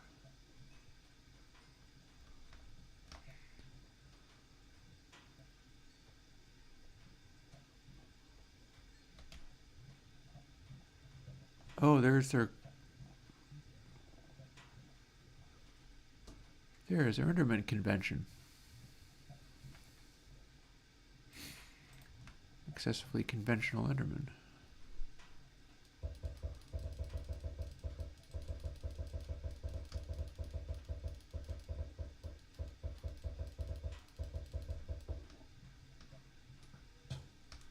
And another darn Skelly.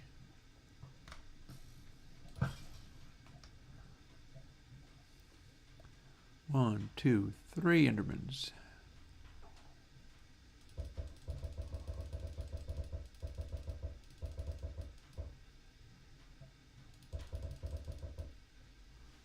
The Men in Black, yes.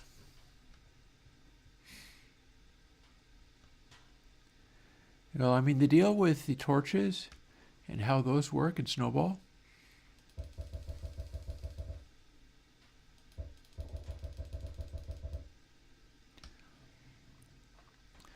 It's not so much 90 degrees, it's that they will only place on very specific spots because now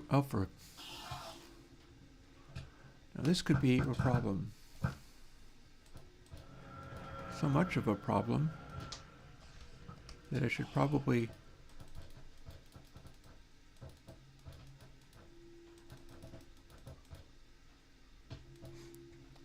fly far away and put my sword back. That'll make short work of the Enderman, but I didn't have it equipped. And there was the first of my problems.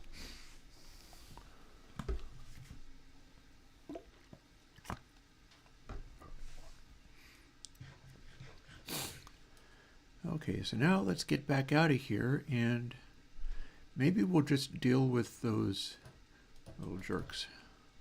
As long as we're not too close to some lava or creepers, we can maybe carve up a handy little hole in the wall and intentionally enrage all the Endermen so we can kill them.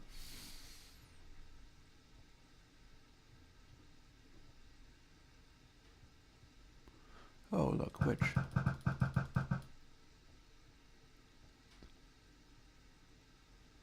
With a stick and some redstone.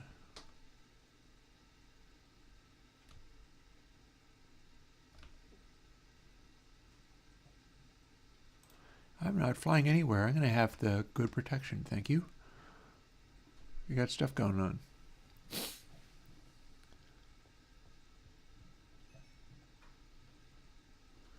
Could I have gone so far away that they despawned? I feel like those 3 Endermen were there before, though.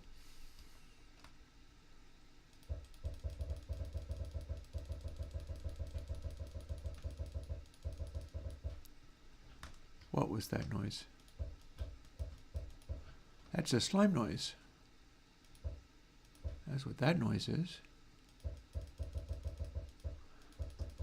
Which is maybe not that worrying unless it's one of the monster slimes. These super uber slimes that Snowball can generate. I'm going to guess probably they're not.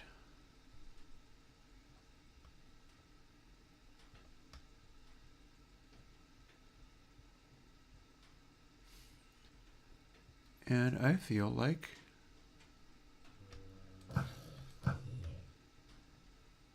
those Endermen are not showing up unless they've simply gone the wrong way. Yep, that's a slime noise.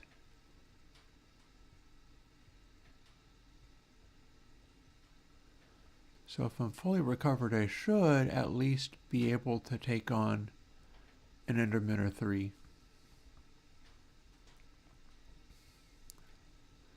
There's no real reason why I wouldn't be able to.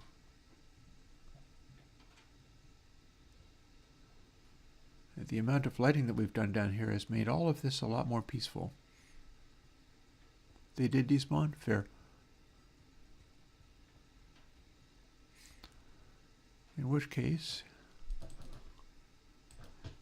frantic zip, I was like, I see lava, I'm not landing on that.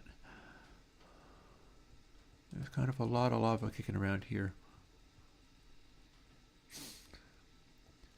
Let's see if we can go back the way I came. If I can identify which way I came. Maybe this way? Probably.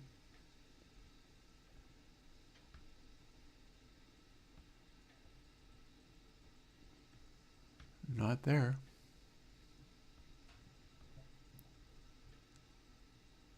Not there.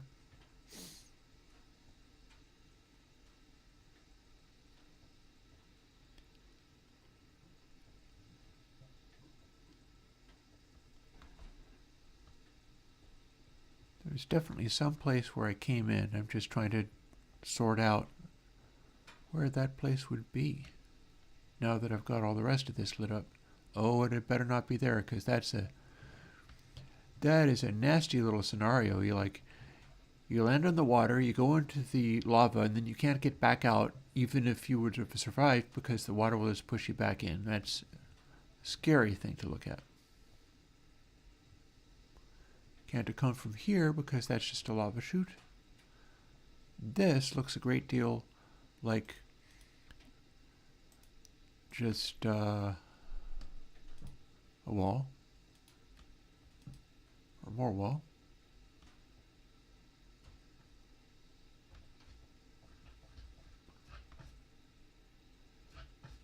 Sure am hearing a lot of slimes.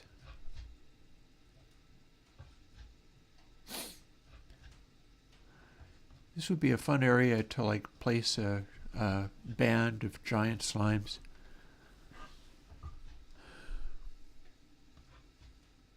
That said, we don't have to. It's a thought. A mean thought. Didn't come from up there.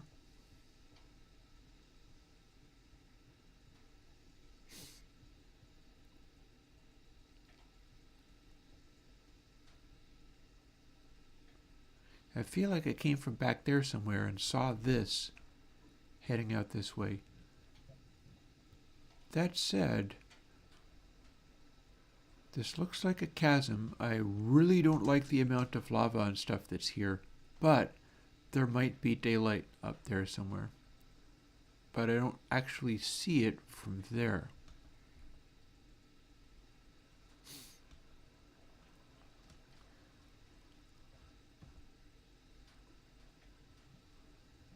Yeah. I don't have to fall on this lava necessarily, but I don't see what's beyond there.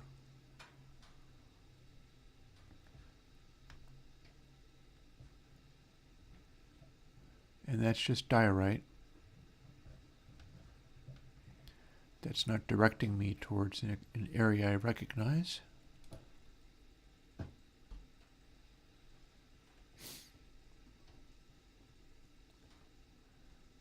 Okay, now that I've got this lit up, granted I could take a pickaxe and tunnel my way up, but I'm still curious about finding out how I am to get out of here, knowing that I got in here somehow. I didn't tunnel into this. I just kind of walked in.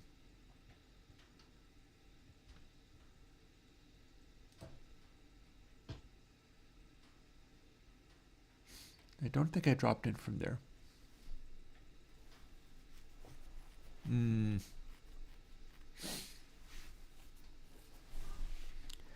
This could be a thing. Let's see what happens in the exploring mode.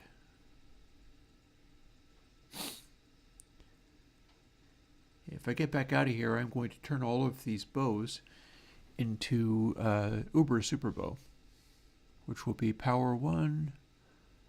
That's going to make it power, it's going to stay power 3. And we'll see whether that's too much. And then the bow will end up being useless because this is, after all, a snowball. Oh, hi, jerk. I don't like you. Let's not have this dark area be here.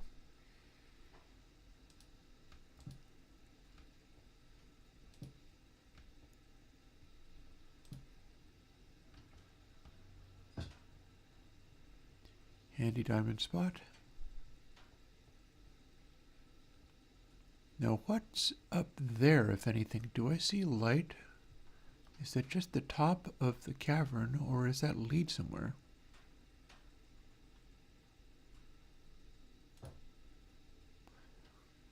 That led somewhere.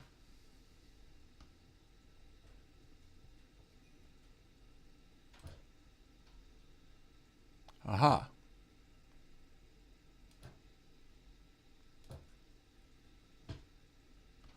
Well, as long as I keep this selected, this isn't going to hurt me any.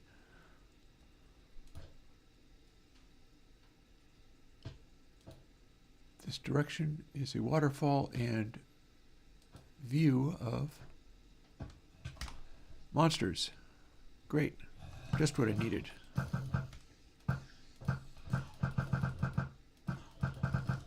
Here's where one of those went. Let's run down here just for the moment.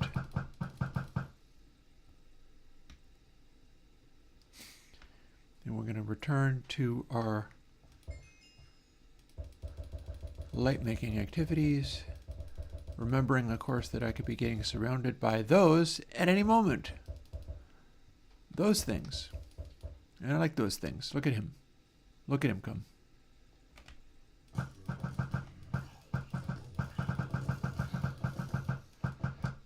I'd much rather have these zombies because these zombies can be clothed in something useful for me.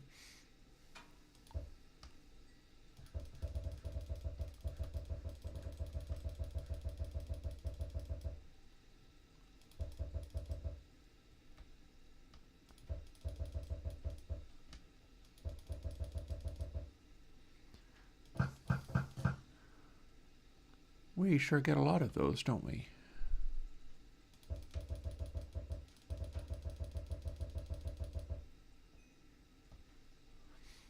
We don't need to pick up much in the way of drops.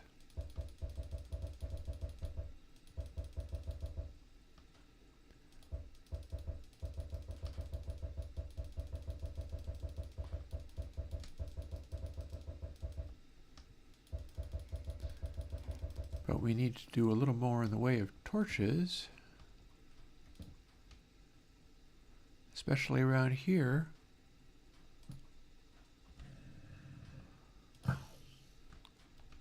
You. Okay, it would have been funny to knock him off the edge, but that didn't happen.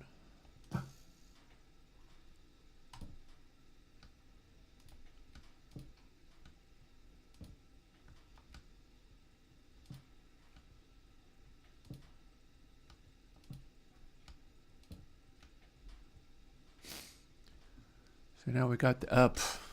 These guys. I get really tired of these stinking things. I was trying to knock him off the edge so that he would fall down and go boom. Sadly, that's not a thing. Or it is, but not right then.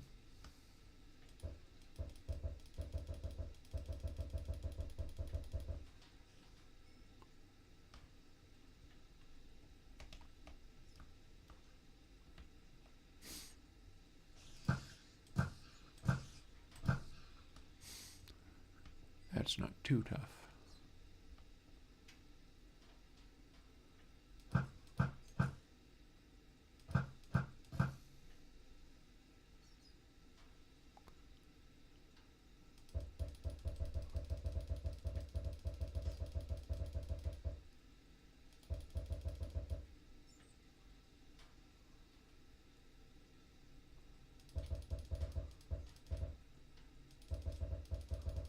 Oh, sorry about that.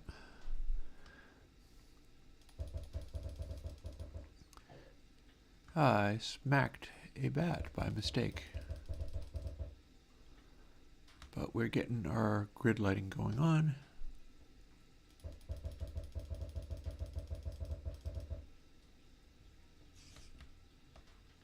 Sir,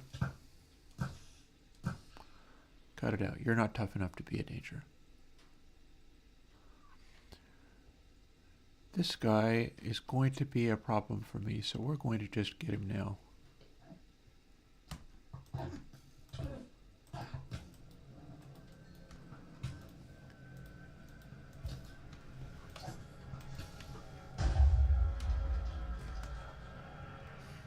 So did we kill that one? If not, we're going to be real sad about it, because we're getting distracted by other things now. Like this thing. I did a running jump on him. I think that got him. The running jump was a good technique. It was a good strat. And now I can look wherever I like.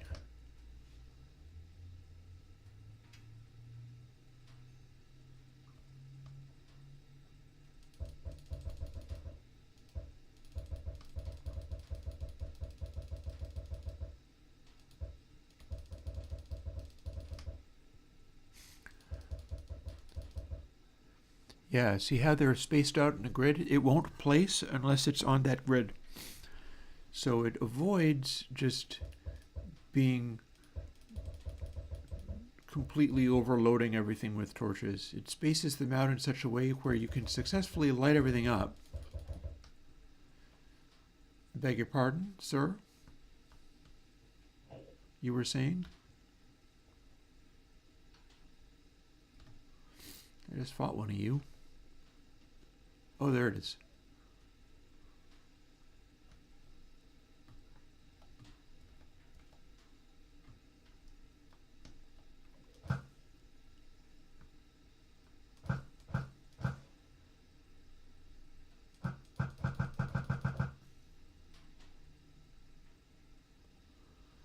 Waterfalls and squid, that's cool.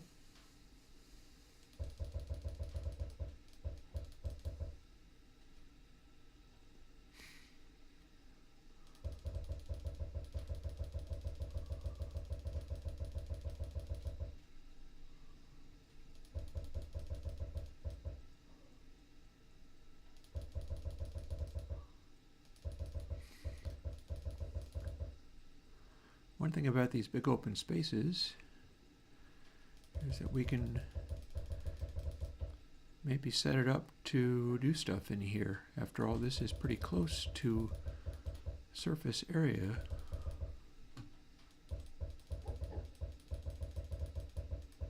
Oh, you'll find out. What's up my foot?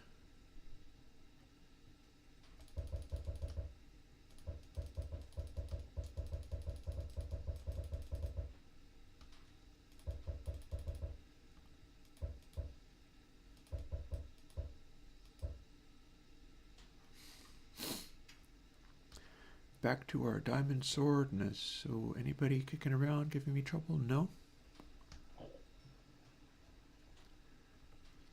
Apologies, I don't mean to be rude. I'm just gonna go.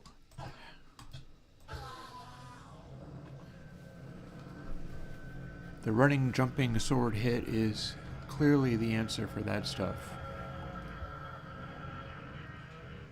And man, does this death rattle stick around for a long time.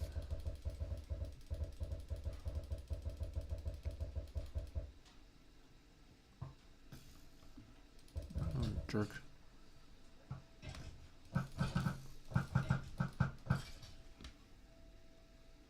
Gonna get some light over there.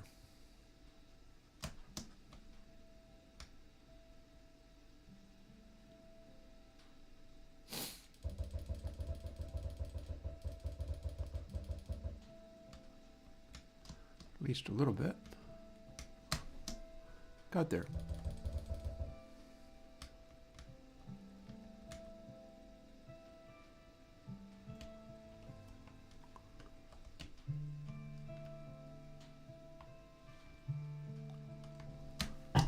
Got there.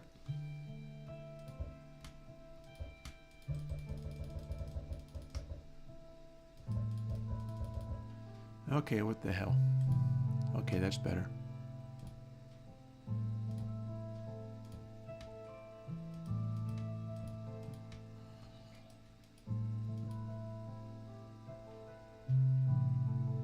I don't think anything's climbing up that.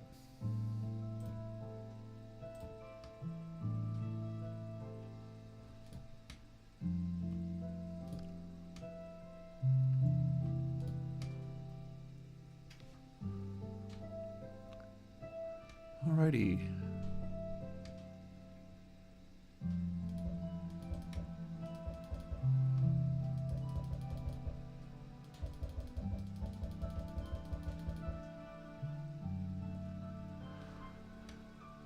And now, firstly, where are we? Interesting.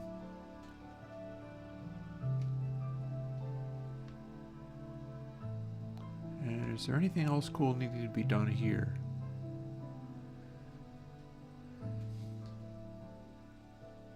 Yes, we could place a torch over in that corner.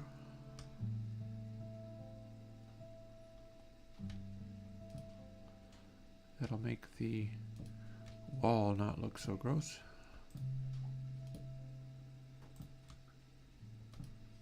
Letting update, thank you. Oh, look at that. Okay, so here's the thing I was talking about.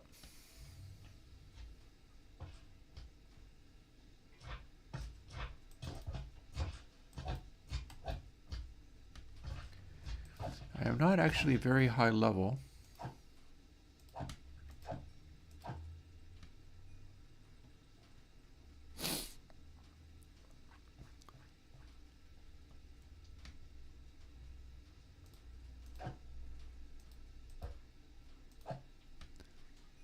But if I was insanely high level, we could infest this place with horrifically large giant slimes.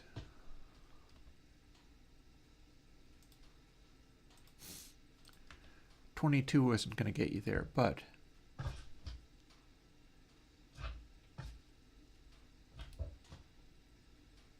it's a pretty big slime. I guess they fall off, huh?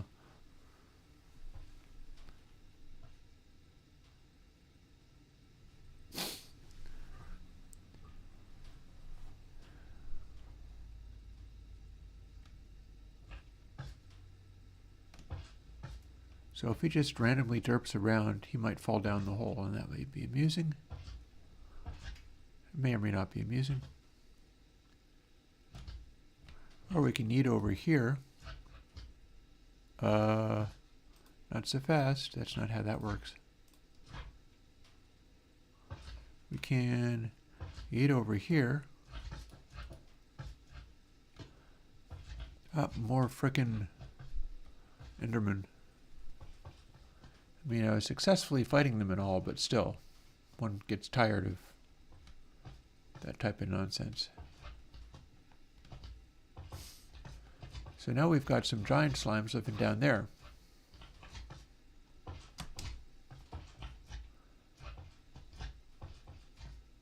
And they're fairly tough critters too. And since they are created by me, they'll persist.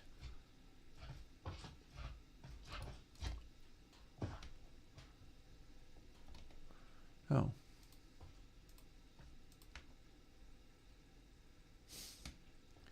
Let's take a nap in the middle of all this.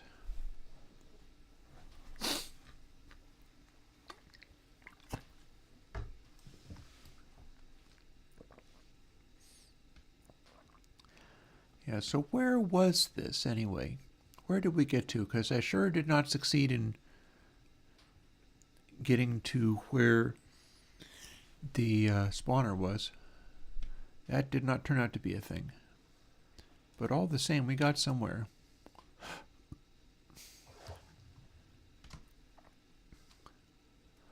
Only that, we have a waterfall.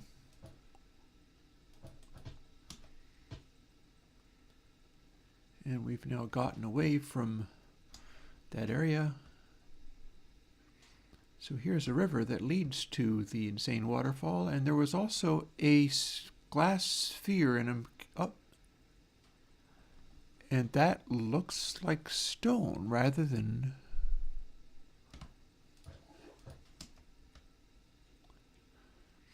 so I'm going to spend a little time figuring out what's up with over here.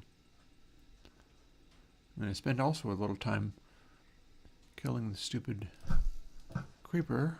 Do not like those. They are sneaking up on me a little bit too easily.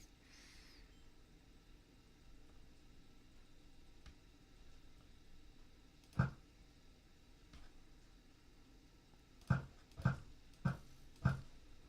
much nonsense out here. Okay, we can go in here. But I don't know what this is for. Or who made it. I might have made it for all I know. It's a little terrarium.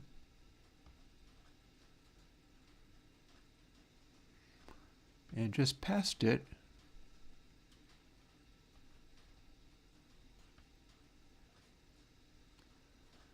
is mesa biome.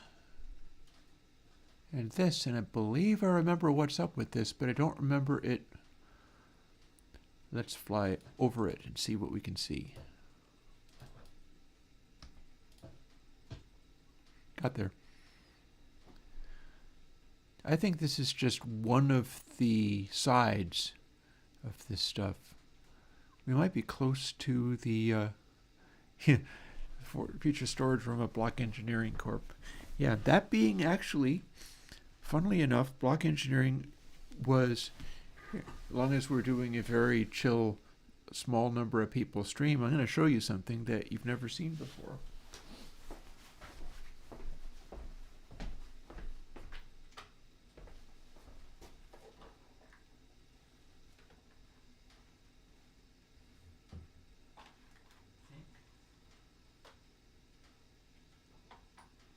Hang on, let me see if I can sort this out.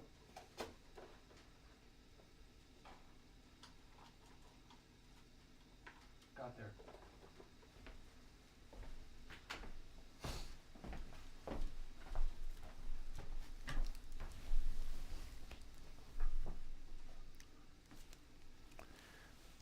Safe enough here. So, what I have here are decals pushing 50 years old.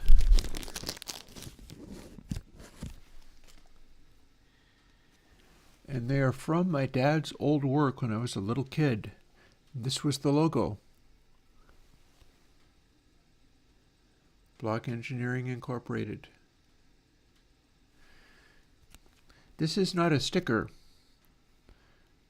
This is a literal decal like they used to make that you'd put on model kits and stuff. It's this thin thing with, you notice it's not a very impressive, it's like microgramma or something, and there's nothing to the logo whatsoever. It's nothing but text. That's all there is. But this is the real decals, and there's a bunch of these little black knockout ones. Same deal. They're smaller, but that's what it says. So there was a time when my dad had these made. See, it says cut here guaranteed. So these are presumably for some sort of model kit, because he made plastic models back in the day. And so presumably he was going to take the models and put the decals from his first workplace on there. I will put them back in this little bag and put them back where I got them.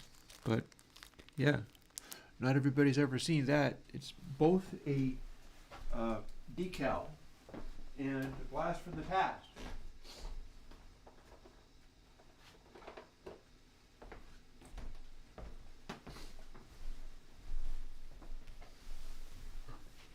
And yeah, engineering is in my genes. Come by it honest. My dad was an engineer and inventor. So yeah, this is where we've got to. We have this big old thing, and the bit that I was expecting to see and didn't from that direction was this large sphere, which is not remotely as large as the size of this cylinder. The cylinder is so big that you can almost not see one side. You can just barely see one side of it from the other. And it's got some smaller spherical holes cut through it. But yeah.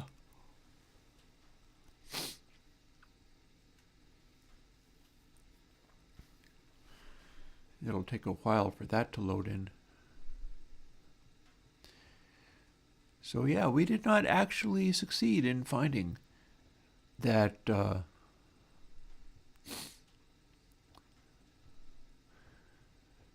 whatever spawner it was. Hey, before 23. But we ran around underground, lighting up a big space and doing a bunch of weird stuff. Oh, look at this. We got a little building right in the top of this. For what purpose, I do not know, but it is at cloud height. Oh God. Okay, let's not fall down there, although it wouldn't have hurt. But yeah, that's a ominous looking drop. Go wee. And then avoid falling down the pit. This is why these power tools are so tricky. You can make enormous things with them, but then you can also make huge damage by mistake with some of this stuff too. You can see that this hole here, boop, it turns into kind of like a staircase, but all it is the intersecting of a sphere of air with spheres of other things.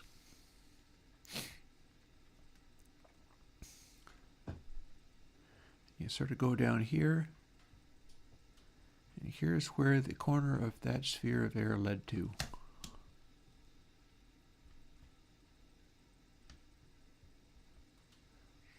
And we got a nasty little dark area under here where I can go hunting for mobs.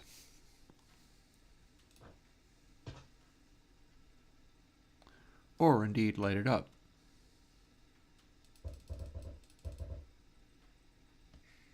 Hi guys. None of you are of interest to me other than as targets. Oh, and there's more big gaps.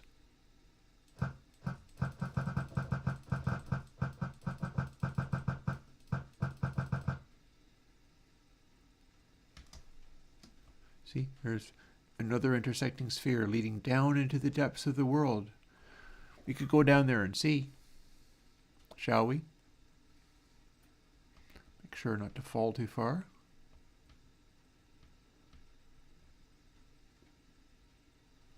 It's going to be all the mob spawn down here. That's the problem. So much of a problem, in fact, that I'm having second thoughts about this, and let's not.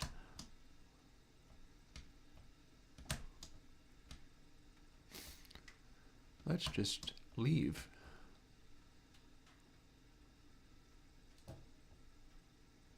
Here's one way to leave.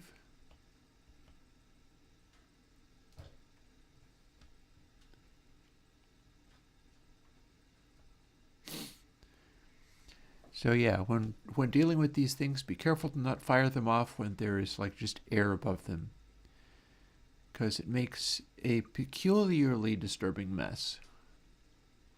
These death holes. They're not really death holes to the extent that they will kill you and you will die, but they're just distressing in their own right.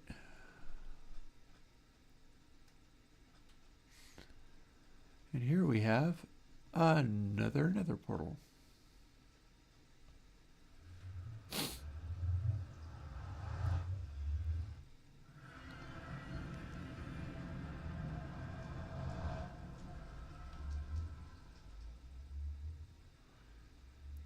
We never finished doing too much over here.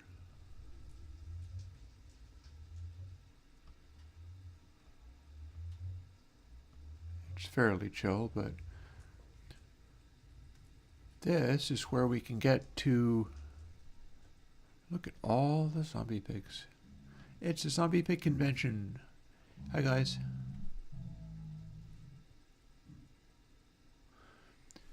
This is where we can get to above things.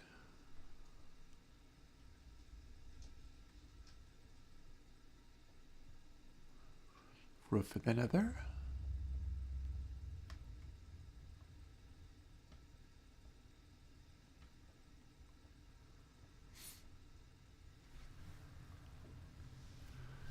I am very tempted to like return to base, amp up with a bunch of XP, and start making some ginormous titanic slimes up here.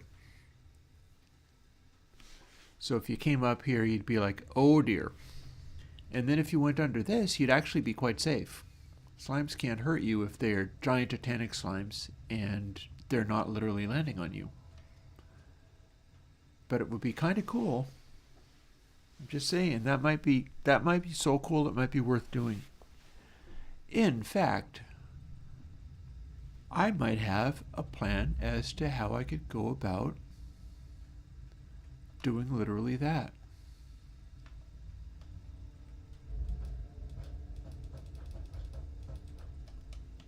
Oh, hi.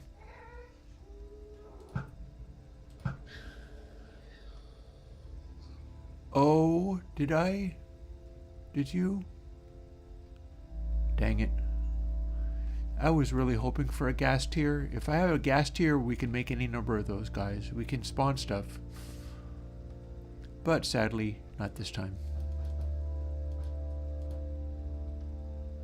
Why is that gap there?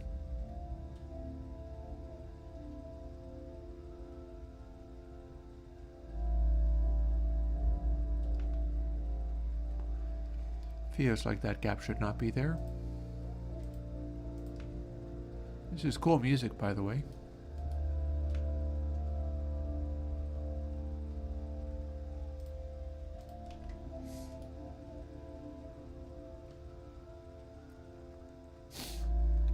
Oh, why are there so many gaps? This is not right. Let's fix that, shall we?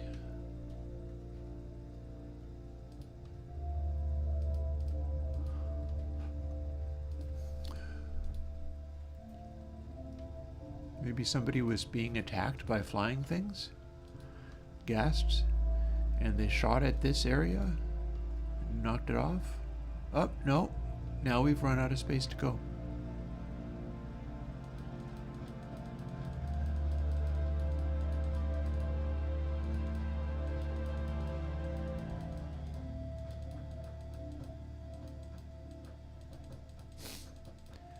But there was something out here.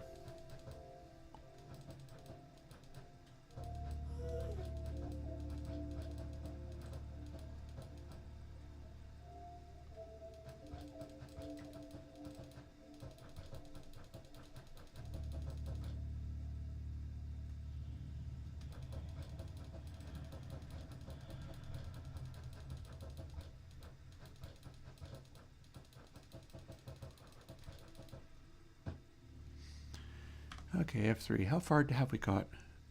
Was it 2,000? 3,000? One thing about it, I can stay on target. I feel like it must have been 3,000.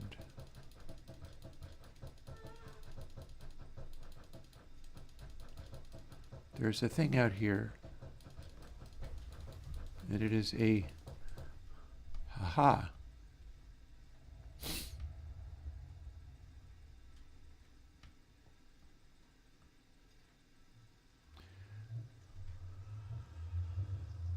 This leads us to something a little magical. If it is in good condition.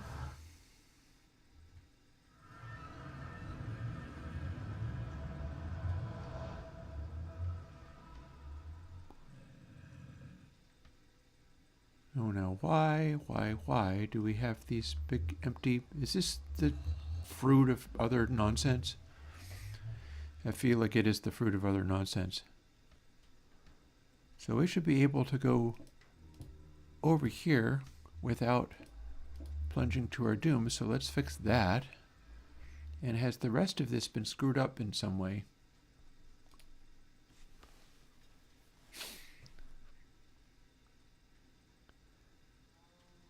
Now I'll give you this. It would be one way of avoiding having monsters come at you, intersecting this monstrosity with air snowballs. Oh, look at all the dragon eggs and everything. We got a bunch of dragon eggs kicking around here, but then we've also had air snowballs. Oh, hello there, Mr. Skeleton. You have a hat on, a rather special hat. Don't fall. No, I fell.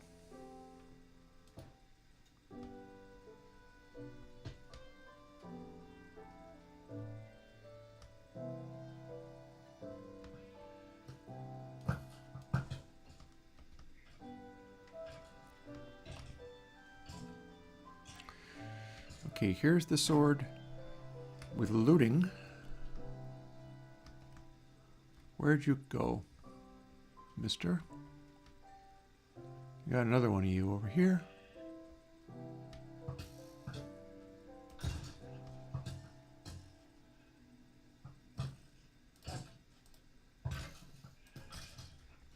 And another one of you.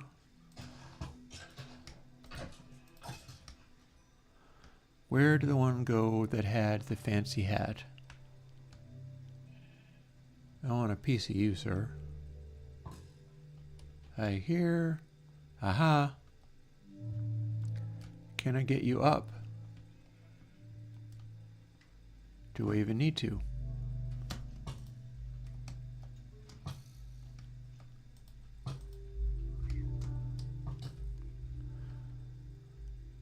Okay, well, let's recover.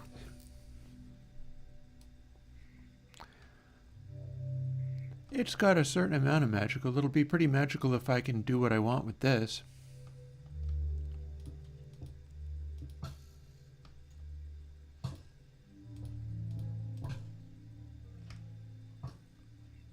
He's shooting me kind of a lot, but...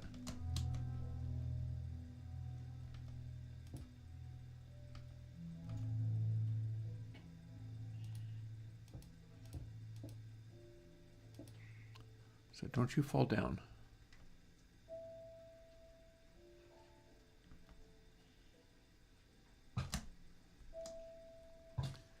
I want you where I can get at you. Now...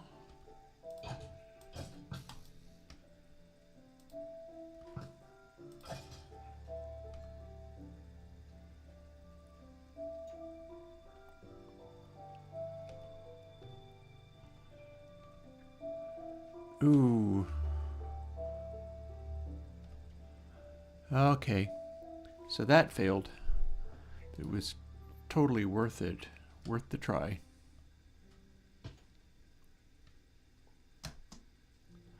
Yeah, I'll acknowledge, like, kinda ruined. Mistakes were made, clearly.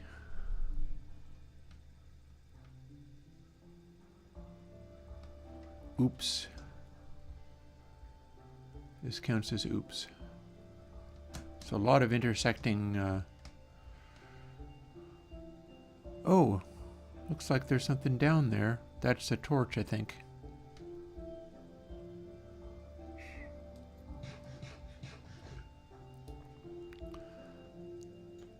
I'm not sure if that really counts as something, though. I think that might just be...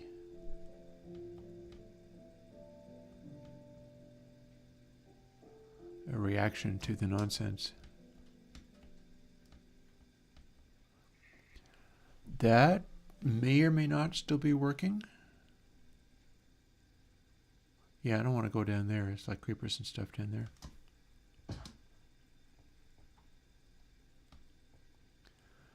So the question is this mighty beast still in working order?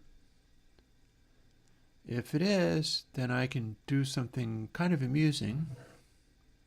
And it's... Oh, those are empty. That must be the exhaust, right? I remember how this thing was made to work, where you can just feed new stuff into it. And it's a wild beast. These item hoppers look like they are not on, though.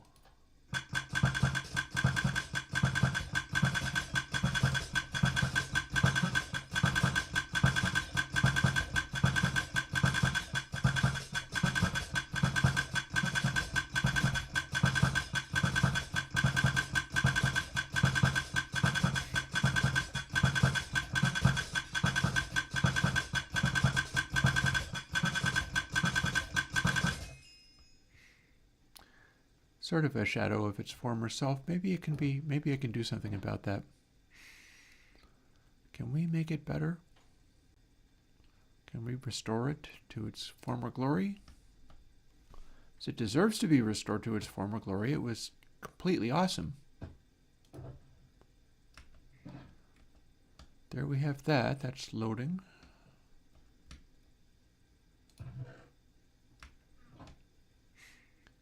These should be, no. At least one of these should be a XP bottle one, or there's no justice to the world. That's wool. Some of these are just blank empty boxes. That's just blank empty. Oh, no.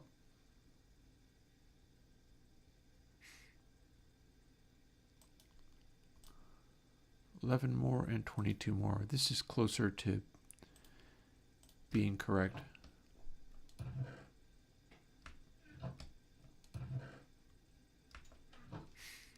We sure have a lot of shulker boxes that don't actually do the job. Question is, where do we feed them? We could just start placing them on top of all of these.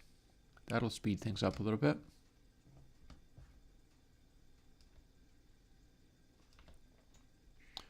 Shall we give it a try? Oh.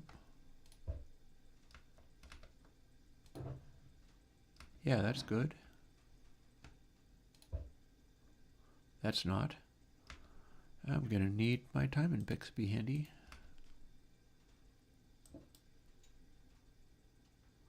Oh, it ate it. Okay, so that's not going to work very well at all. Let's see whether we can make some of this work properly anyhow. Not that, again, not great.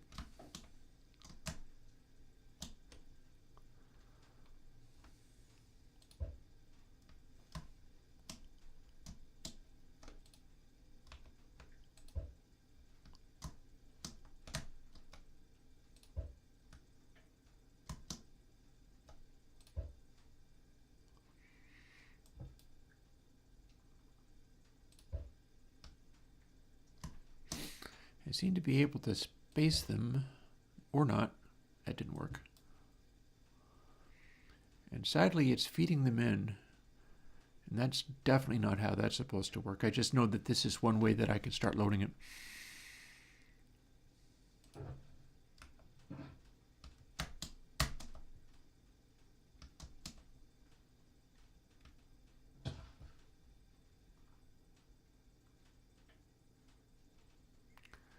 And I bet that's what happened here.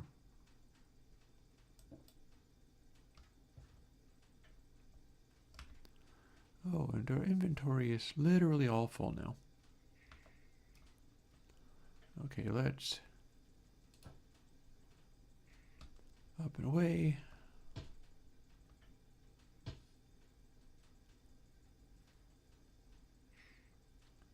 And let's eat some of this nonsense out of here. A whole bunch of mob droppy stuff I am not going to need. So, gunpowder, spider eye, skellies, string. We can stack these up better. I'm going to hang on to the slime balls though. And pearls, spare fishing rod, unusually weak bow.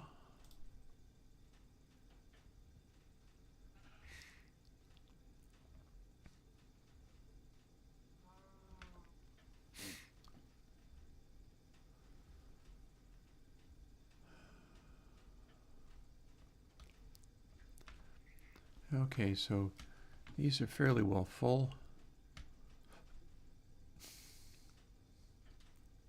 One thing I can do after grabbing a quick little nap is manually make a bunch of these and load them on. I suppose this can kind of count like ruined. I don't know though. I feel like there's bound to be a way of figuring out how this was meant to be run.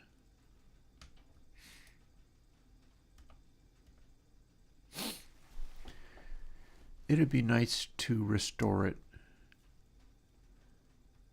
Seems like that would be a nice thing to do. I'll admit to medium ruined. I don't think it's necessarily thoroughly ruined.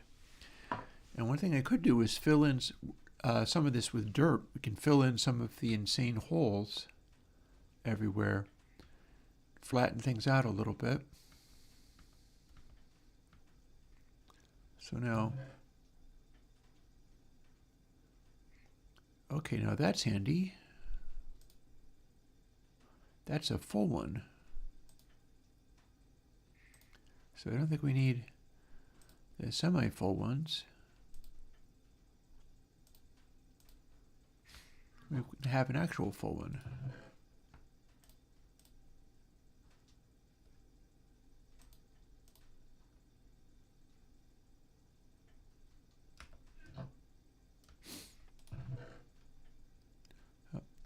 Those are just empty. Put some of my spare stuff in here for now. May or may not remember to pick it back up. Hopefully I will.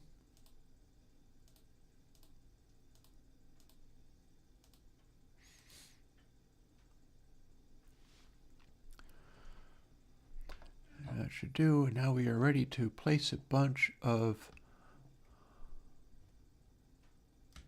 Where would be a good place?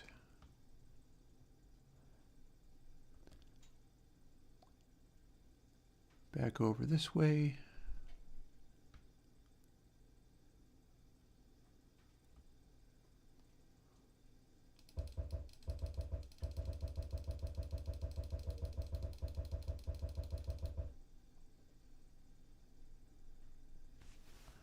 I'm going to make a lovely little tower of shulker boxes on the edge of a cliff. Okay, didn't expect that.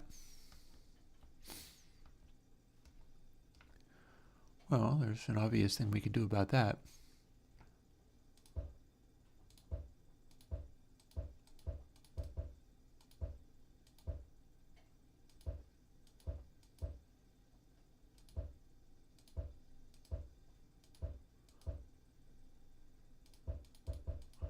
Why fill it up with dirt when we can fill it up with the thing that we're trying to generate?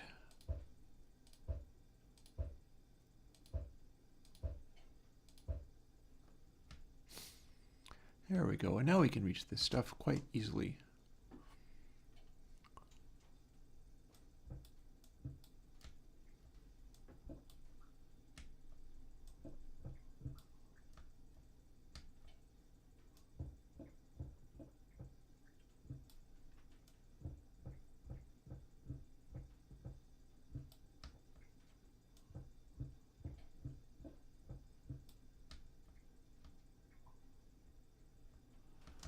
And now my inventory is full of these, and so I can go and put them somewhere useful. And we're going to try to make this monstrosity of gloriousness function again. If we can figure out how, because that's the thing. I don't remember how that was supposed to work. But I can sure reload this effectively, and that's exactly what we're going to do.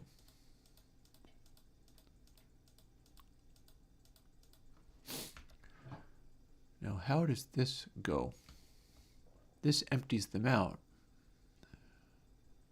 Something must run.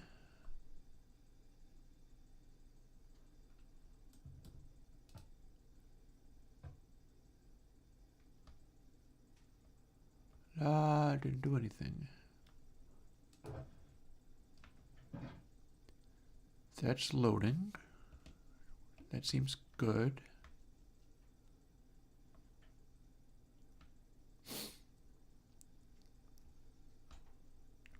I don't know what that button did.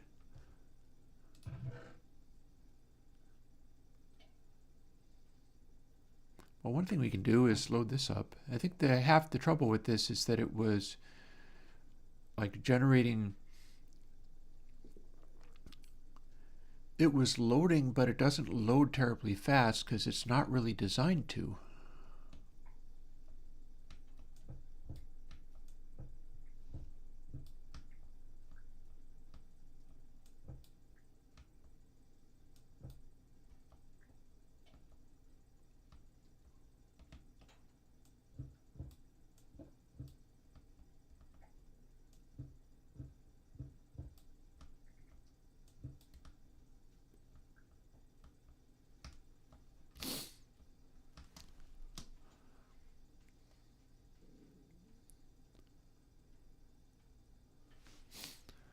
That said, we can give it its usual food.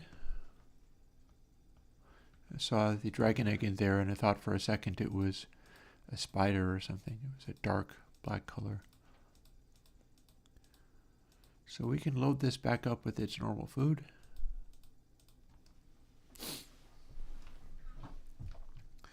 And let us head back to this area and spam a bunch more of the shulker boxes so that we can harvest them. It's over here, yes? Yep.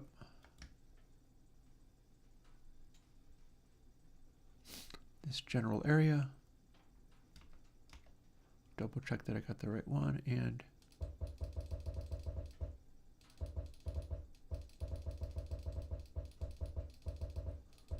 tilt around a little bit.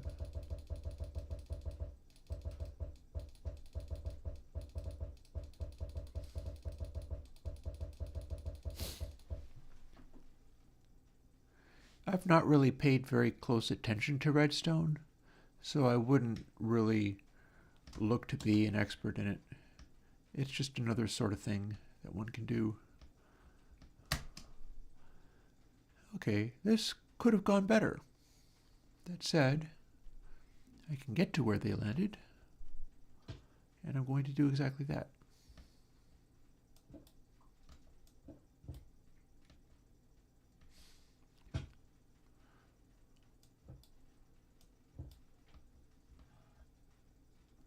Horse or cow?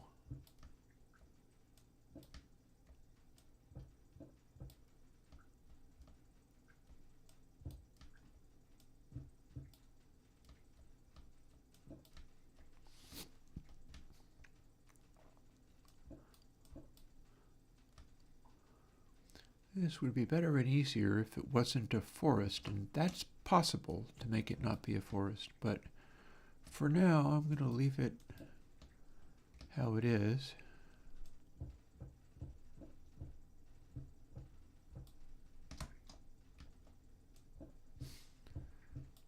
Because I can still sort of deal with all of this.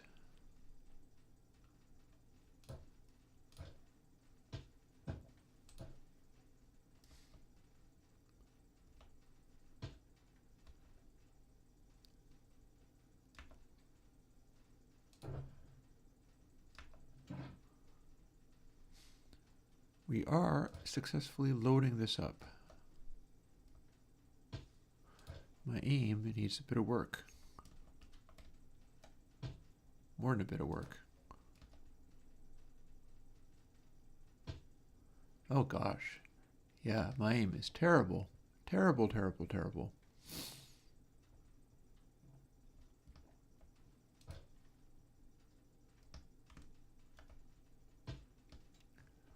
There, that'll get me a little bit closer to where I want to be.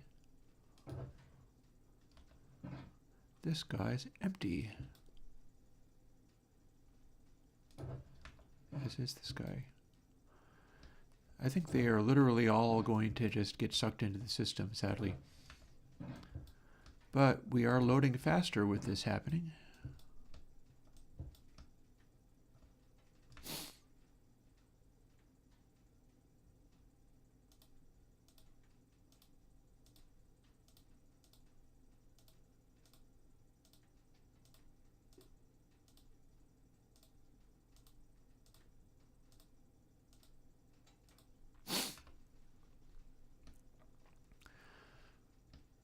So maybe let's just start placing these like here and here.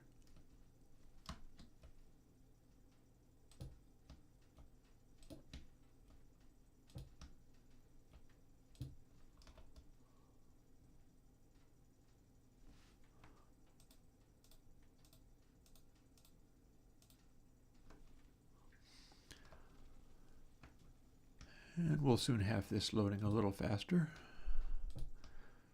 Even if we have a case of shulker boxes sprouting out in various places, that can be fixed.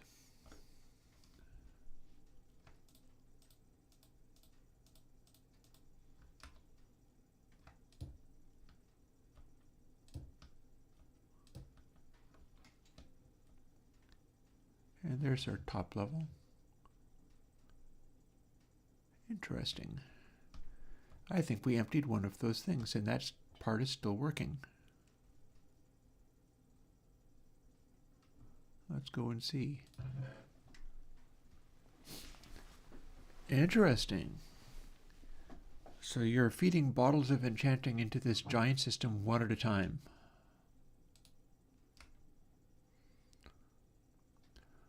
Well, we can do a little better than that.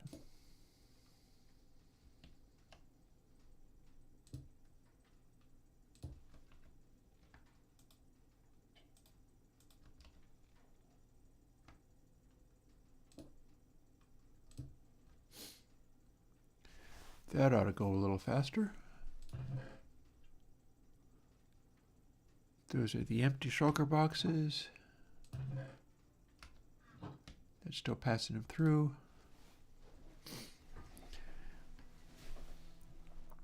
Like, I could probably sort out the redstone, but I don't see where everything is going here. And it's kind of like me with programming in general. If I can think of a cool thing to do, I can probably do that cool thing.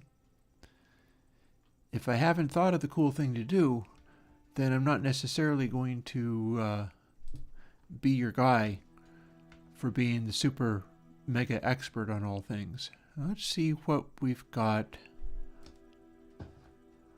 going on in here. Yep, we're loading bit by bit. Up, and I can get some of these out of here. Let's go through and find the places where there's not supposed to be a shulker box, and yet there is, because some of them fell into the system, and that's what'll happen.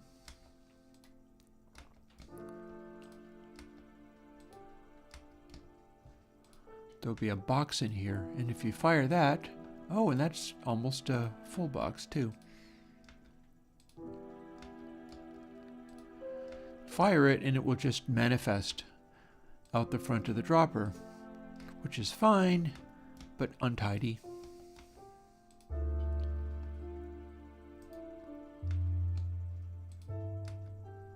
That's what happened up here earlier.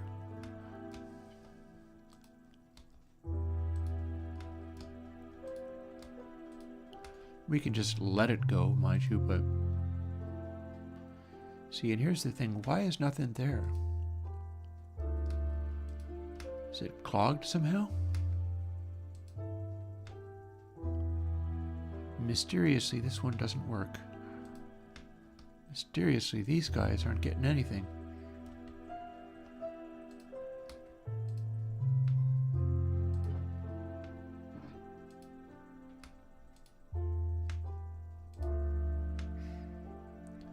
So for some reason, these two aren't working.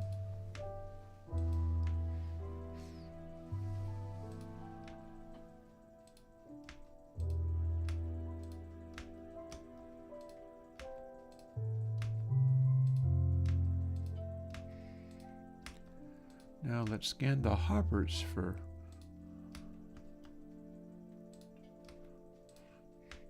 our little purple friends.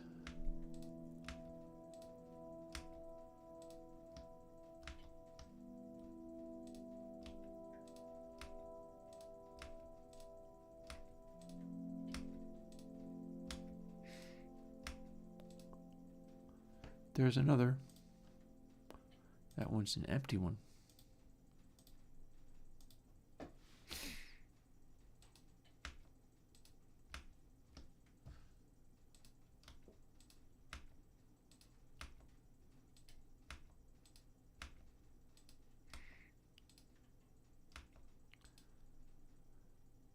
I'm really wondering why that's not moving.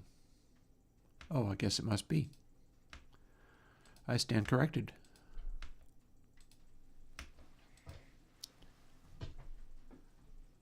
Okay, didn't mean to do that. No harm done, though.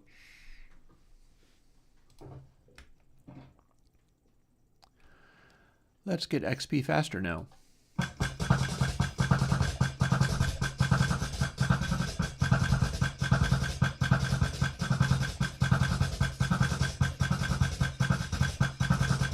There we go.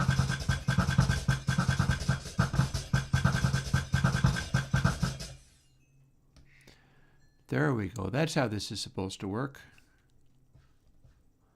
And we have just spit one of these guys out. I'll take that.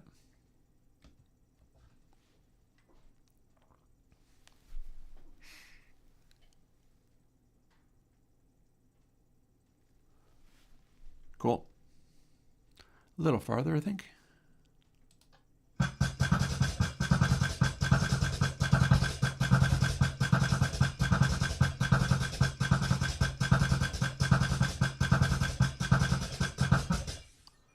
And we'll go just over 100. Now my yeet thing goes really high up. And we have not actually spit any more shulker boxes out for the moment. That's cool.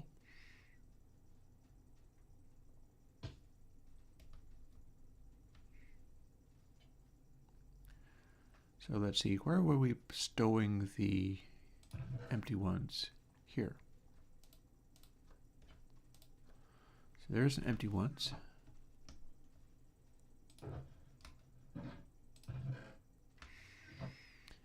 It loads faster the way I designed them.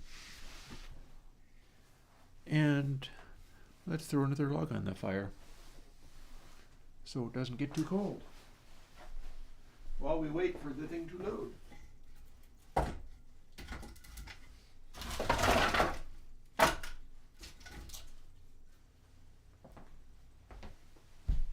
Oh man, that's a heavy log, that is. Hopefully it'll work just fine.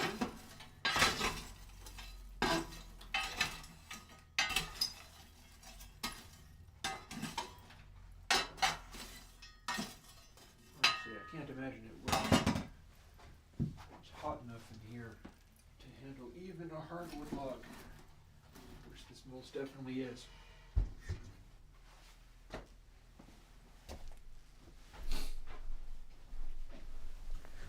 That should go for a ways.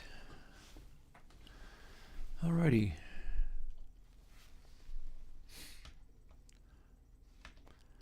So let me see now. We've got a bunch of dirt.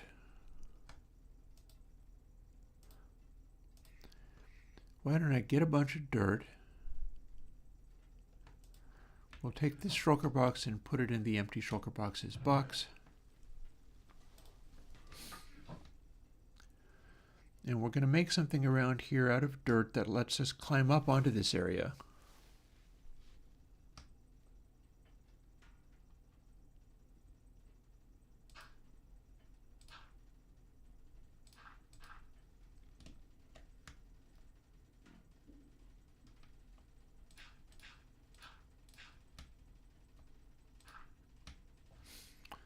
That seems safe. We can definitely put dirt here.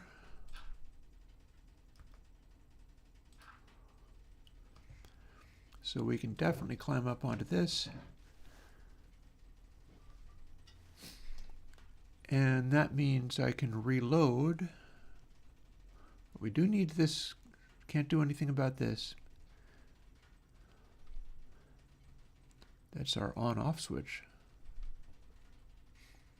But we can deal with reloading by adding more of these guys on top here.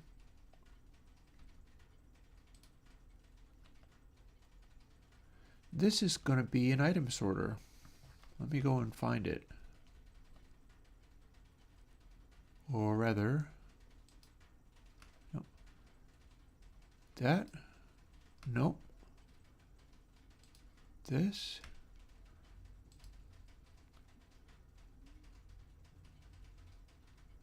Okay, that's just loaded full of those. And we've got another lovely big collection of them here. And it goes up even higher, but there's nothing up there. I think this might have been just stacks upon stacks of more, like I can't see what's up there.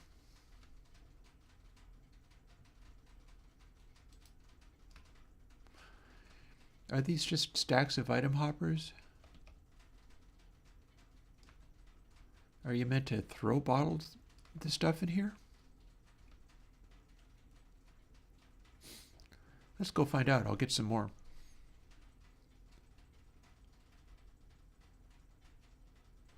I've got these just lying around all higgledy-piggledy. So let's collect some. Tidy up this area a bit.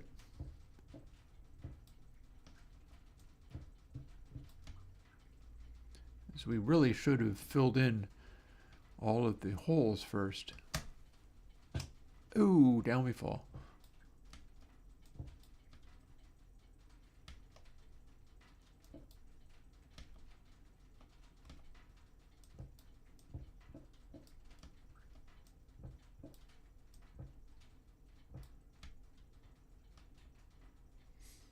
And that's all we're going to be able to carry.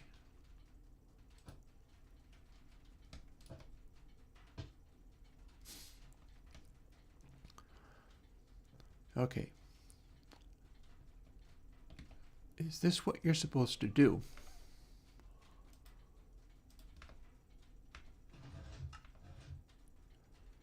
Something happened. I have a suspicion that this is how you're supposed to load it, although it's not really as fast as what I was thinking.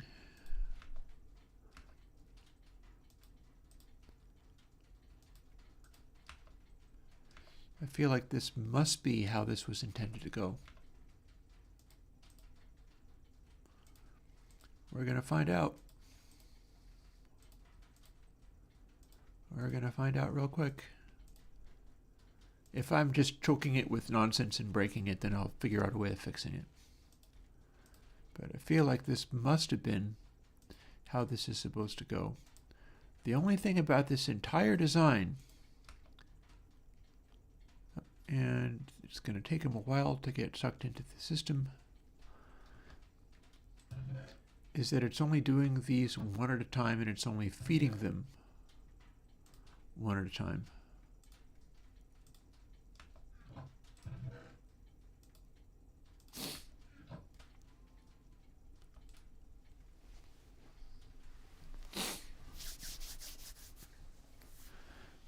This is kind of fun. This whole system, although, I don't know, I would have it designed to look a little flashier than this.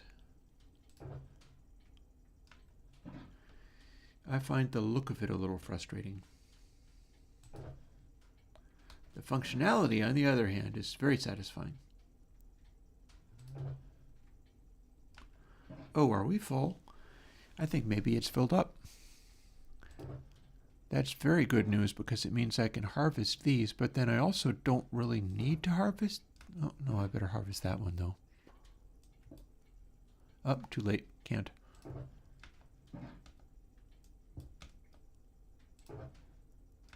That's still loading. That is both empty and not the kind of thing that it's gonna.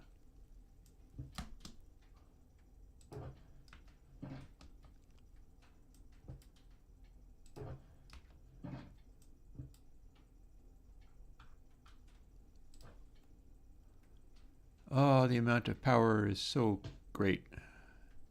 It makes this so difficult to manage. Oh, I remember. I built this for a reason, so that I could walk over here. Let's give that a try. Now that is also empty. It's getting sucked into the system, unfortunately. But they don't always get sucked into the system. Sometimes I can just grab them. And then the rest of this is full. So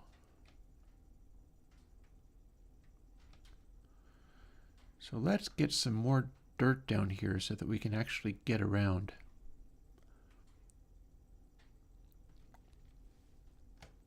We need to get over from here.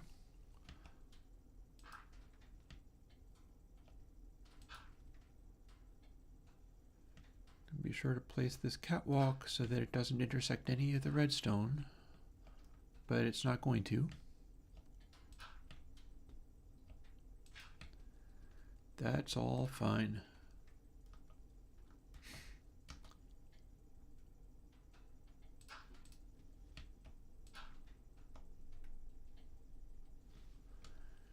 I think I hear skeletons down there. It's irritating. Let's cover that up.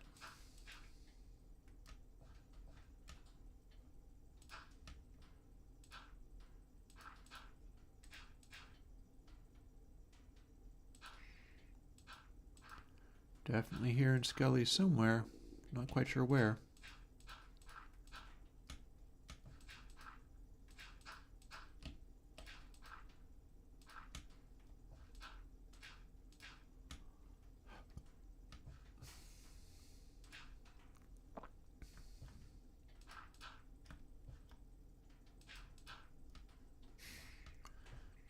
Okay, now we can get onto here from this side, and it's not broken any of the redstone. Let's get back over here to where we have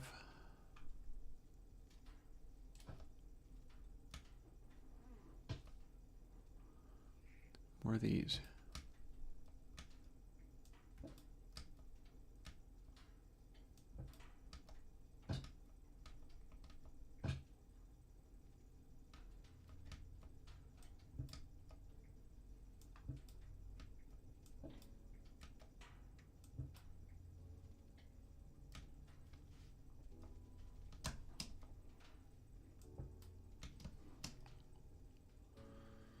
Oh, we can eat it. Let's eat it.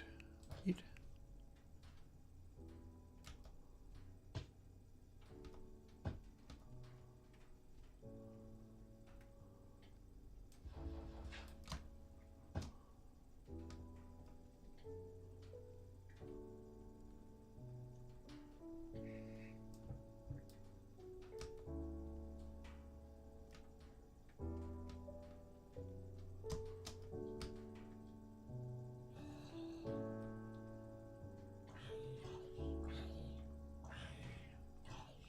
Jerk. Out of here.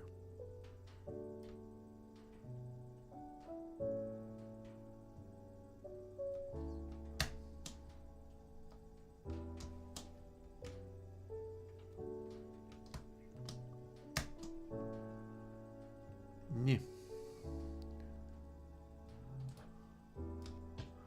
Well, that put me back where I started. How about this away?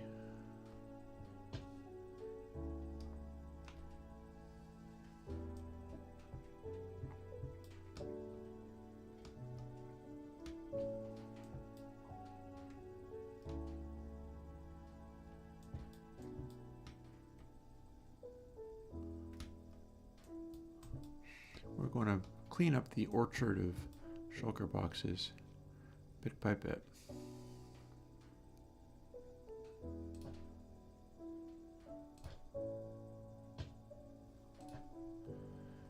Such power without effectiveness. With great power comes great responsibility, but not right now.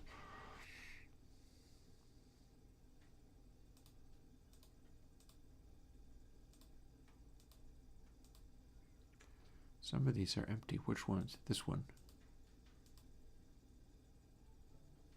This one. This one.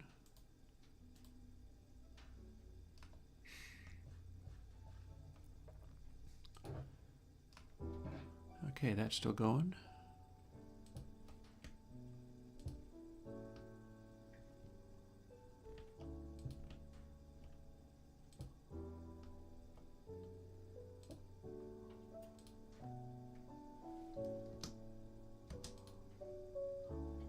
That's not what I meant to do. And there we go, continuing to load. And now we got some of these guys to be empty. Like this one.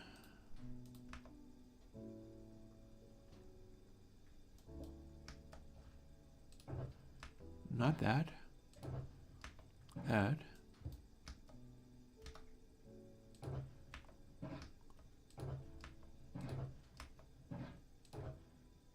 That.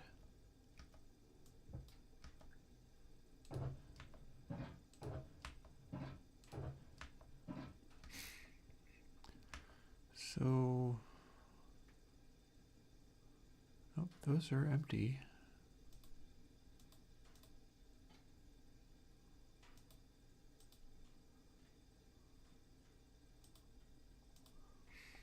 Trying to distinguish the ones that are empty from the ones that are not. I have to discard these.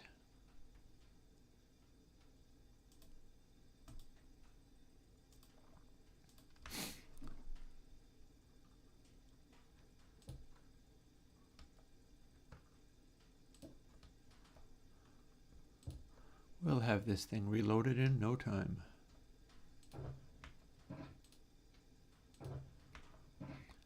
Still good.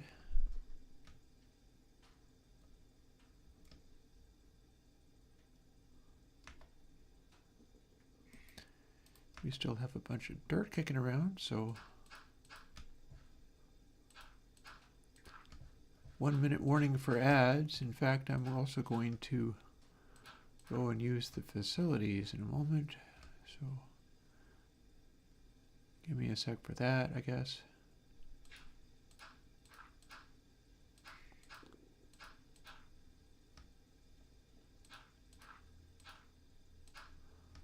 And we're going to fill in some of this space.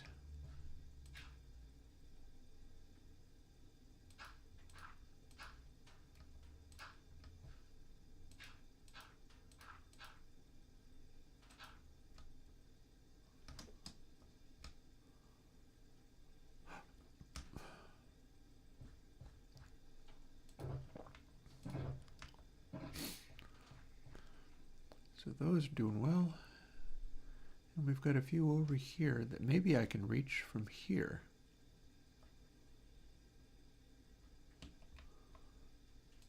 No reason for that to be there. Yeah, that's empty.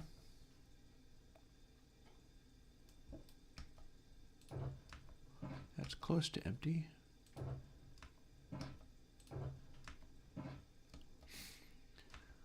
So, how many of these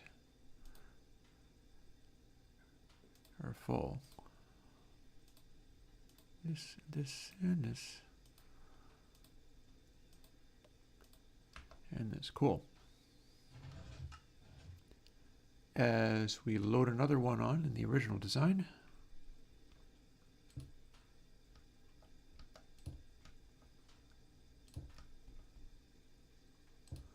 fire up more of the turbocharged version, and keeping an eye out for where the redstone lives, let's make it so we can walk over to here.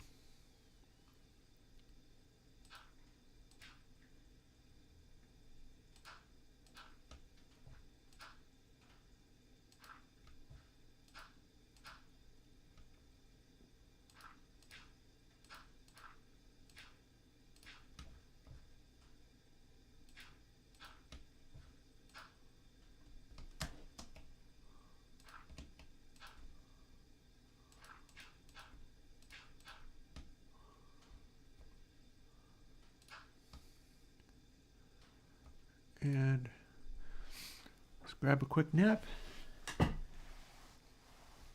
after which I am going to AFK for just a little bit.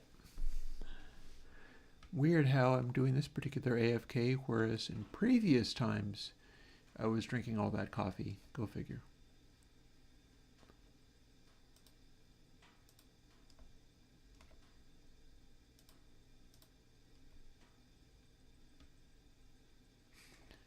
Boop-a-dee-boo.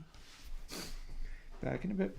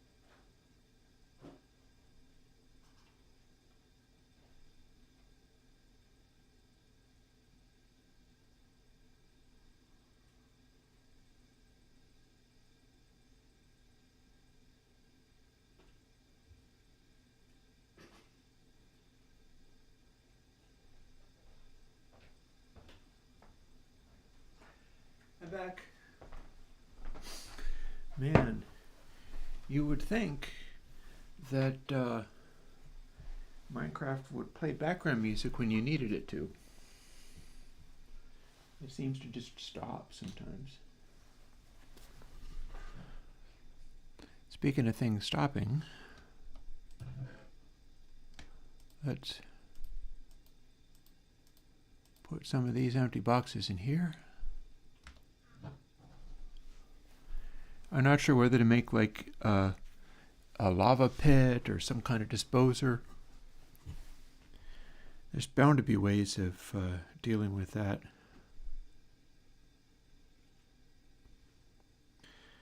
Like a dispenser with a button on it that fires into a vat of lava. So you have to keep hitting the button, but then you don't have to do anything else.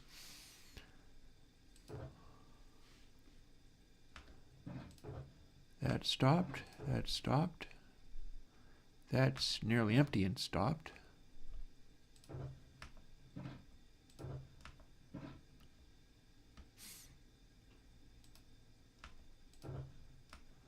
Nothing in there. I think everything's loaded, but I should check for boxes.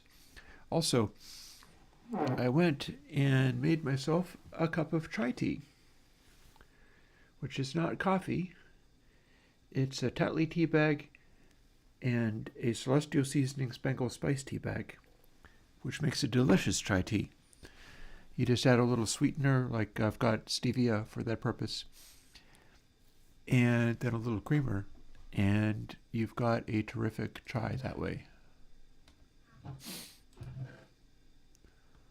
Oh, hi, Shulker Box. You're not supposed to be there. You're supposed to be here.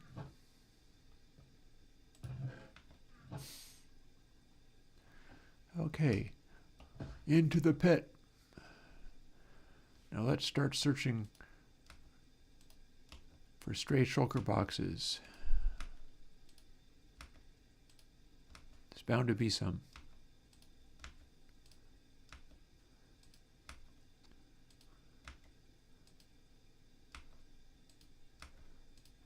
But the machine...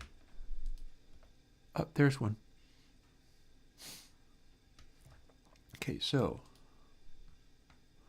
there's one. No, no, no. There's another. Another. I think they tend to show up here for some reason.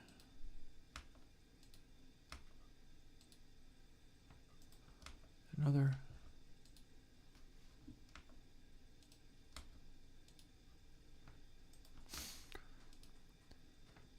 They do tend to appear, don't they?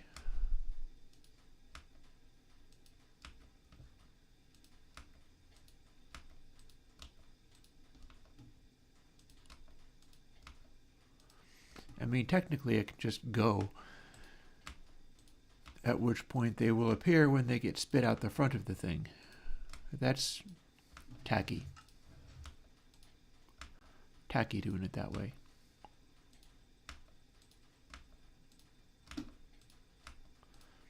So I'm going to avoid it where possible. I also feel like there ought to be a better way of getting in and out of here. Surely there must be a good way of doing that.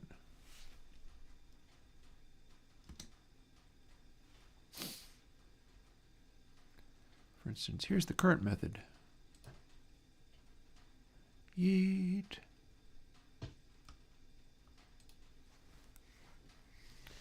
And that does work. And getting to where I need to go and finish making my chai that's steeped for long enough, maybe.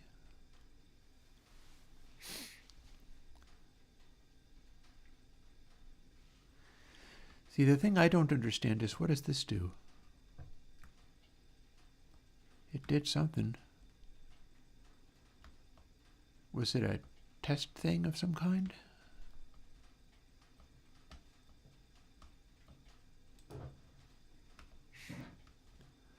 And that's loading.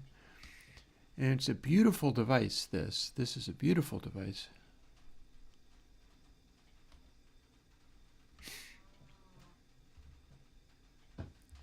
But I don't understand all of it.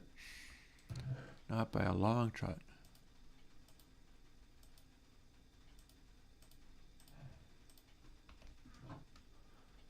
We're going to have to figure out how to dispose of that. Oh, hi, dude. You're going to be in the far end of that, if I'm not mistaken. Also, I am really tempted to get serious about dealing with this situation over here. We need a better place to make these shulker boxes, and this forest is kind of in the way. And I do have the ability to snowball this stuff out of the way.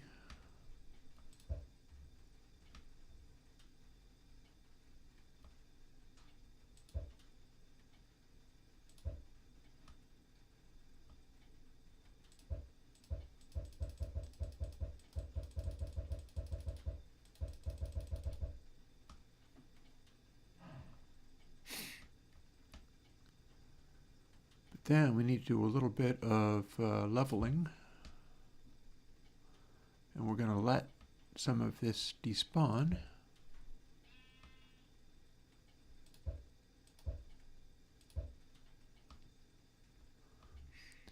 And this is just natural, except for where there are giant gaps in it.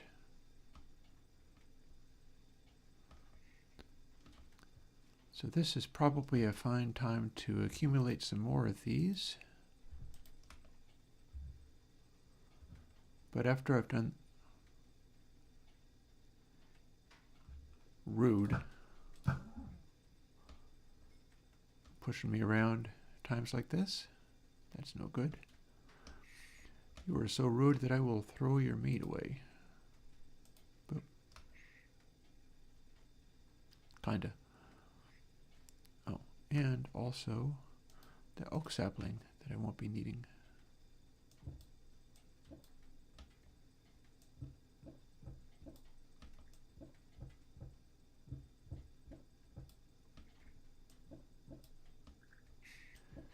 See, what I don't like is that I started out doing this, and all of a sudden, everything is buried in here in a very inconvenient sort of way.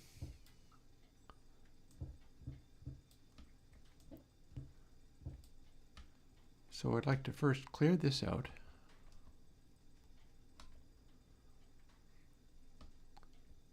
Flatten it out. And then return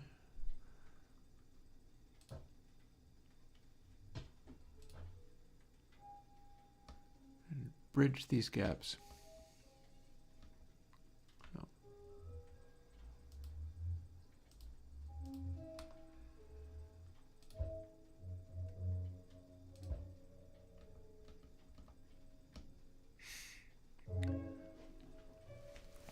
So we're going to make that area look a little bit flatter, or quite a lot flatter.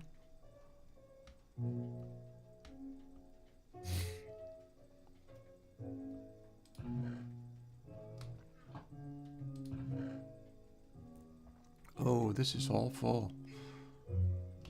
Yeah, we've got stacks upon stacks of these things. Well, we know where to put them. I fear they may just despawn, but this is where we put them. That system worked. So let's see. Any of these empty? No.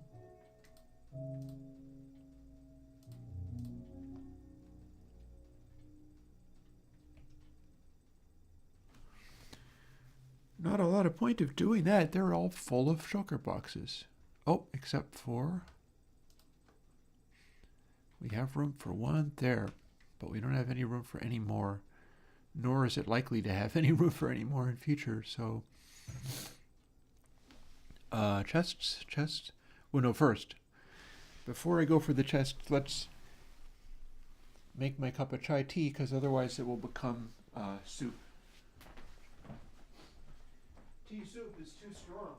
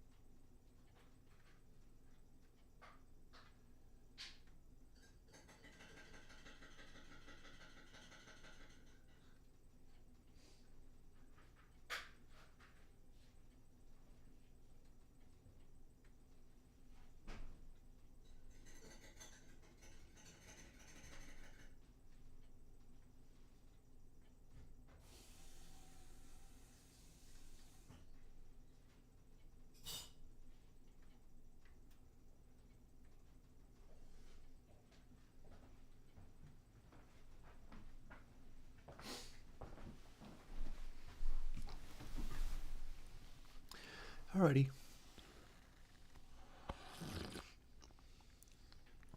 Here we are. Lovely try. I'm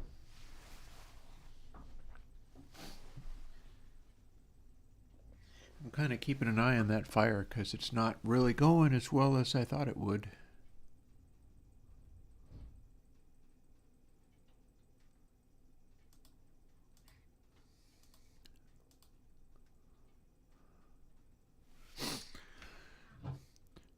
Do we have...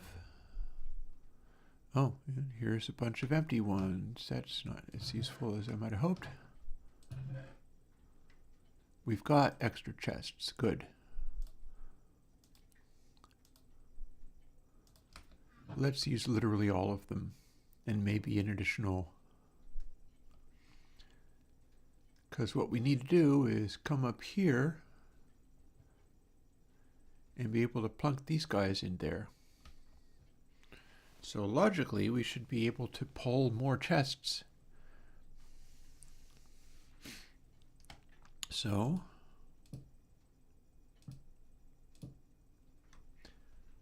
if you need more, it goes in here.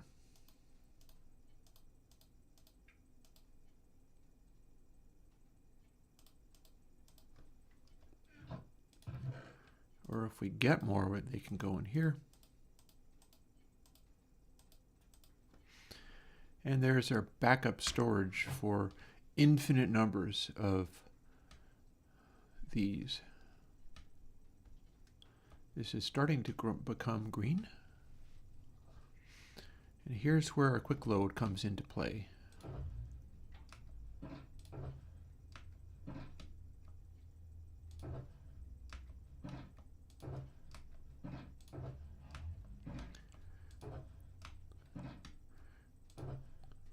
This system is full.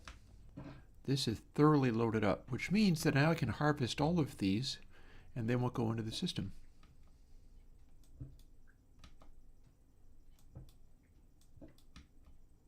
Or they'll just fall down. That being another possibility. Give me that.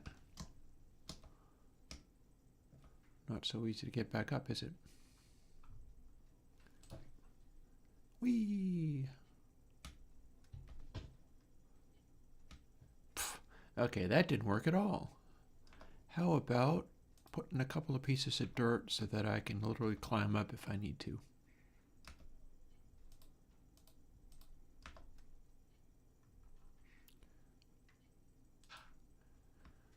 That's not blocking this.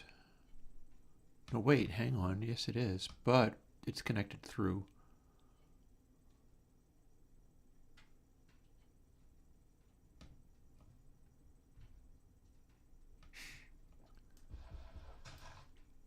I can do better than that. That can still be connected through, but we can also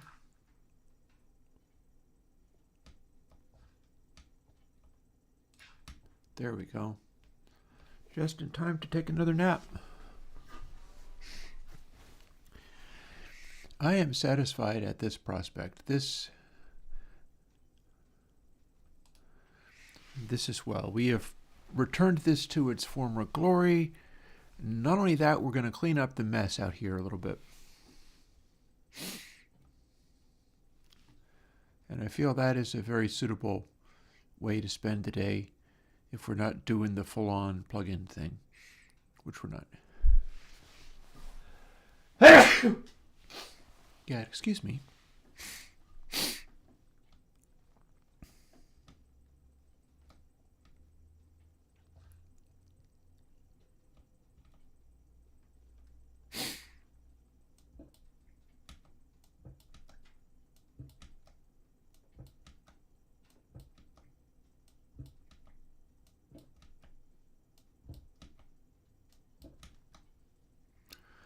There we go.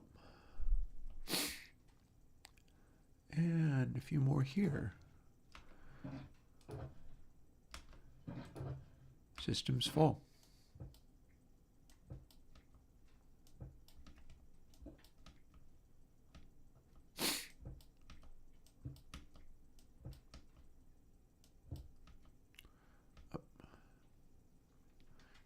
what to do about this.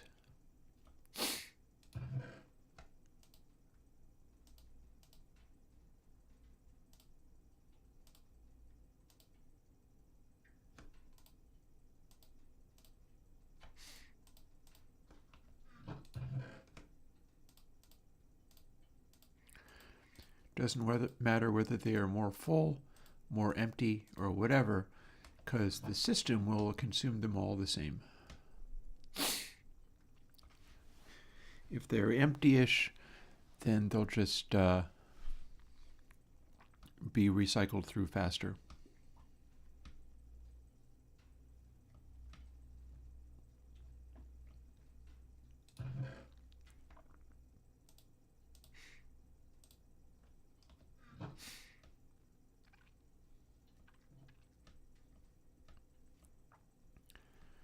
So yeah, what have we got for descending nicely into this area? It might knock some of the XP bottles out of the way, but as long as it doesn't completely block them,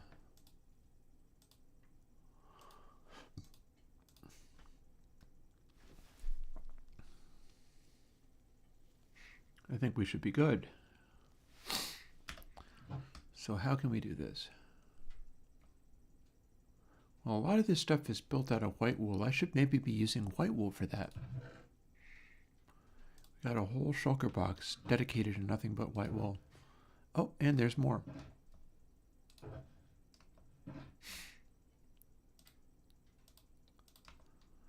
Let's place that where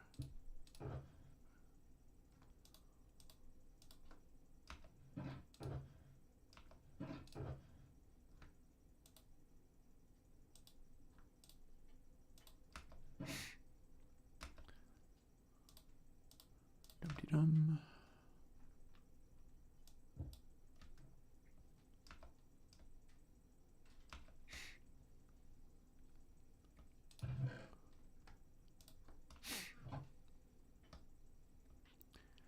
Okay, so to get down into here,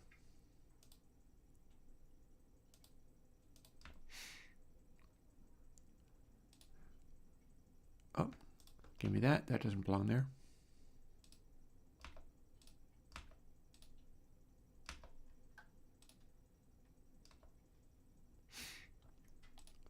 In fact, let's go through and spot check some of this. Okay, that's fine. Ooh. Don't know if this is right, but it seems harmless. You can't, well, yes, you can fall through. Kind of like that. So let's see. If we had this here, you don't fall. This here, you don't fall.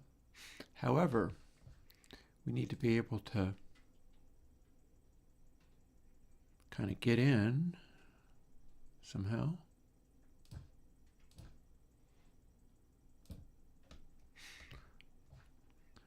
Let's make this a nice little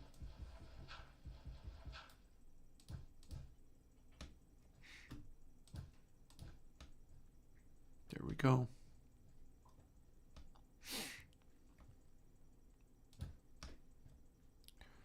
So if we do this,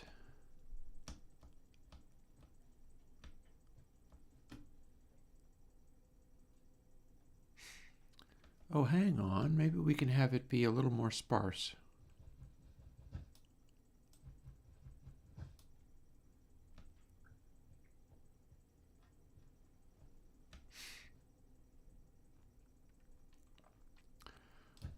So if you're there, and you're there, we got a sort of stepping stone system. That could also be half slabs, which would make it look a lot more open.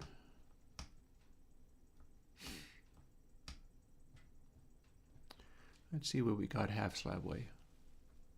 No such thing as wool half slabs, but we do have other kinds of half slabs available, like these.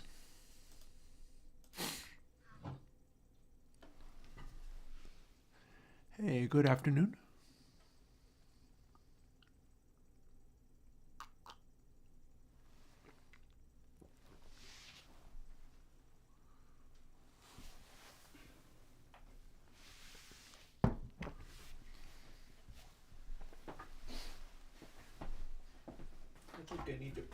fire a little bit. It's definitely on the unenthusiastic side.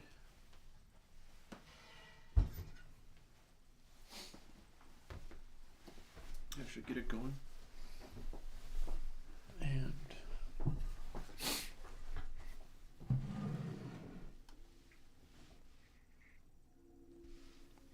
now we get a little background music. It's good.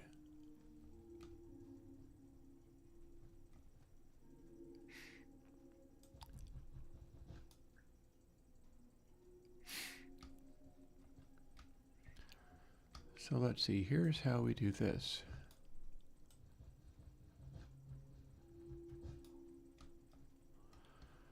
This is a half slab, so it can be a step lower. Plus, half slabs do not spawn mobs.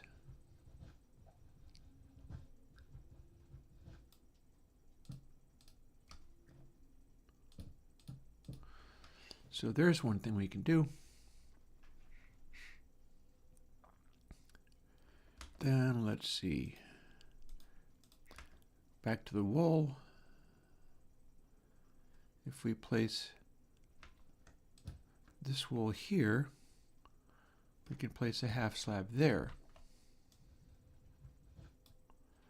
And if we temporarily place a couple of wool blocking this, we can place a half slab there.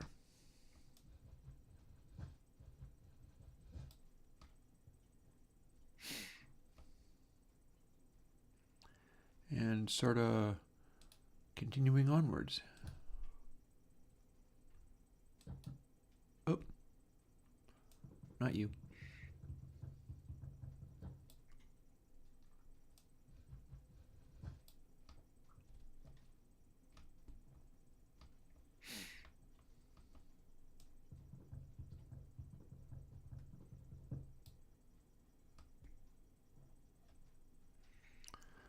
And I don't really know why that needs to be coal. But on the whole, the system seems to be in pretty good shape.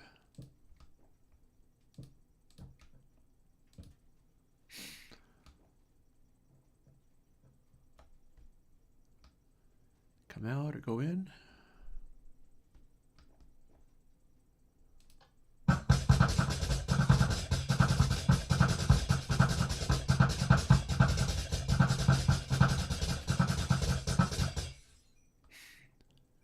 Okay, that's like 10 already.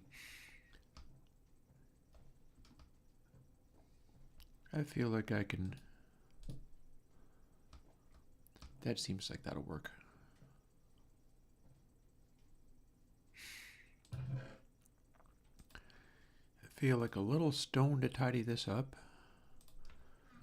The wool can go back where the wool belongs, which apparently is here.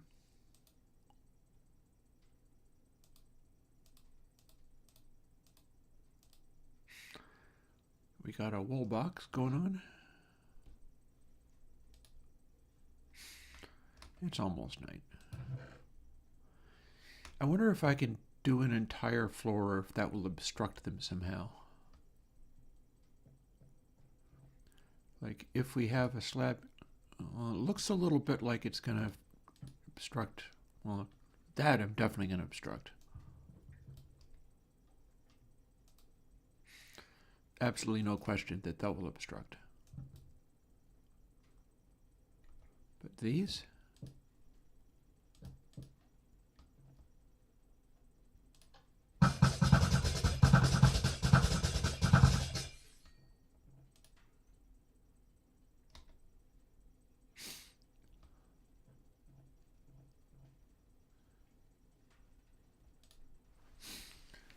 Might be working. Might be working.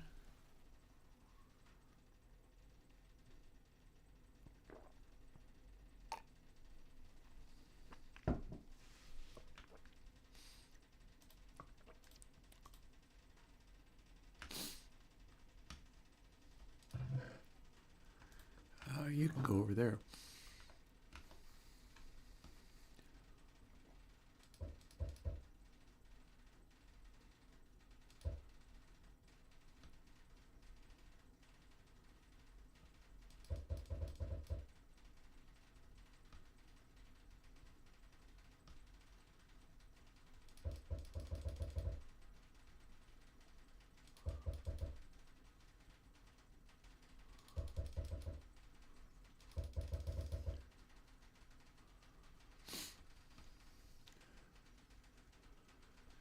We got a plan for how all of this is going to get fixed. We have a definite plan.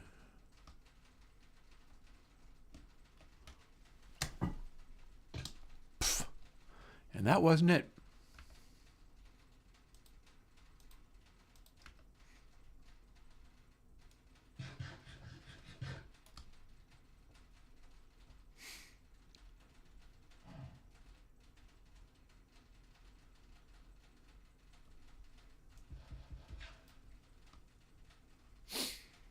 And this plan is first flatten everything out a little bit.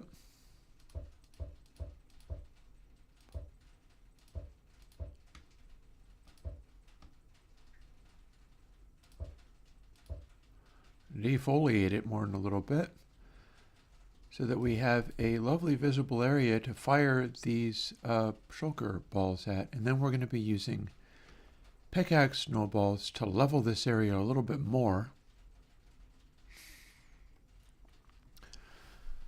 so that we can fill in the gaps more cleanly.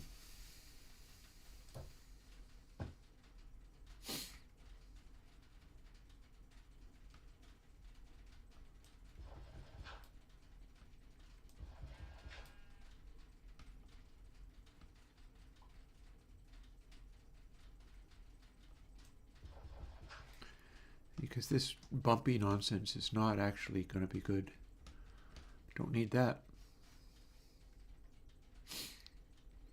It's like the evidence of something nefarious that happened over there. Oh, but wood stove is back in action, so there's that. And we are about 45 minutes away from me defrosting dinner and getting ready to have dinner, and so this has been a pretty good day.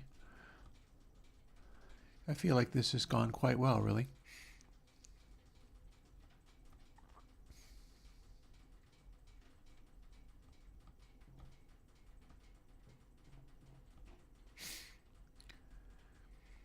I'm not sure if I've got this bit sorted out right.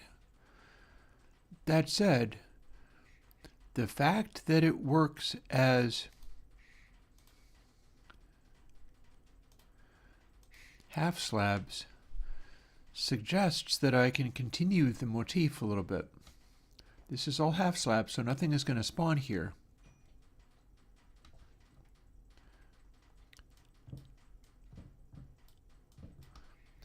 So what I can do is get this stuff out of the way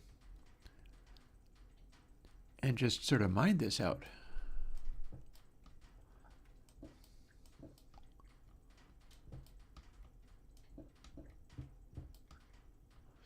We'll just go down a little tiny bit.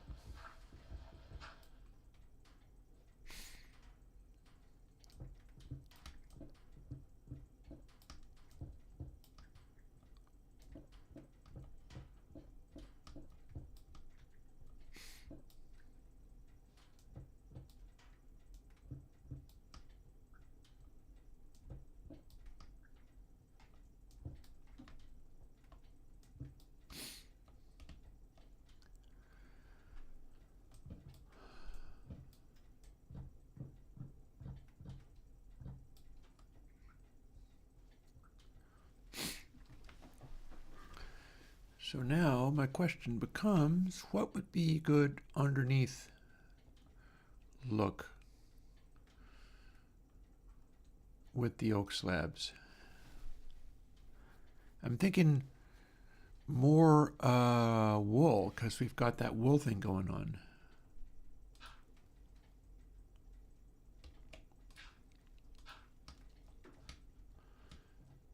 So we can first head out.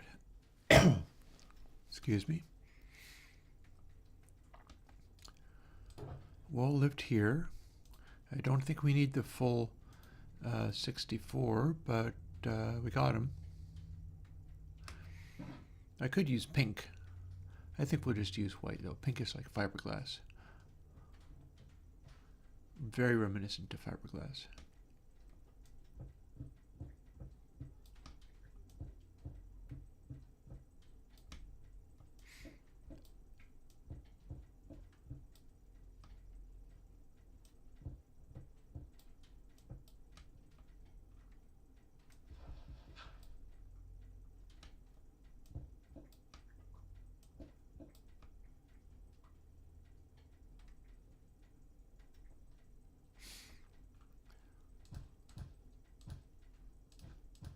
I mean, glowstone might be cool too. How's about that? Glowstone, a thin band of glowstone at the bottom to indicate the heat and ferocity of it all. Yeah.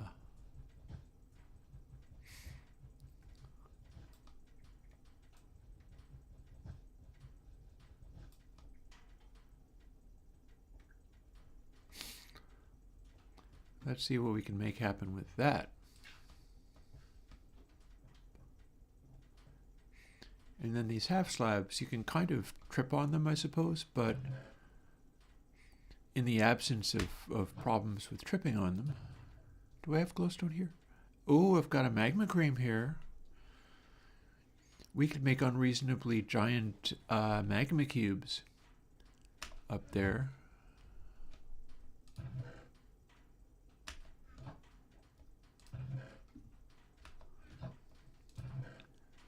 There's a little bit of glowstone. Maybe that's enough. Actually, we know that it's enough because I can just generate more if I have to.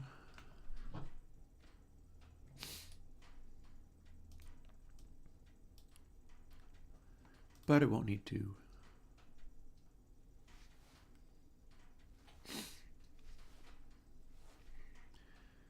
Okay.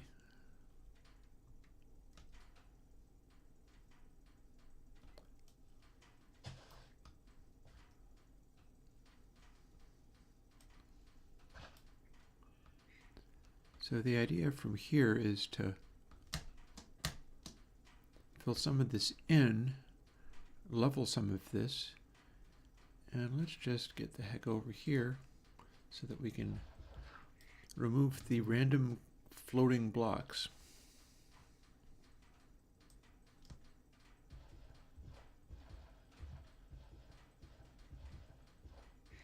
I'll eventually do it. Yeah, we'll get there. Got there. However, this will require a little more attention.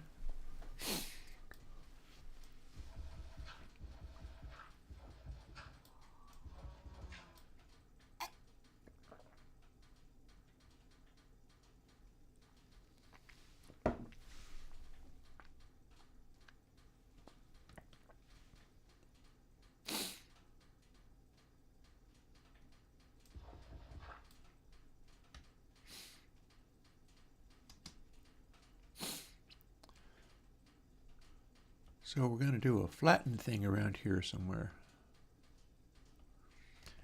And that means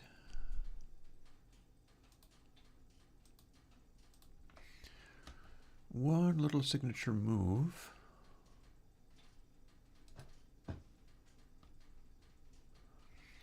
Let's say right here.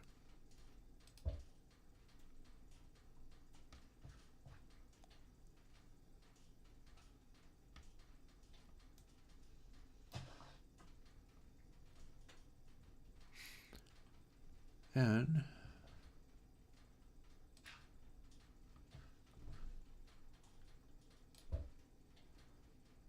there we go. Just doing some neat trimming. Up one, and then down.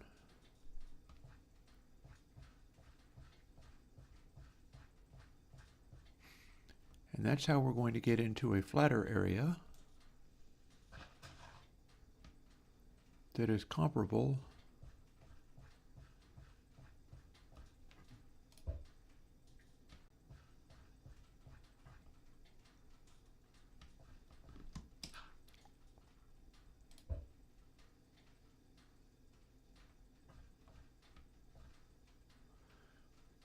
I'll just get that stuff manually. This, on the other hand, this all needs to go. Up.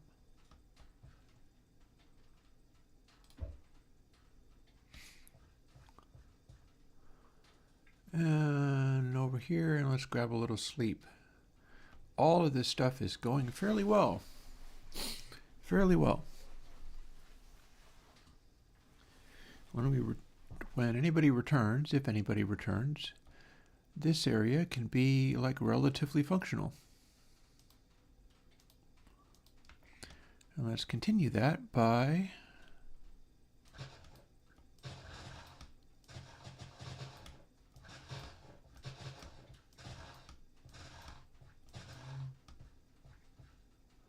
shoveling away this stuff.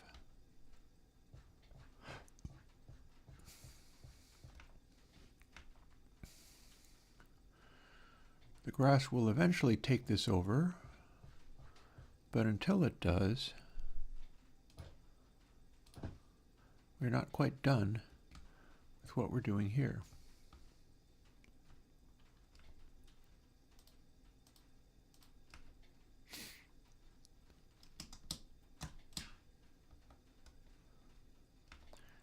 Same deal. Just neatly take it down.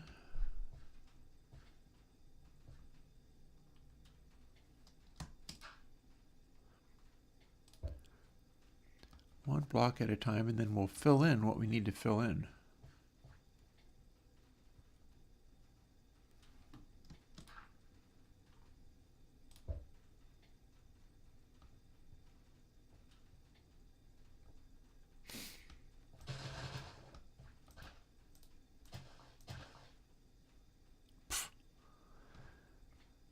That's a dragon egg. Got that out of the way.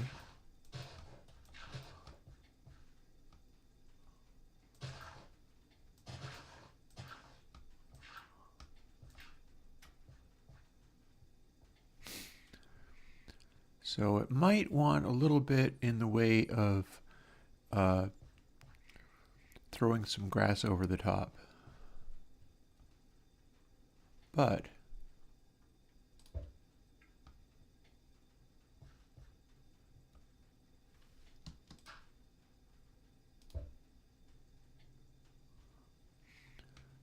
on the whole,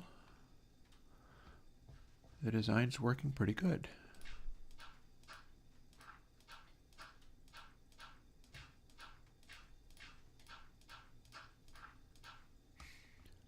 Rather than crazy terrain everywhere, there's going to be an area that acts more like a meadow.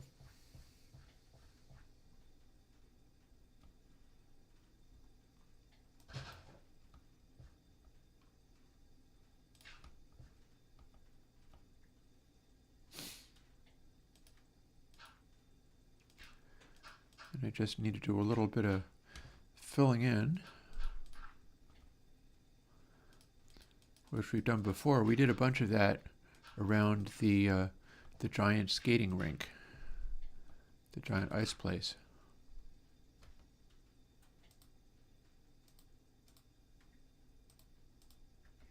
Yeah, I'm gonna just pick that up again.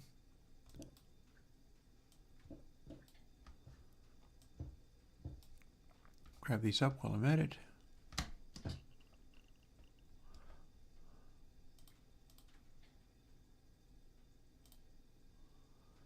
I might as well hang on to some of these things.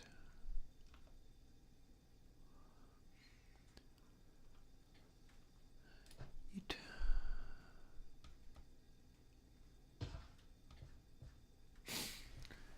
And there we go. See, it's starting to look more and a little bit better. And the machine is not only fully loaded, But we've also got a lot of extra room for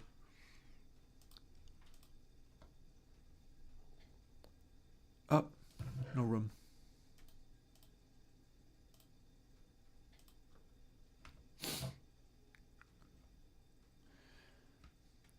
So we're not ready to reload just yet, but I'm sorry, excuse me, loud cough.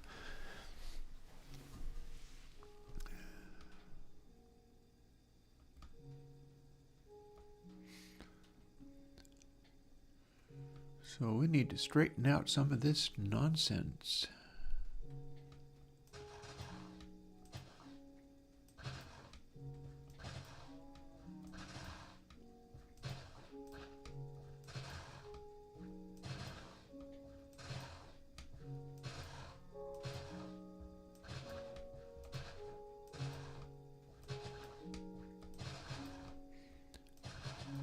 Come down to around here because this... Something bad happened here, I guess, but... Oh, yeah. Oh, no.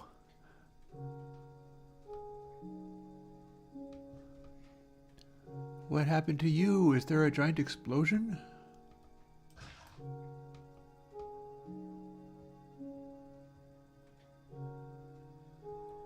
I fear there was a large explosion.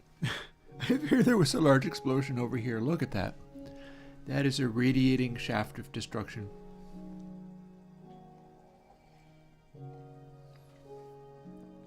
Most definitely.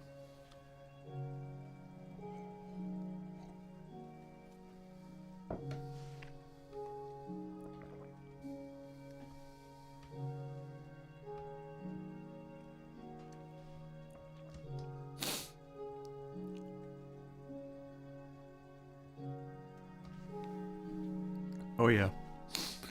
Oh, look over here.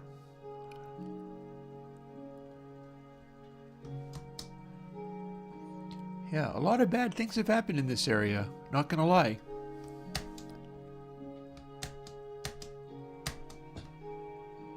Something bad happened here. Caused a big mess.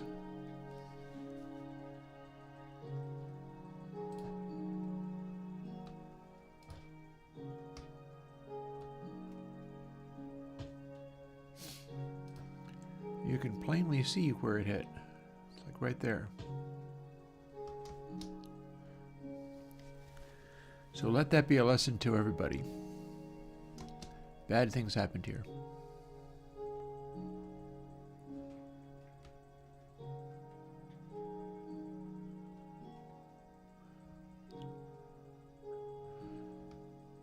Server is hiccuping and being a little bit derpy.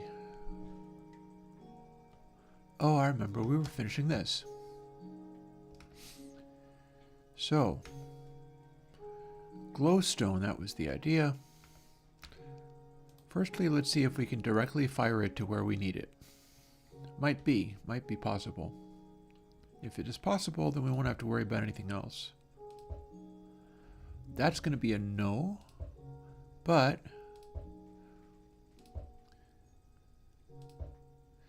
we can absolutely grab that back up, so nothing lost. There's another block. Yay, Soak Touch. And now let's see if we can do any better at placing these, knowing that we have to get right in there.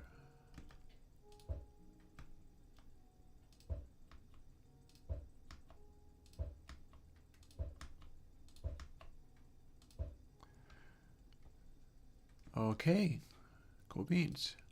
Oh, hang on.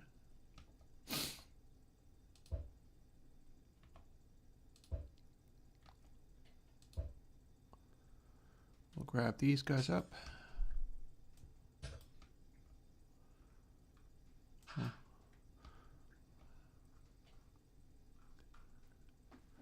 And let's see how close we can get.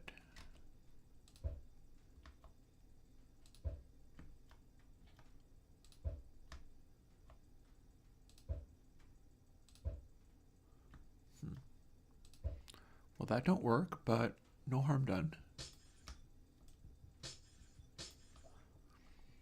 Am I simply not close enough? Is that what it is? Maybe.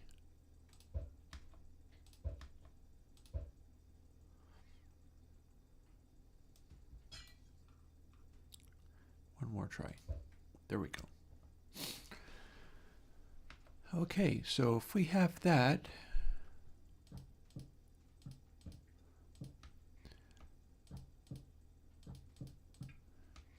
we can place a wood floor in.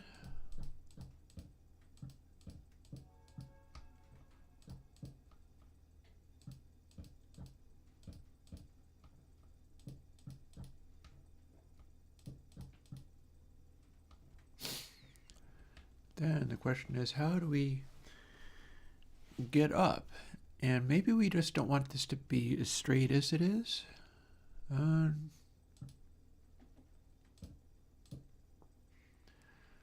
So if I chop this down, okay, that comes right off.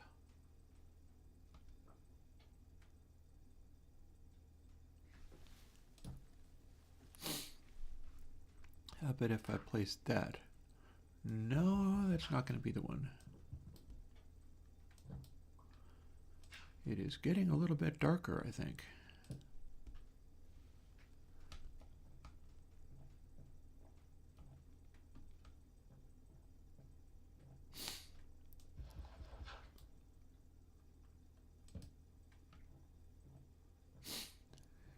I feel like this is an effective answer, although the diagonal is not necessarily ideal. That said, it works. It works.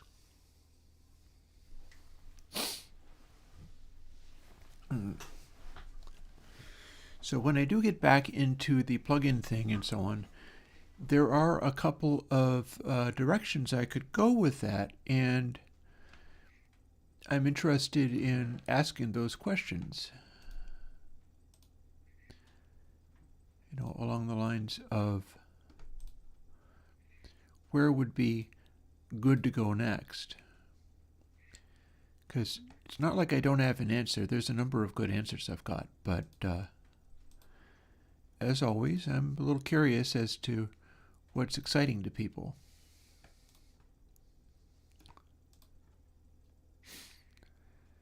I know that one of the things I'm looking to do is get into those reverbs.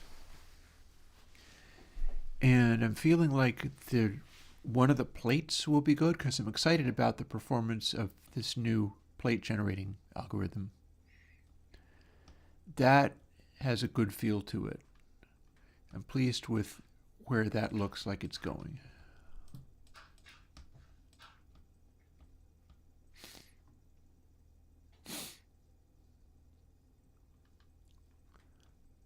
Vacate.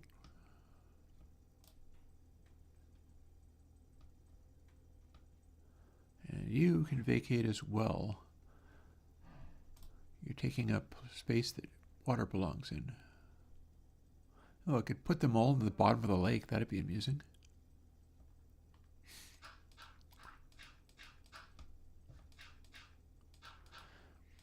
That said, there's the reverbs, but there is also further versions of console.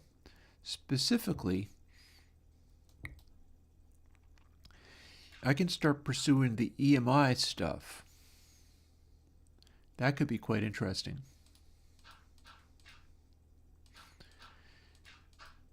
Because I have an idea that I think might work for getting the classic EMI head, as in the old Beatles console. What made that happen? No matter, I suppose.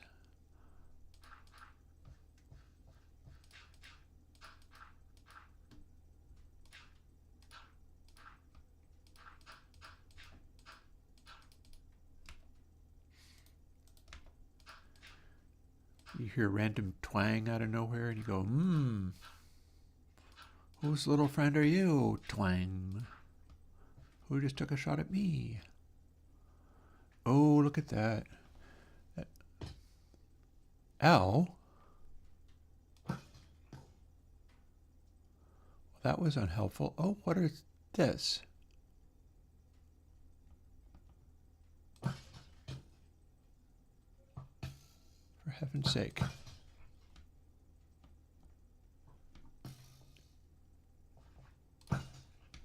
Okay, well that's kind of cool, but more than a little bit annoying.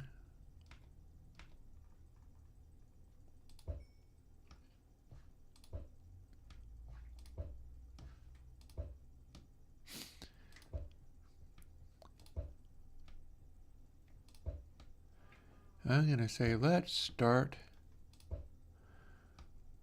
with the lighting, and in particular, I don't think we need a skelly spawner here.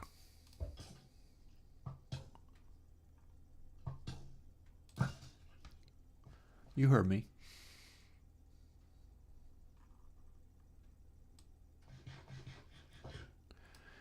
What I was saying about the Beatles console, almost everything from the Beatles, except for Abbey Road, was an EMI Red console of one kind or another. It's an old tube console. This is going to be a pain in the butt. The hell.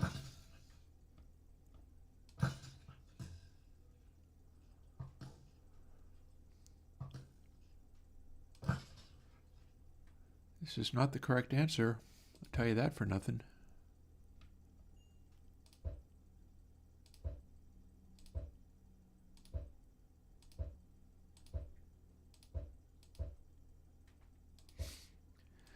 Maybe I can make a grinder under here? Mostly I think it's just a pain.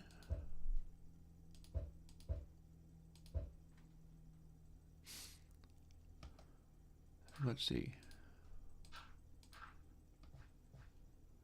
And we go. What have we got? Ooh, iron horse armor.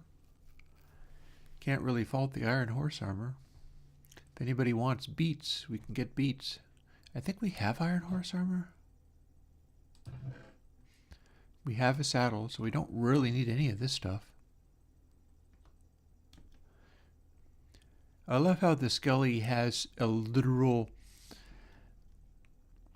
chainmail on. Classy.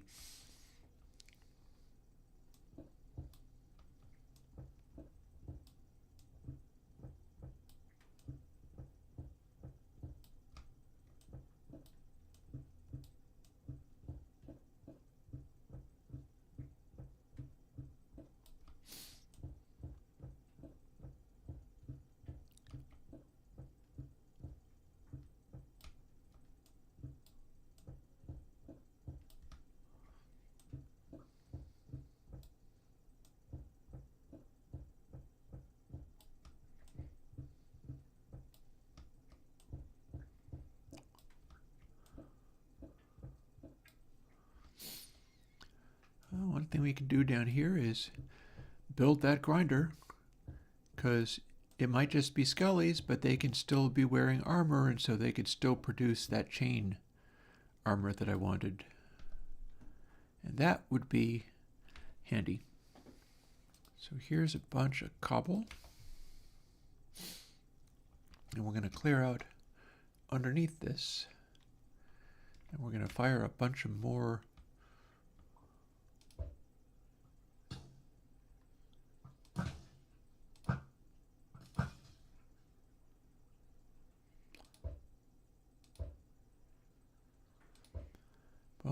glowstone all over the place.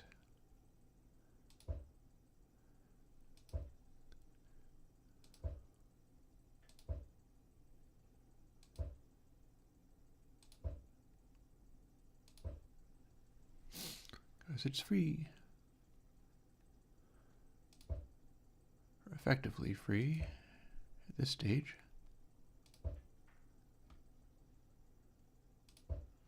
We've also got lava down here, so that serves as kind of a light.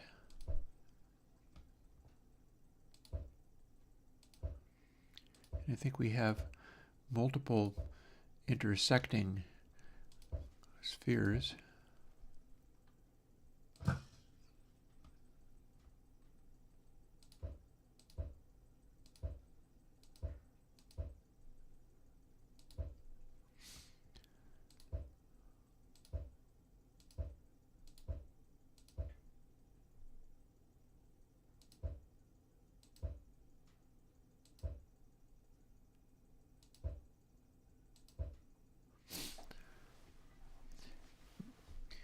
That is true. Hey Jude got recorded in multiple places.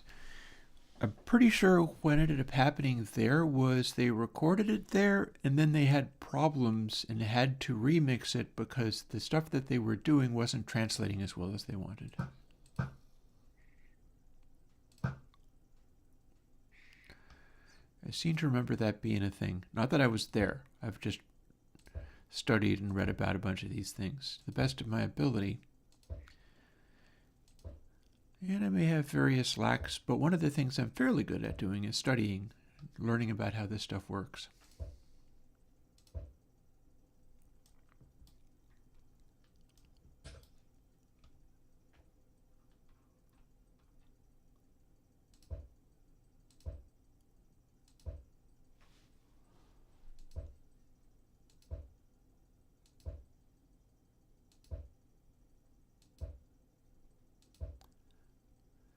Okay, is that a intersect? I guess not.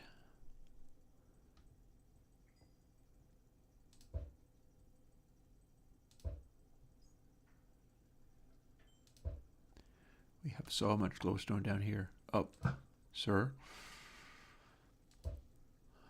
Your attention and presence is unwelcome. Because you go boom. Sir goes boom, and so sir is not welcome in the party.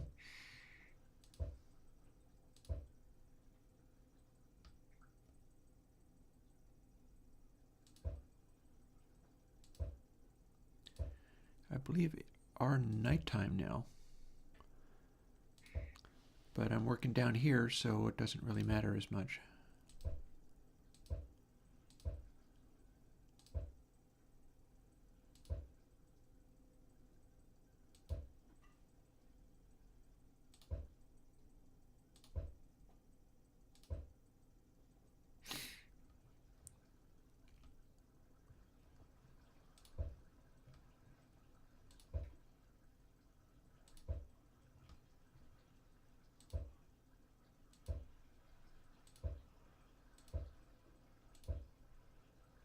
Thank you.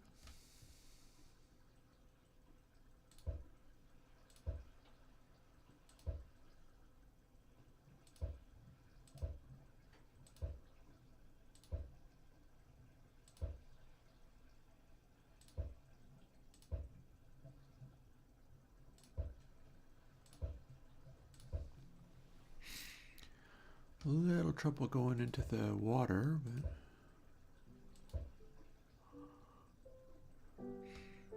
on the other hand, we're doing a fairly good job of getting up here.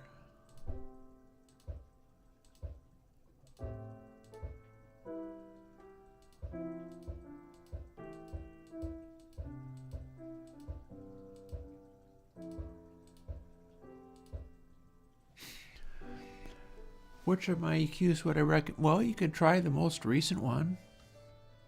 I've never really designed anything specifically for Pultec, but what you must understand is Pultec is specifically a kind of EQ that is very clean and well behaved. Like, it is just a inductor and capacitor EQ.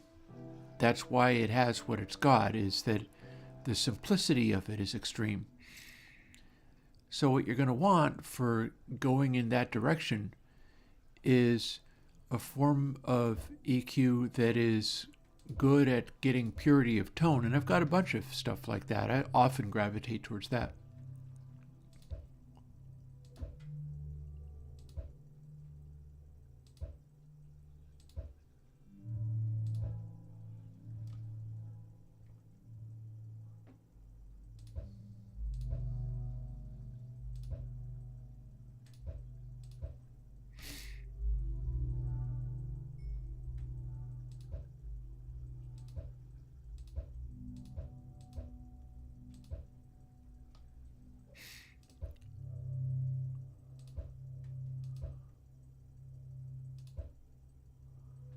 nice. I do hear an Enderman. It's not as awesome, but we can manage. In fact, there he is, right there.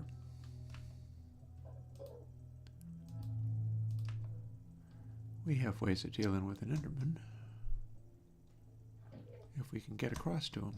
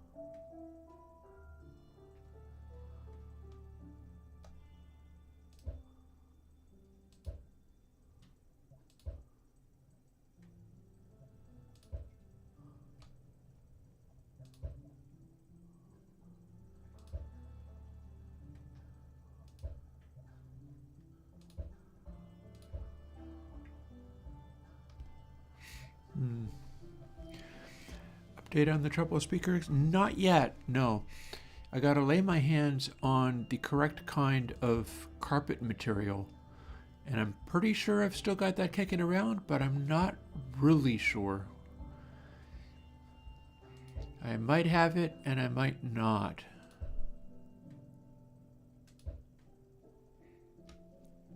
That said, I'm still fairly excited about that one. The possibilities are good. I also might be able to do a sort of, particularly if I am working with the 8 ohm speakers that I'm working with, what might happen is that I might end up making a 4 ohm speaker in hopes that, sir, where are you at? Thank you. Didn't need that. Didn't hurt me though. Armor is too good.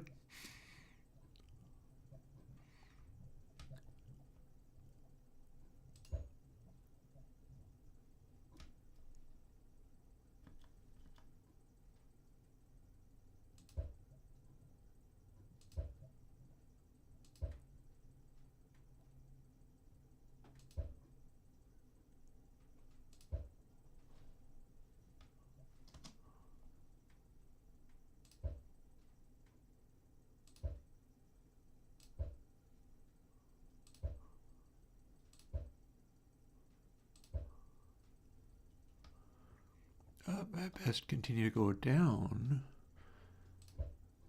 because this is a darkened area and darkened areas are bad for us.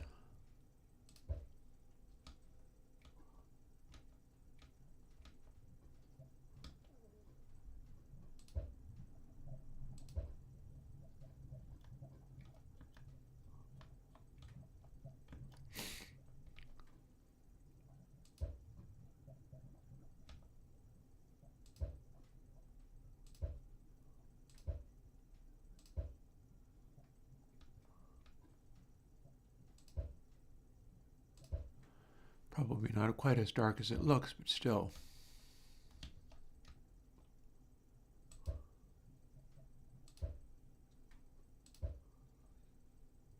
Ah, see? I hear trouble.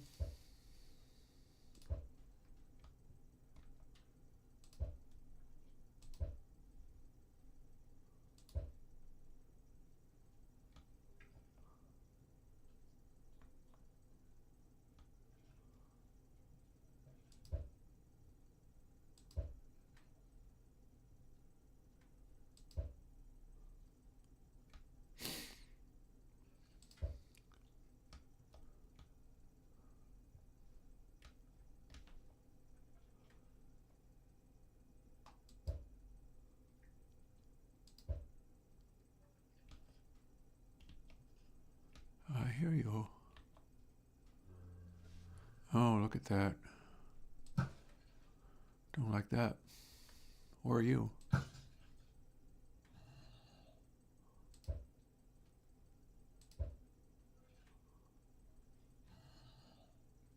That's because we have even more of a darkened area and everything else is becoming increasingly well lit.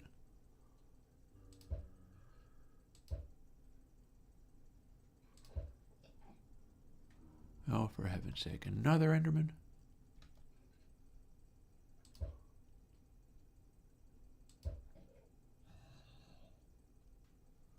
Playing with glass blocks yet.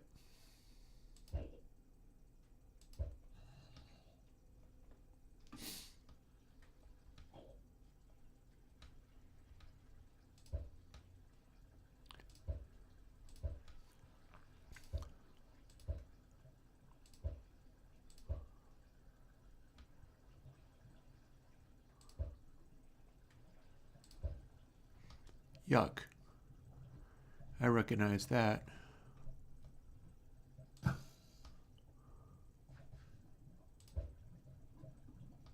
don't like those. No, sir.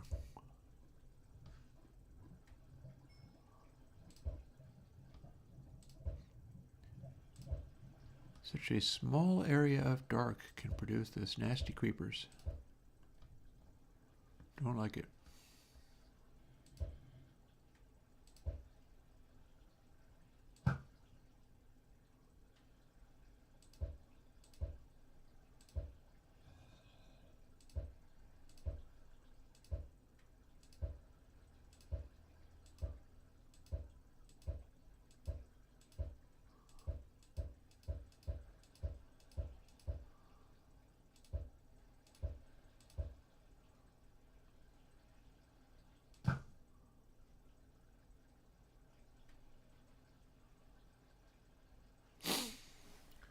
Well, that one's not interested. Yeah.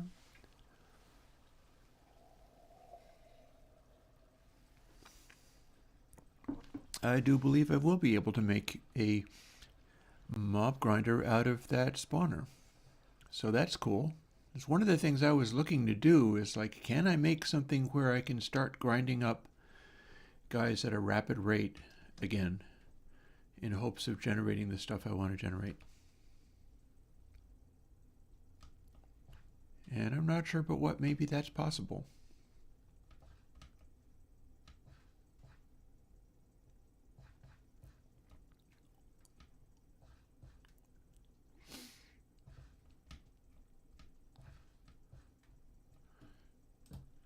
So redstone torches maybe not what you use for this.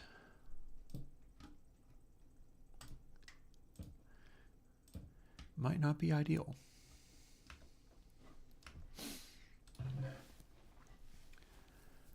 And let's see how much of this stuff we can grab.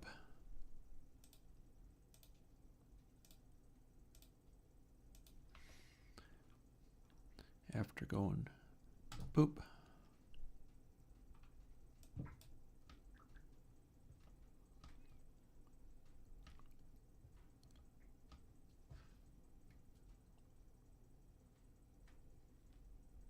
Keep feeling like I heard a noise, but I don't know if I did or not.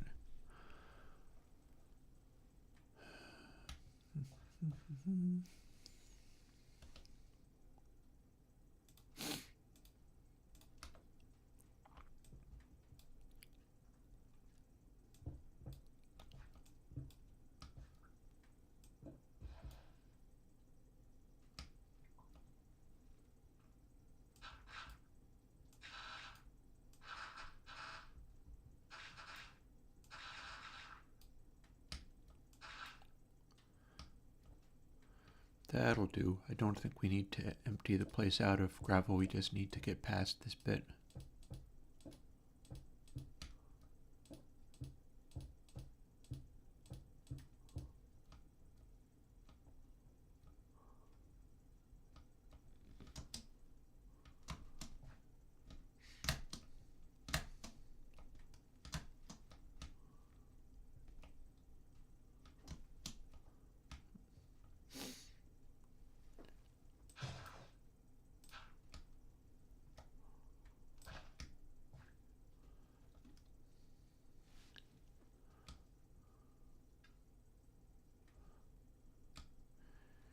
Meanwhile, this is all loaded again.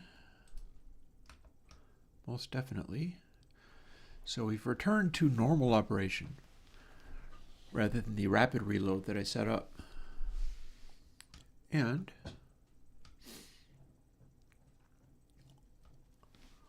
her stairs are okay, although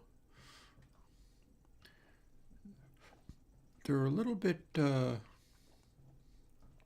mischievous, but it's that or a spiral staircase. I could probably do a spiral.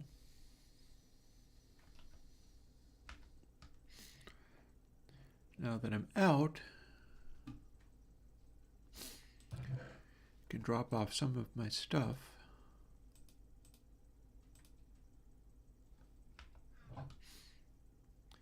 Including over here.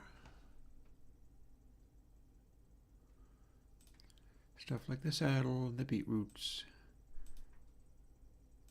Some of these other things. The string. We'll put the stone elsewhere. Crafty man, hey.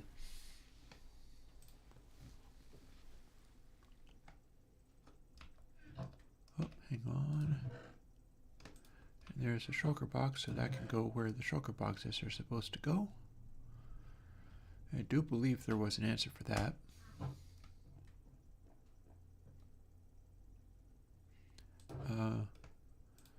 Wool can go back where that belongs.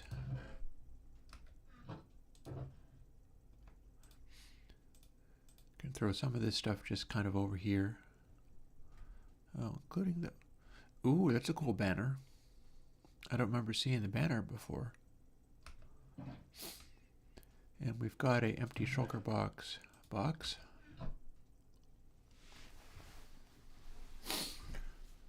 And yeah, it's almost exactly 4 in the afternoon, so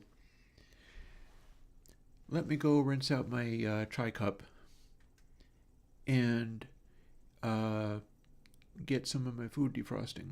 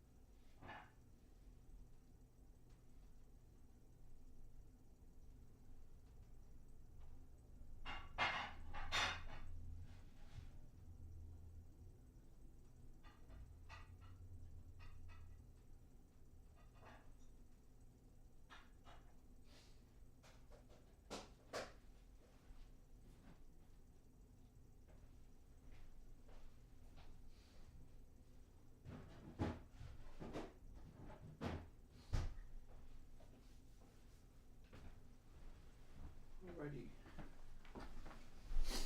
I'm back. I feel like I could probably throw another log on the fire, but we're doing pretty good. You see, it's kind of derping around over there. Ah, I do believe that might be the sound of a fellow player.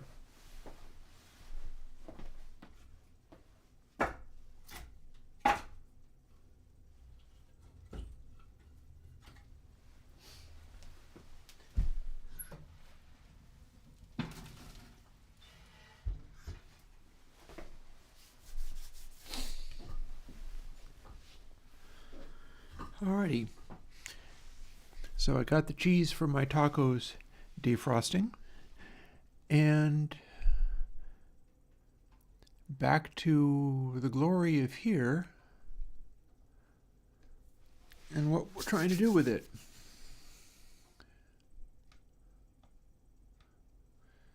So I definitely mean for this. Oh, look. It has grassed over very nicely. I didn't realize I was spending that much time away from it, but that's what's supposed to happen, all right. It's supposed to have a lovely little meadow. And we can even build stuff on here. This is a nice little base away from base. It's a reclaiming thing. It is a...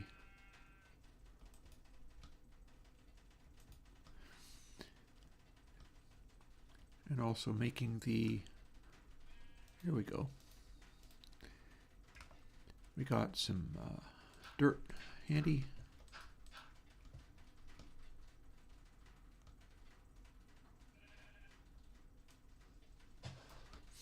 Soon we'll have a little bit more.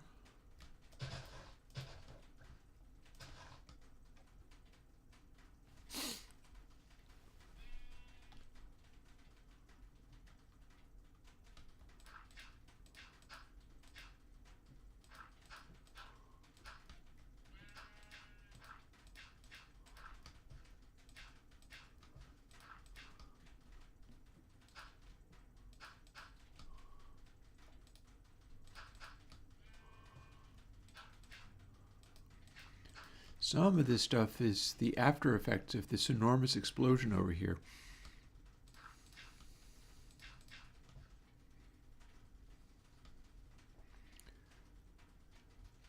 It's just a wide variety of damage of various kinds.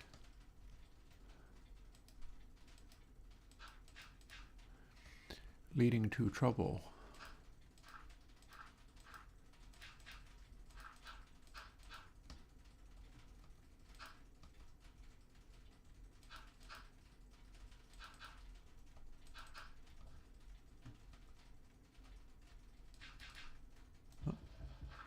Give me that back.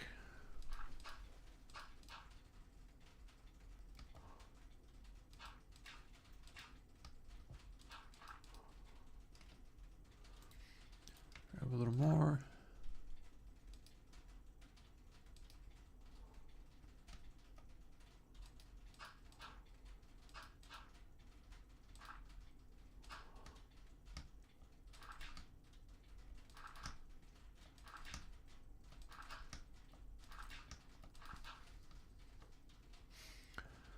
And let me quickly go to where I can sleep.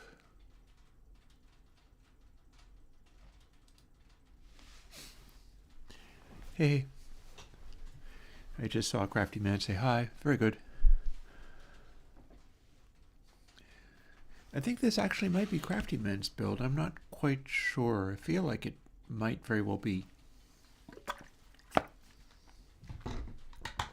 Leaving some of this stuff here, but I feel like maybe it might be worth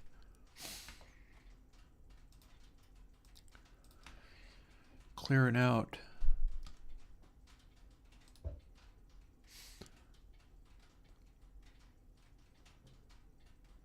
Oh, there's wood kicking around here, so we're not going to risk the snowball method of wood removal right here.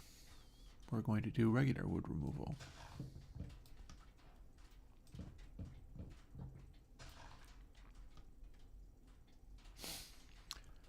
And just run from there, and then we'll fill in some of this stuff.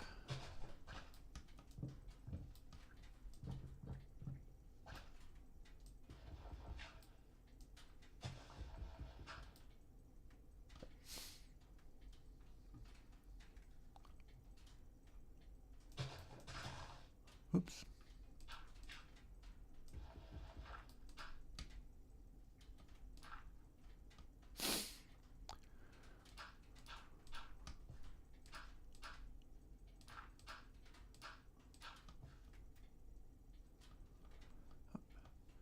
here is how you walk down into here if you weren't doing it the usual way. So we're going to leave that.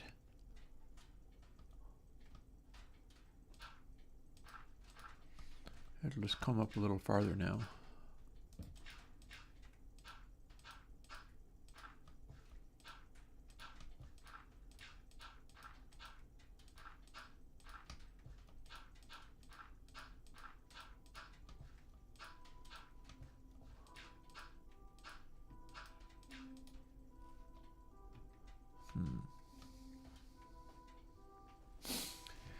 I need a little bit more dirt.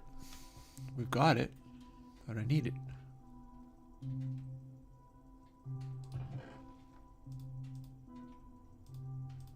And by a little bit, I mean all the frickin' dirt.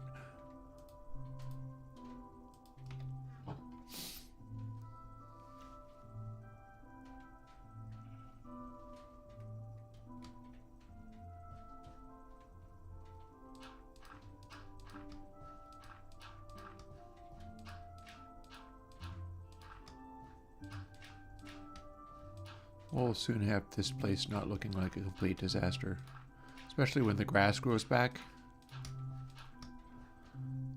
It'll look nice. It'll look like no terrible thing happened here.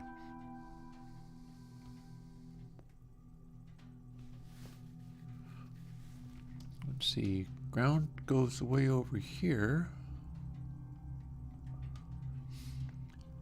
So my question is, where is the entryway?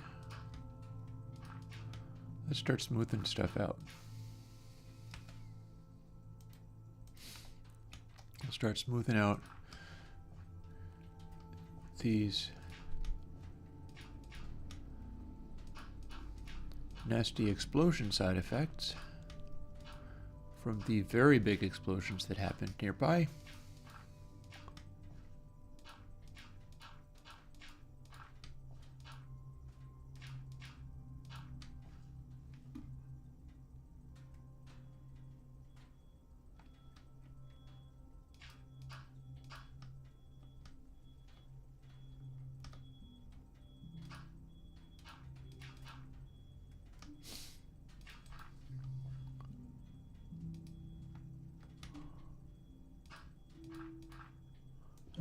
Hang on. Might as well make it solid where possible. It's not always going to be possible, but sometimes it will.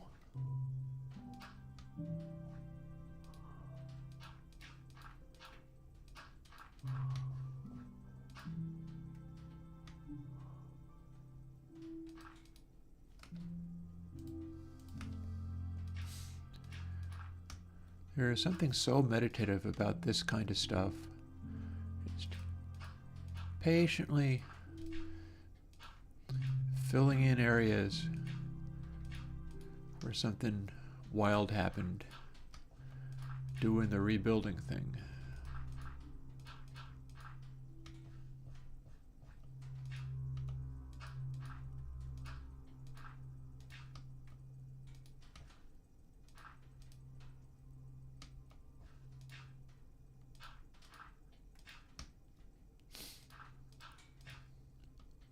Especially when it's about filling in areas so that they're kind of solid. So let's see. Fire's doing okay. Let's see now. Let's see now. Can't go too far over in this direction because there is pretty much no way to really fix it, but I can get some of it. There's a point to get to where there's just too much destruction to remedy.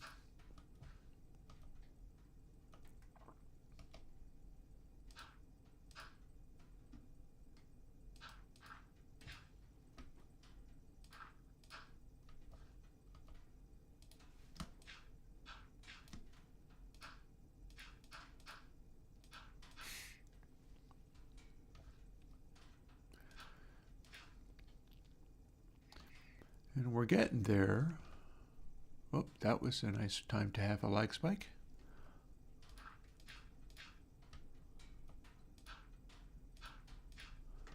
But we are not quite there.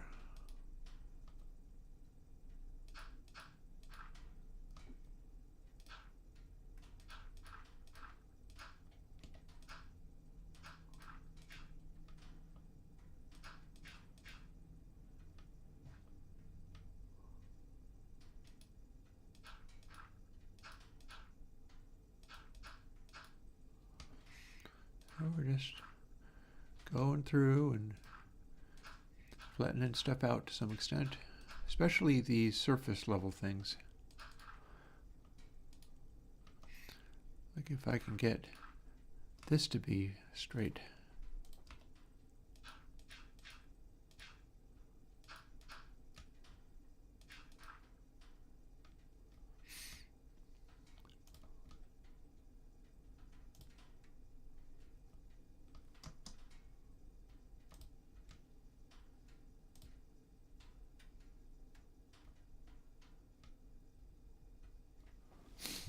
And then here's where things start getting messy, because here's where it turns into the air spheres.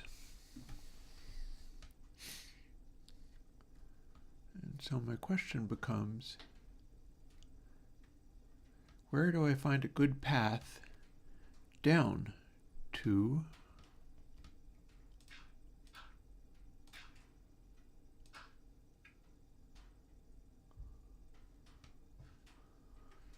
what will be a grinder? Because we have a legit grinder down here.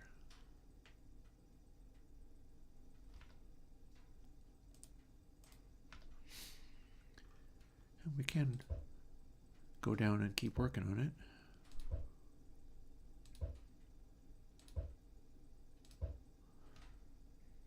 This area is going to end up sealed off.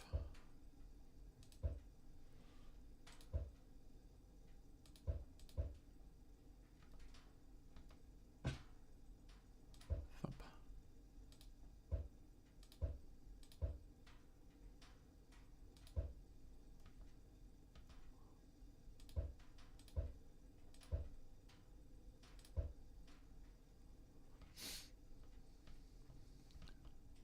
There it is.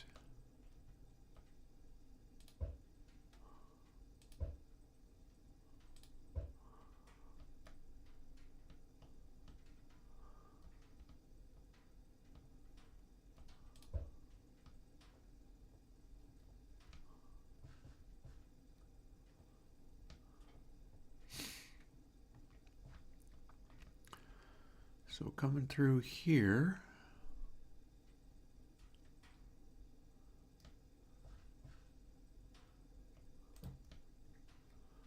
clearing some of this stuff up.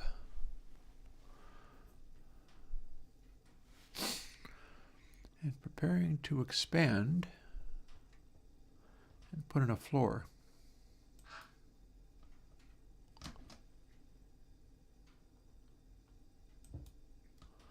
And the floor is going to be a little lower than this, because you can have the floor more and a little lower than this. Before 23, I agree completely. That's something I have found that I just don't get into as a rule. The way that that stuff can be so very excruciatingly bright. It entirely prevents there from being a convincing, plausible sound of depth. Like you can't have depth and extreme brightness all at the same time. I need to be careful not to mistakenly take out the mob spawner. I don't think I'm going to, but I do need to be careful about that.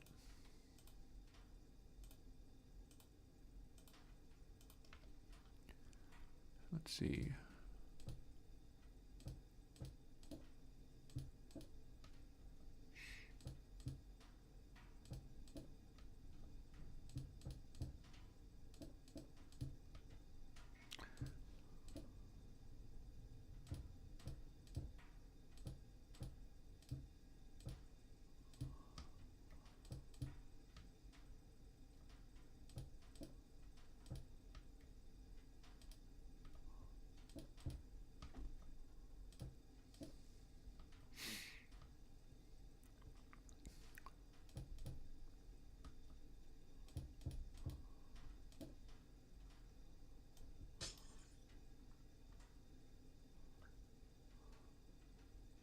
Oh, getting dark. I should probably head up, which means probably eat myself up.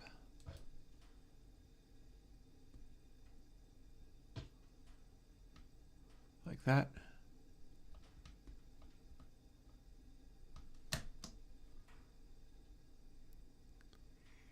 Over to a bed and zzz. I mean, you can do useful things with brightness too, but there are certain things you can't do and have brightness at the same time. That's the simple fact of it. So that's where it gets tricky, because you might like things that you can do with brightness, but that puts a limit on what you can make happen. Let's see now. Where are we up here?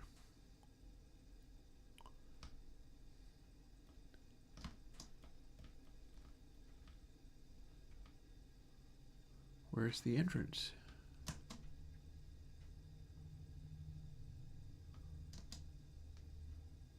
Probably not right there.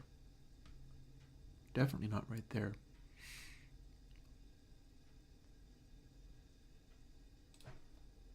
I feel like it's maybe on this side.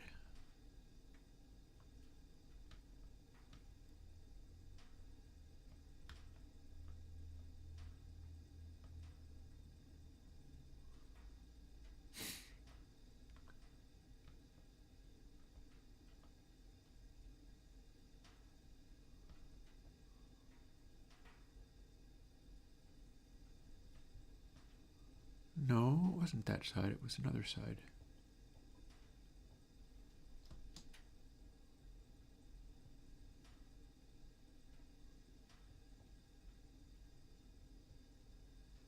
There we go. Okay, next order of business, make entrance to this area.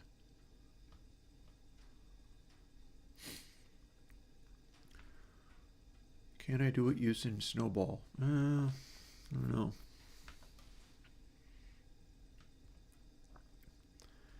But one thing I can do is rather quickly and effectively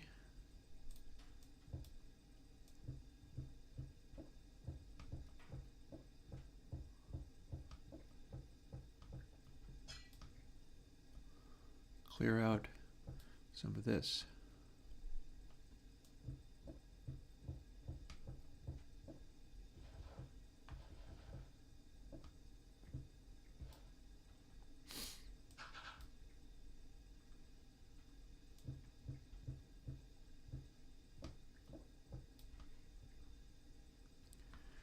Okay, so we'll go one block beyond in each direction, at least. No, that seems right.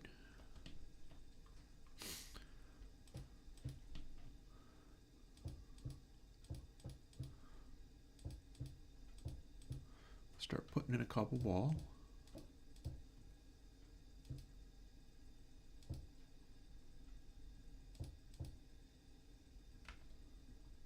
Well, we can. Or indeed just regular stone, maybe, for some of this.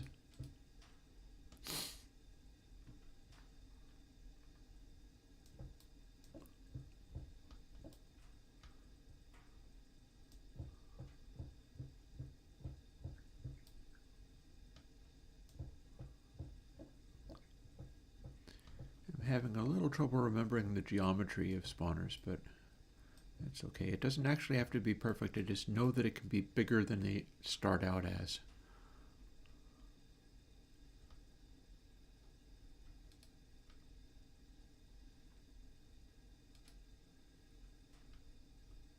Oh gosh, look at that.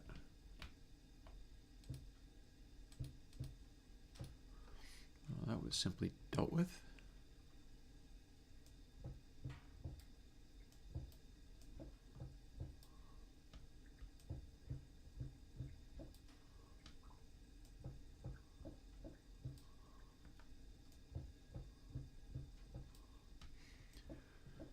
So the zombie ones are a little bit simpler in some ways because the zombie ones can't shoot at you. But Snowball is so effective. How dubstep would sound, I guess people will eventually find out, won't they? Dubstep that sounds like Sgt. Pepper's.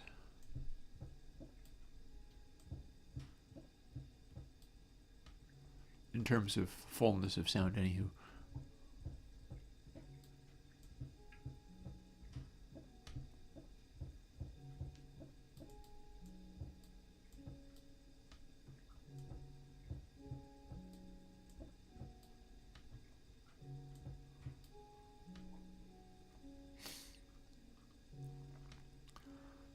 So now,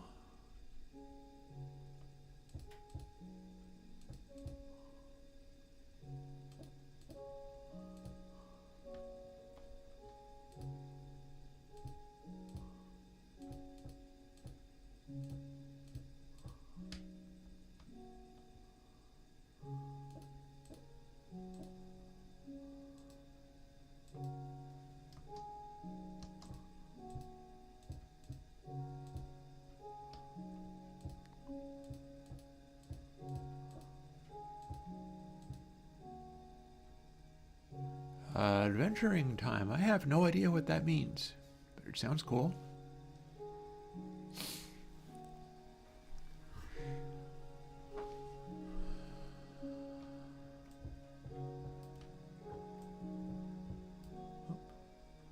Come on, you. Back you go.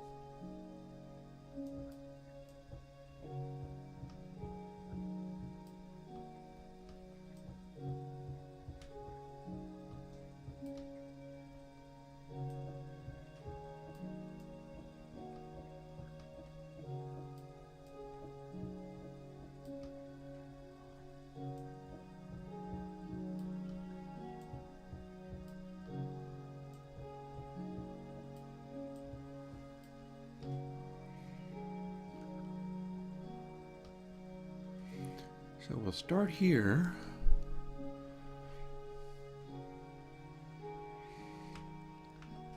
Let me just continue to put light all over the place. We're gonna need it.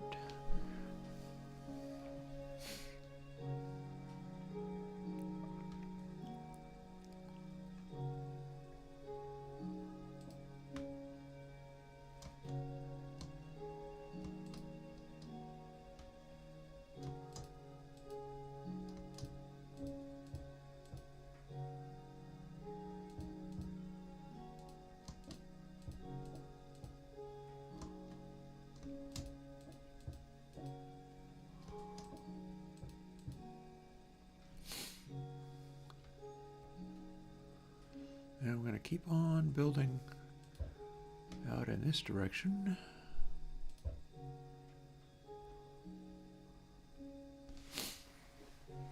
It can be sort of a battle royale arena. Go in there in the dark, use your own arrow snowballs, and lay waste to all the skellies as they attack.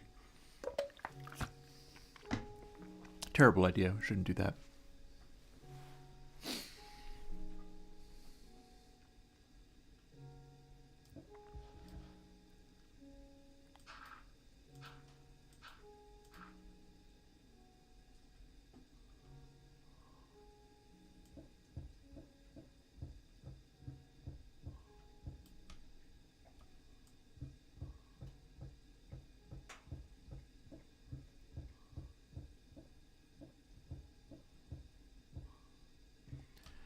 Maybe some kind of elevator to get up, or stairs, good stairs.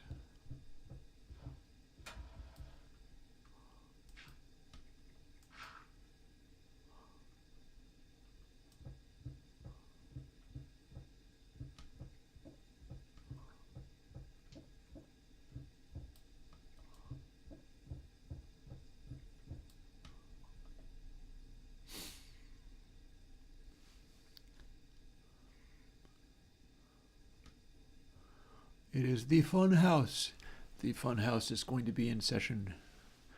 We'll figure out how to make this work.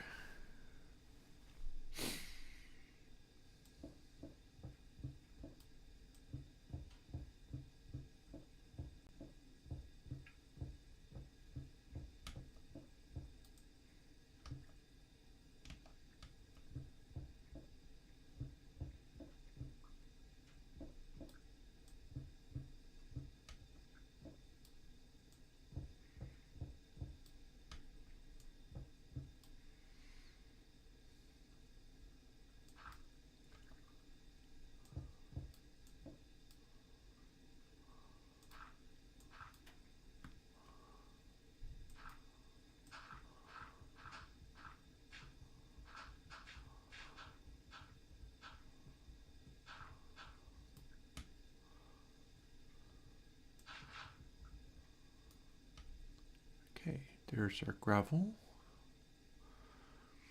Oh, that's not going to stay. No lights in the floor, please. We got plenty of lights everywhere else. Oh, gonna need to come up and sleep pretty soon.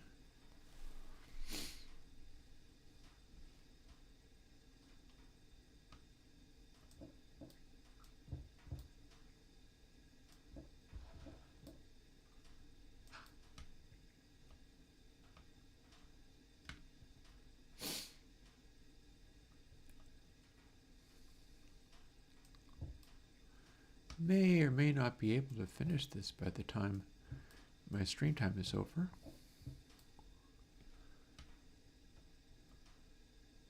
Oh, look at you sparkling. Just as if you're ready to fire up and dump skeletons all over me.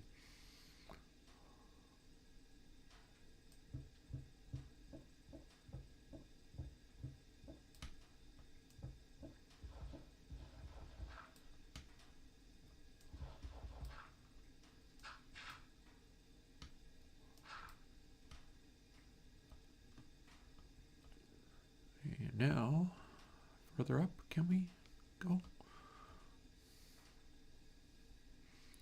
I'm just going to dig my way out.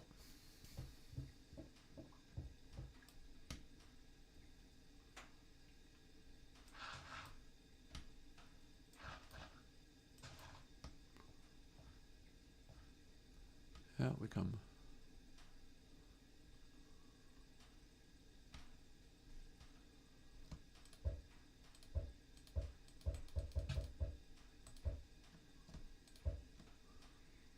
There we are. So there's our entrance.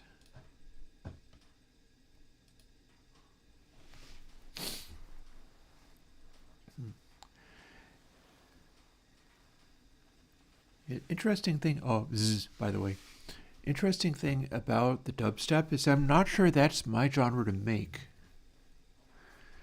I really enjoy it a lot.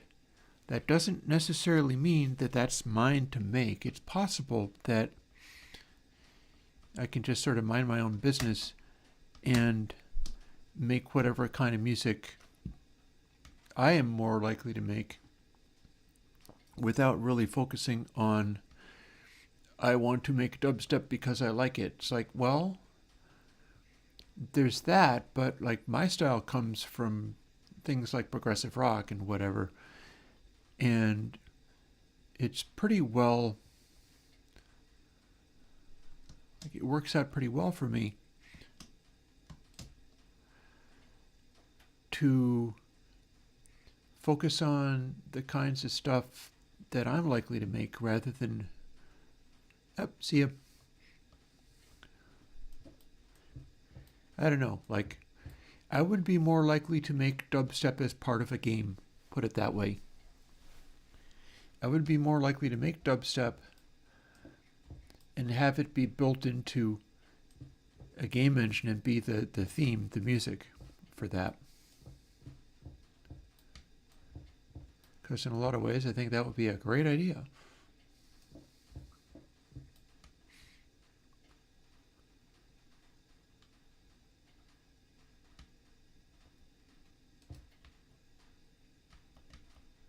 Oh, there you go.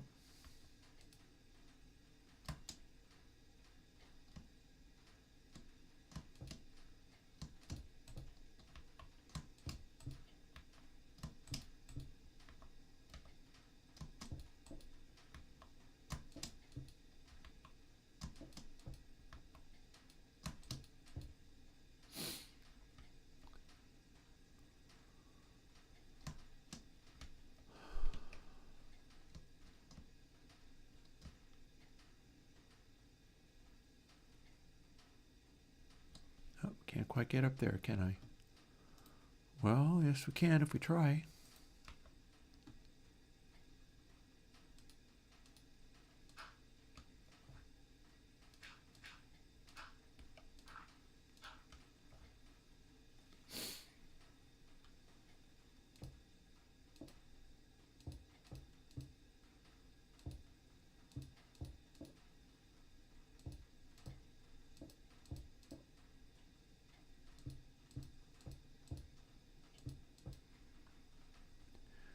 There, that's looking pretty good.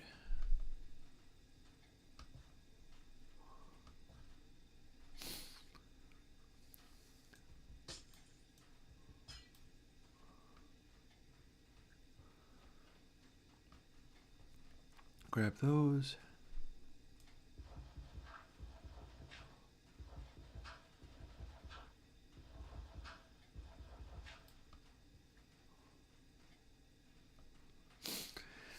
I mean, you mentioned before 23 how dubstep would sound through a red console.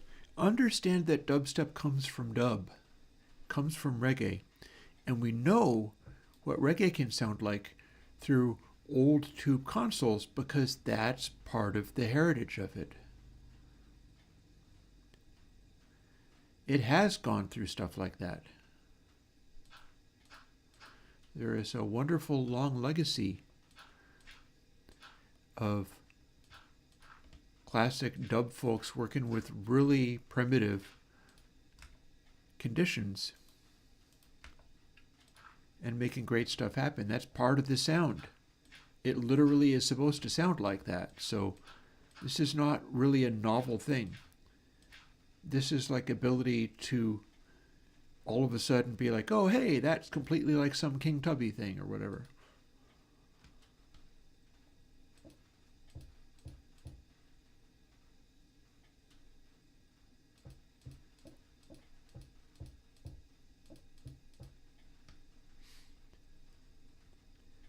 So it's far from an unusual idea. It's just nobody is considering the idea because usually people try to do new things, basically. Let's throw some more of these things around.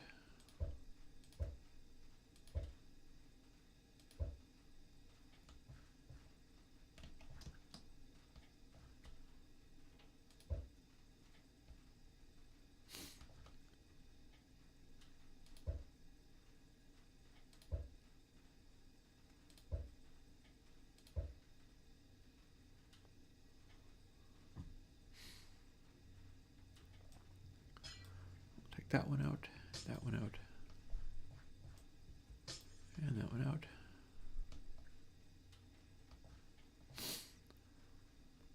And we're going to work towards closing this off.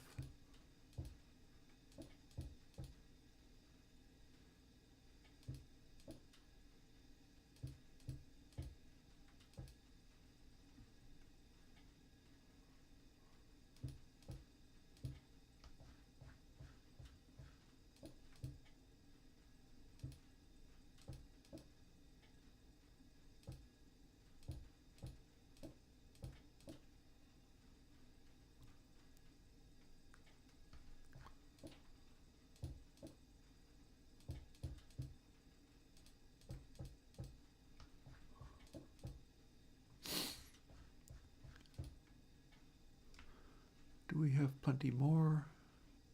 Kinda, and kinda not. I'm liking the idea of making this real sturdy, but it's wasteful.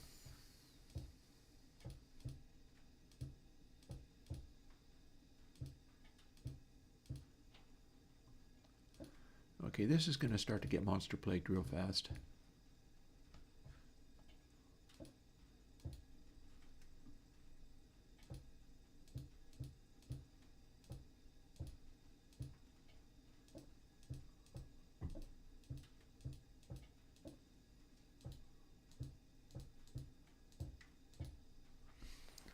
We're going to get mobs in there. So let's do something about that right now.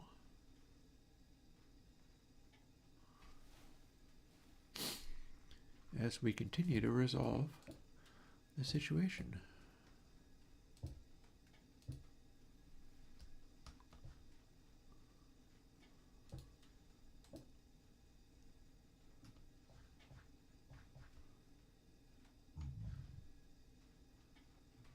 Hi, noise. That's the noise of a zombie pigman. There's no special reason he should be here. Guess he just let himself in.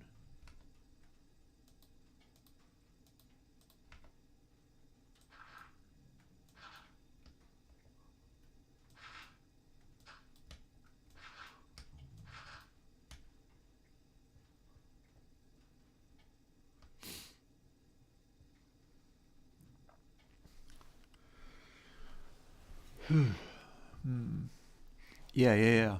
DIY is where it's at. I'm a great believer.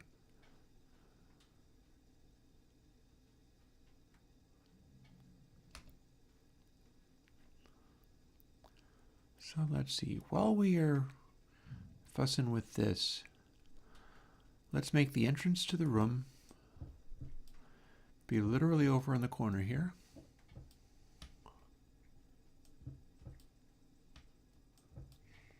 We'll kind of go from there.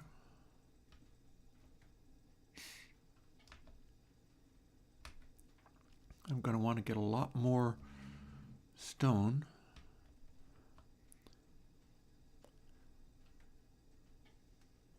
And I'm going to want to make some kind of window or...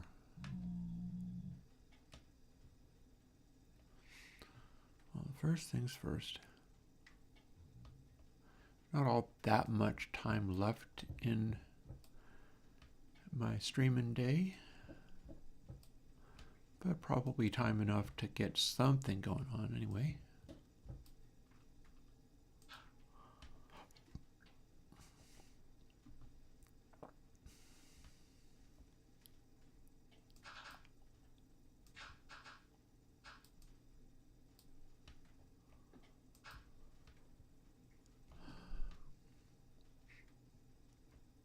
So let's see, this part we can have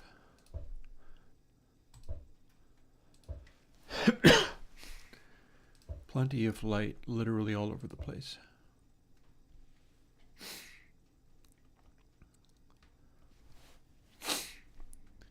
But then we come down into here, and up here's our steps, so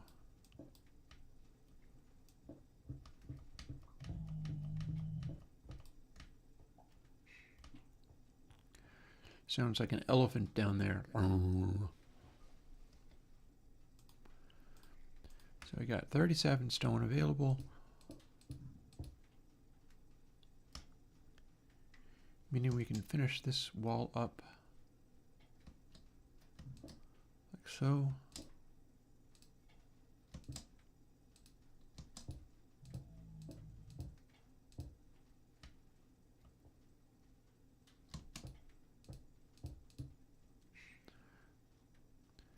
That is ceiling height.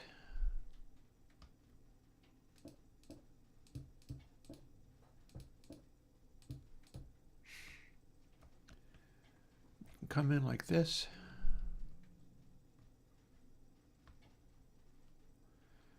So there's this much room for spawnage.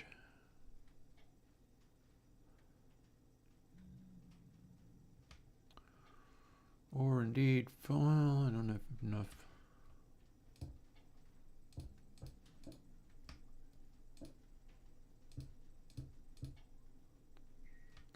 Narrow it down like that.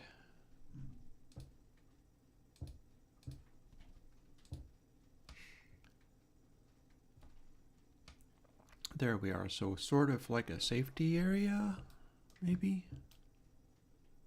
Oh, hang on. Not that, but... Oh, no, wait. No special reason I can't.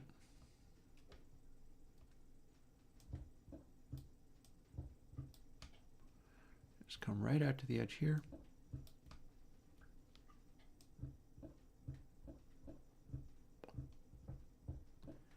and get a bunch more stone just like this.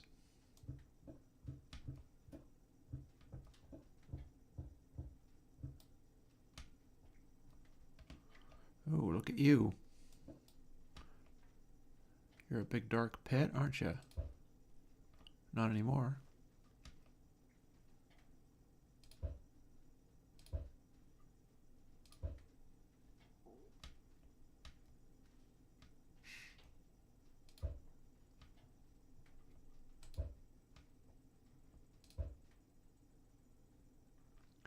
Oh, hi.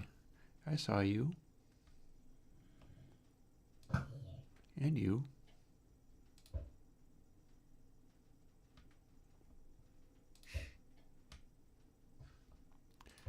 We're not going to have very good spawn rates if guys are showing up in here.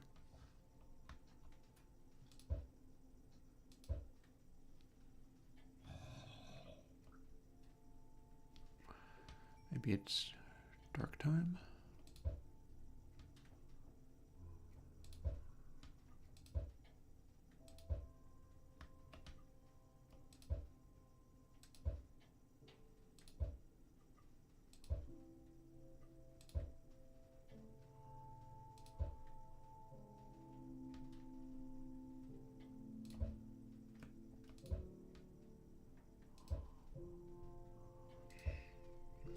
Ye olde spaghetti caves.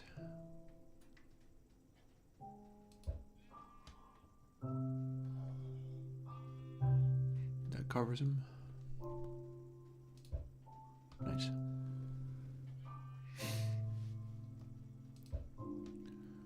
Just make sure there aren't any little shadows anywhere. Oh, hi.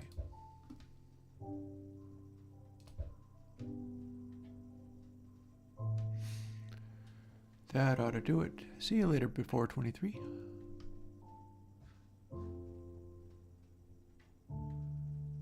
And back around here we go.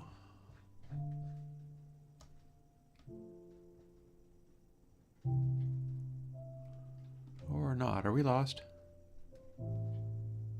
Let's not be lost with 15 minutes left on the stream. Let's find our way back.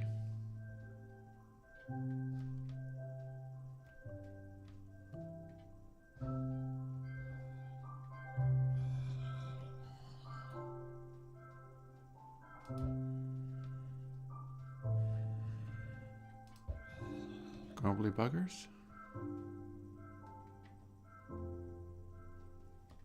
Oh, that's how we got in.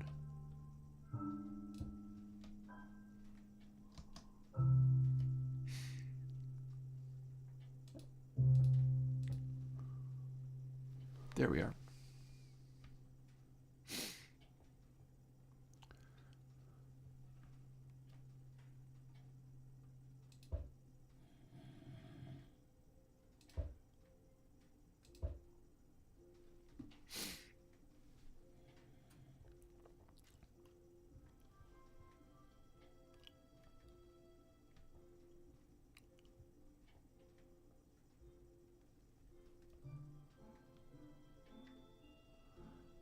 And now we got mobs wandering around out here. But they'll all catch on fire if we can get a little sleep.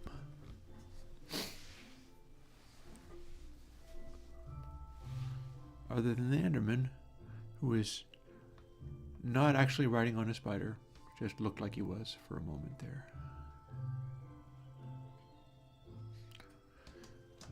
So we're going to need to fill in some of this more in a little bit, just in order to get over here. But once we do, we got this down here. Jerk. Why are you visibly still there? Did you not explode?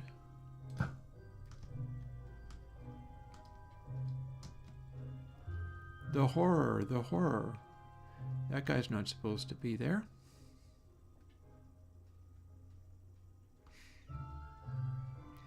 Go safe into the spawner.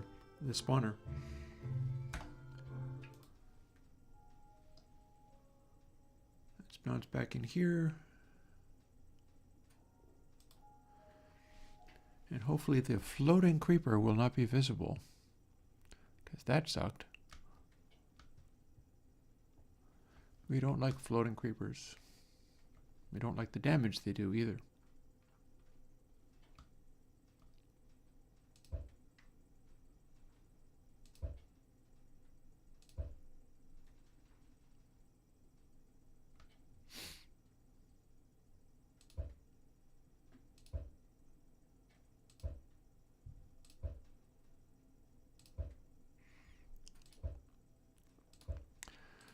Lots of light over here. No spawning. No spawning except for where we want spawning. Thank you.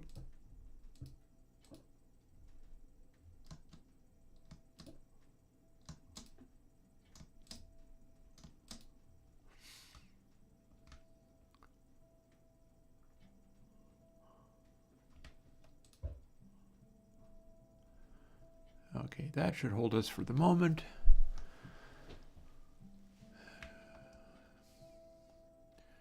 So let's see, let's start building some stuff.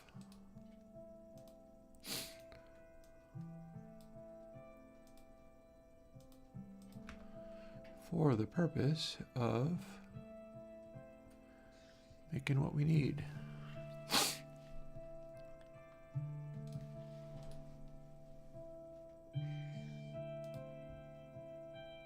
Don't think we need any wood blocks, so let's just go with this. Big sturdy doors.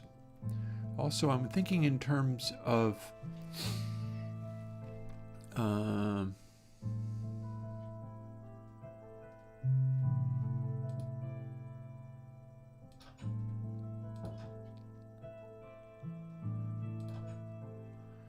okay, so this is actually really bad, and I'll tell you why. Because you kind of need to be able to escape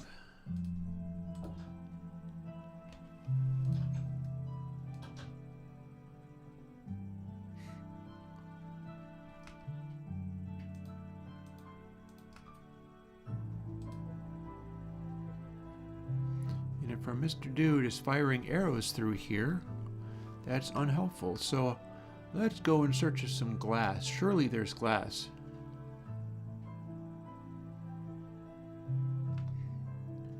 Let's take some of this dirt and bridge some of these gaps while we're at it properly.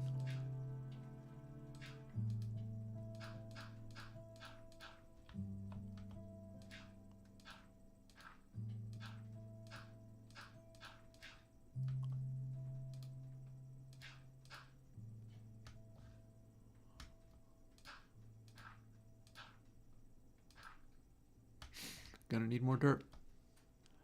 But for now, that will get me through.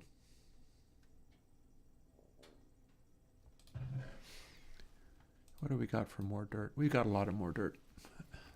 Glass. Do we have glass or sand? Oh, and there's a bunch of cobblestone stairs. That might be handy.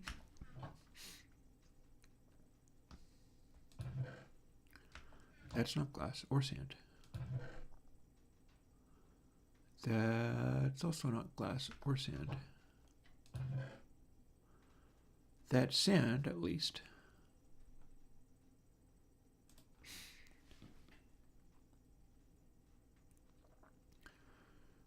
I guess it looks like we're going to have to make our own fun as far as the glass and sand and such go. So here's, that's obsidian. Those are dragon eggs, can't burn those. Could burn gunpowder, but it would just explode.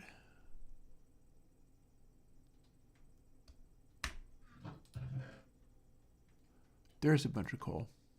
And there's a bunch of cobble.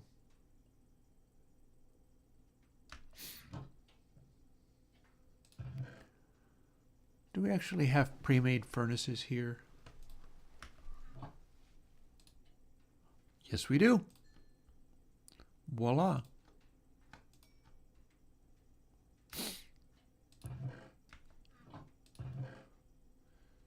So let's see.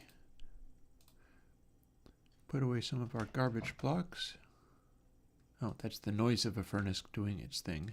We want that. A little more sand for the sand gods. Any more sand here? No? Also no? No matter, we'll get there.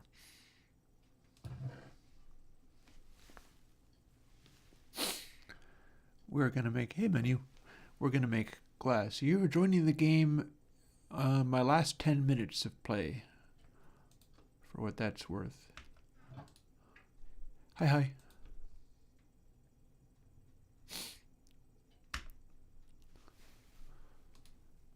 Almost ready.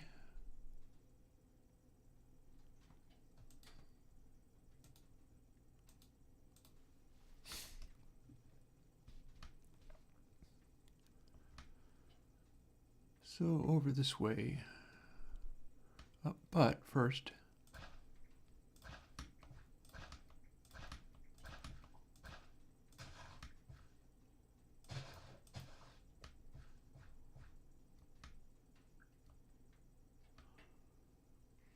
let's see about straightening this area out just a bit. Oh, I've got a whole bunch of dirt on me, so...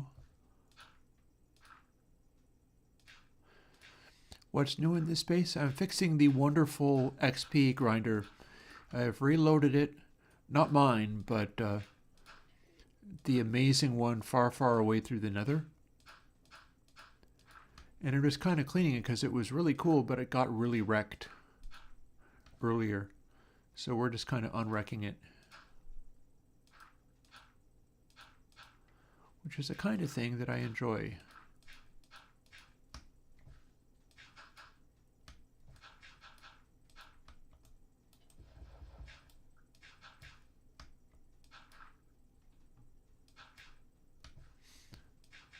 It certainly is.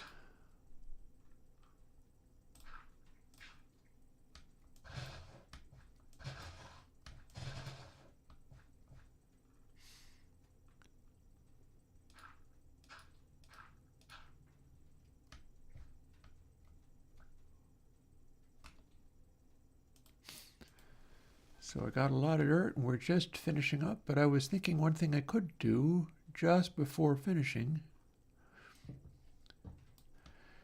Nope. There was the original one, which was one that you made. I haven't been able to make it do anything, but underneath the amazing XP grinder is actually a skeleton spawner.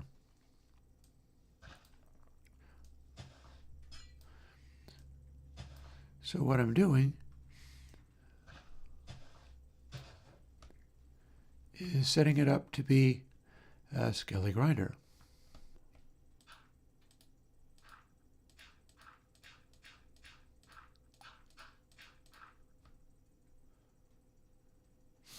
And filling in some of these gaps so that you can kind of get around without constantly falling into holes.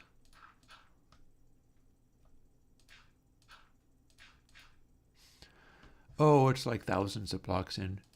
I'm about to be finished anyhow, but if you remember where that was, it was on one of the streams, I believe, if I remember correctly.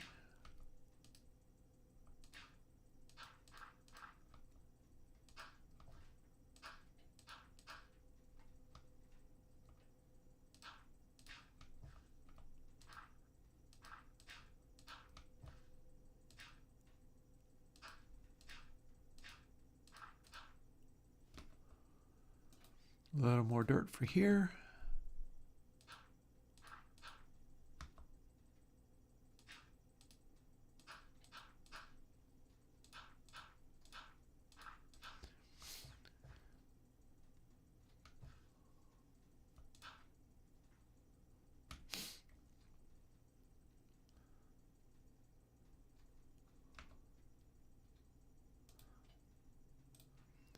I'm going to clear this out just a little bit.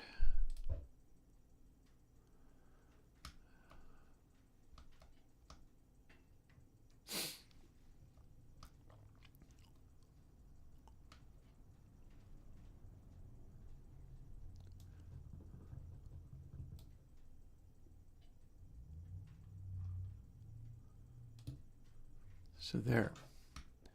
Now if we do this, this is a really poor initial design, but that's okay because one thing at a time.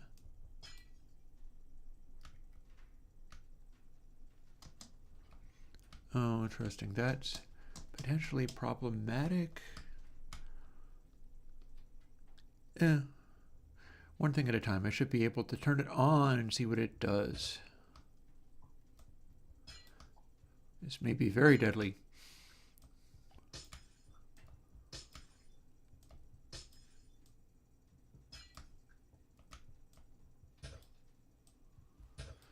One final one, and then we run away.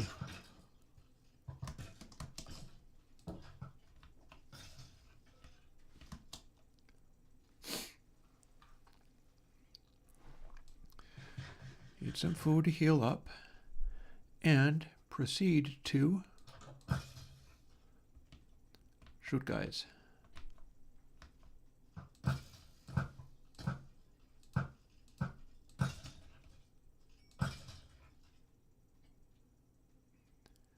Okay, so this has the tendency to make arrows come flying out of nowhere and smack me in the face. That's not good. So it needs work. Also, I think the amount of light hovering around here is inhibiting it.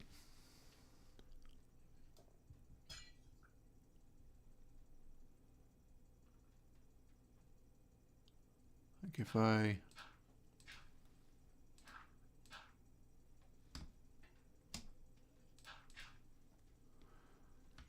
make it like this, then we have got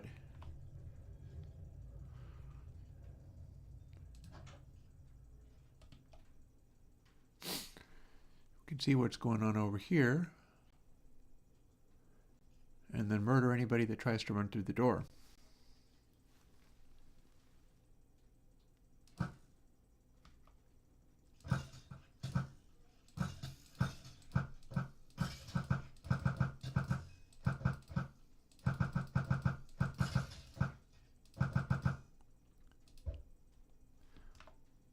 This is a terrible idea.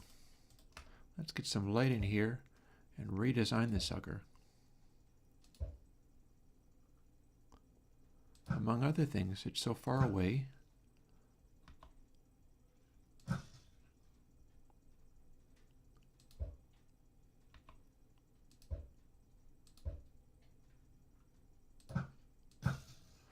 It's so far away that they don't attack.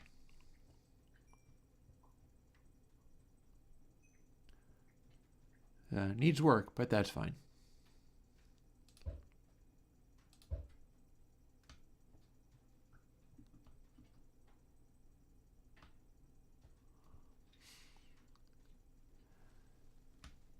And with that, we'll call it a day.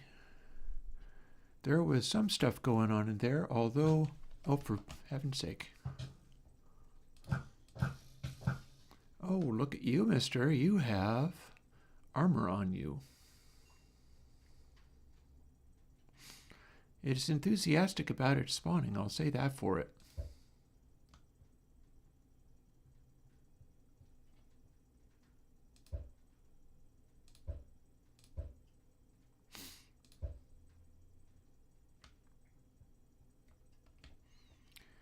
We got that going on.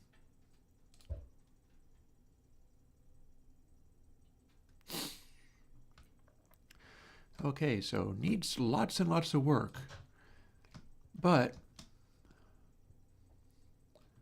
we'll give it the work another day.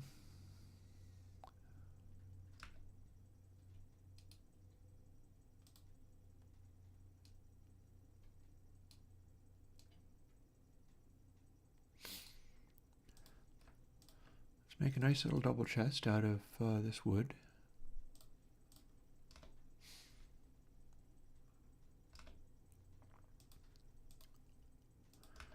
Set it down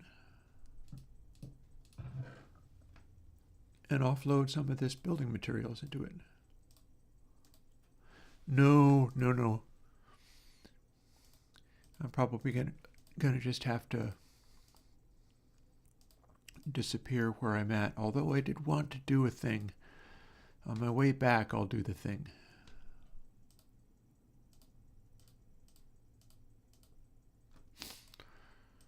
need to carry a bed. I'll carry this.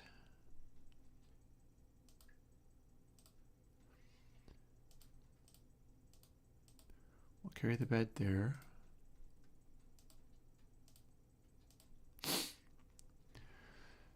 So this will be an amusing scenario. Let's be very careful not to click wrongly.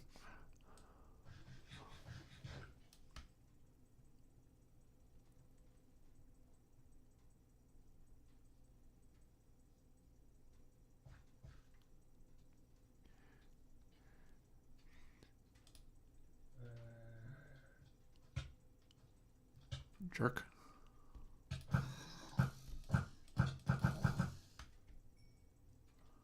Let's try that again, see if it works this time. Time to sleep. Or if we can't, I won't, but might be a good idea.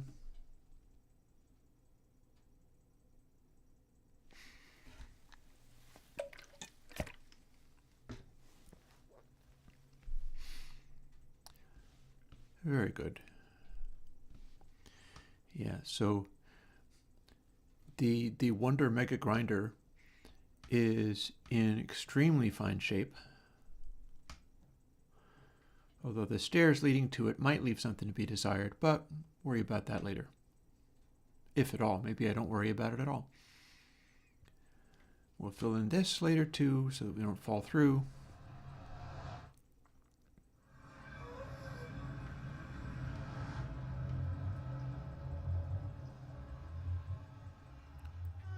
This leads down to something. Coming back. And let's see, I'm going to need F3.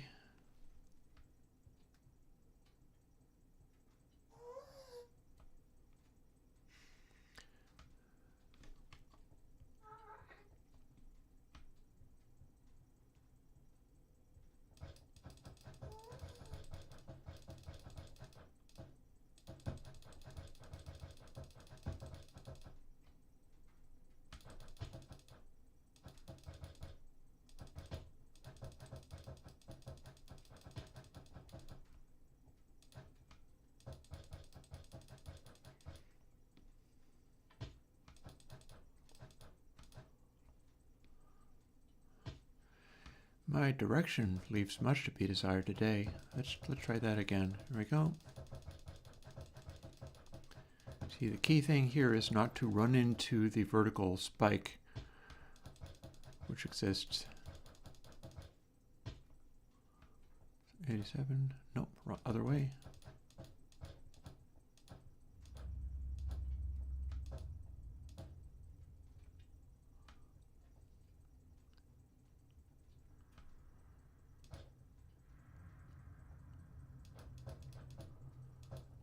I thought this went farther than it is. I swear I know what I'm doing.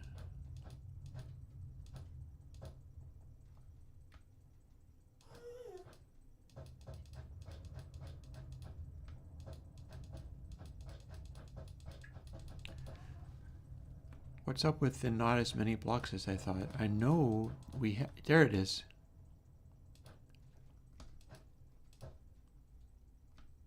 Okay, so I filled this in.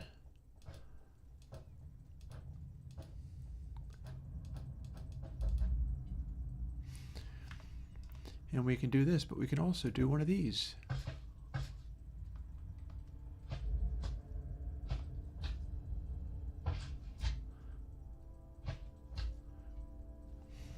Pretty sure the giant monster slime can't actually hurt you.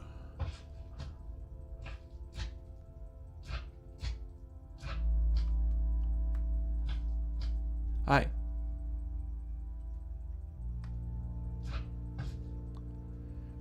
Actually, just wandering off, isn't he? Oh! Is the zombie pig attacking him? Can I attack him?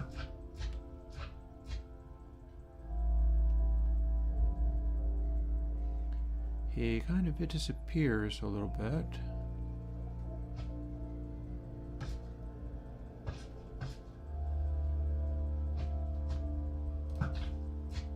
This guy is too big. I'm not sure that's good.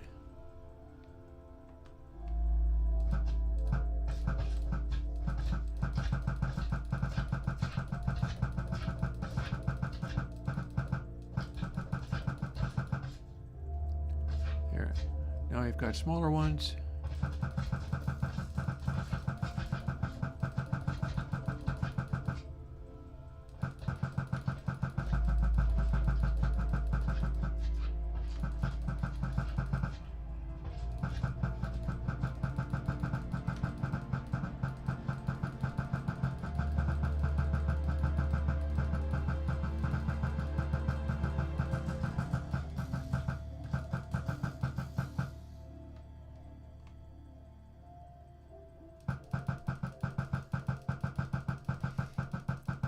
Yeah, that experiment was a complete waste of time.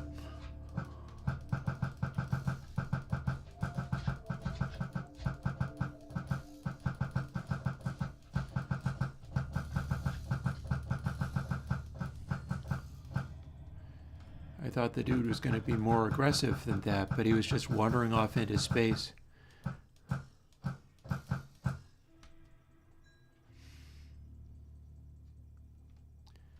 Okay. Back we come.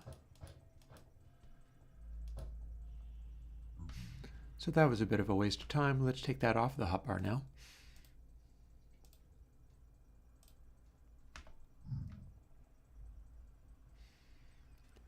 Hey, Fotis.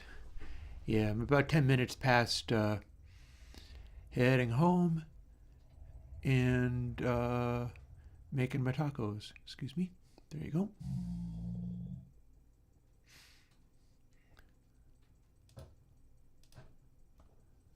We did a little simple maintenance of stuff off in somebody else's base in Minecraft. And here we are, and here's Manu.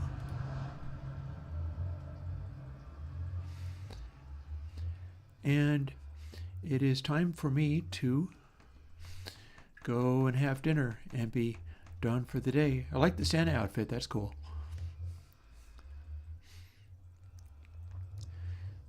So I'll catch you later. Oh, if you want to see the crazy build that I was doing, which is not nearly finished, it is up into the nether, to the roof of the nether, follow the direction of the vertical spike that goes off forever, except it doesn't, and follow it 3,000 blocks and then go through the hole that you find there. And that's where the giant XP grinder is, which is way more powerful than mine. Mine is just a little bitty XP grinder. And underneath that is eventually going to be the, I don't know, something. Could conceivably be a, it could conceivably be a skelly grinder. Not that skelly grinders are that easy to deal with, but they can produce armor as well, so that could be a path to what I was talking about. And on that note, we are all done with our stream for today. And so I will talk to y'all later.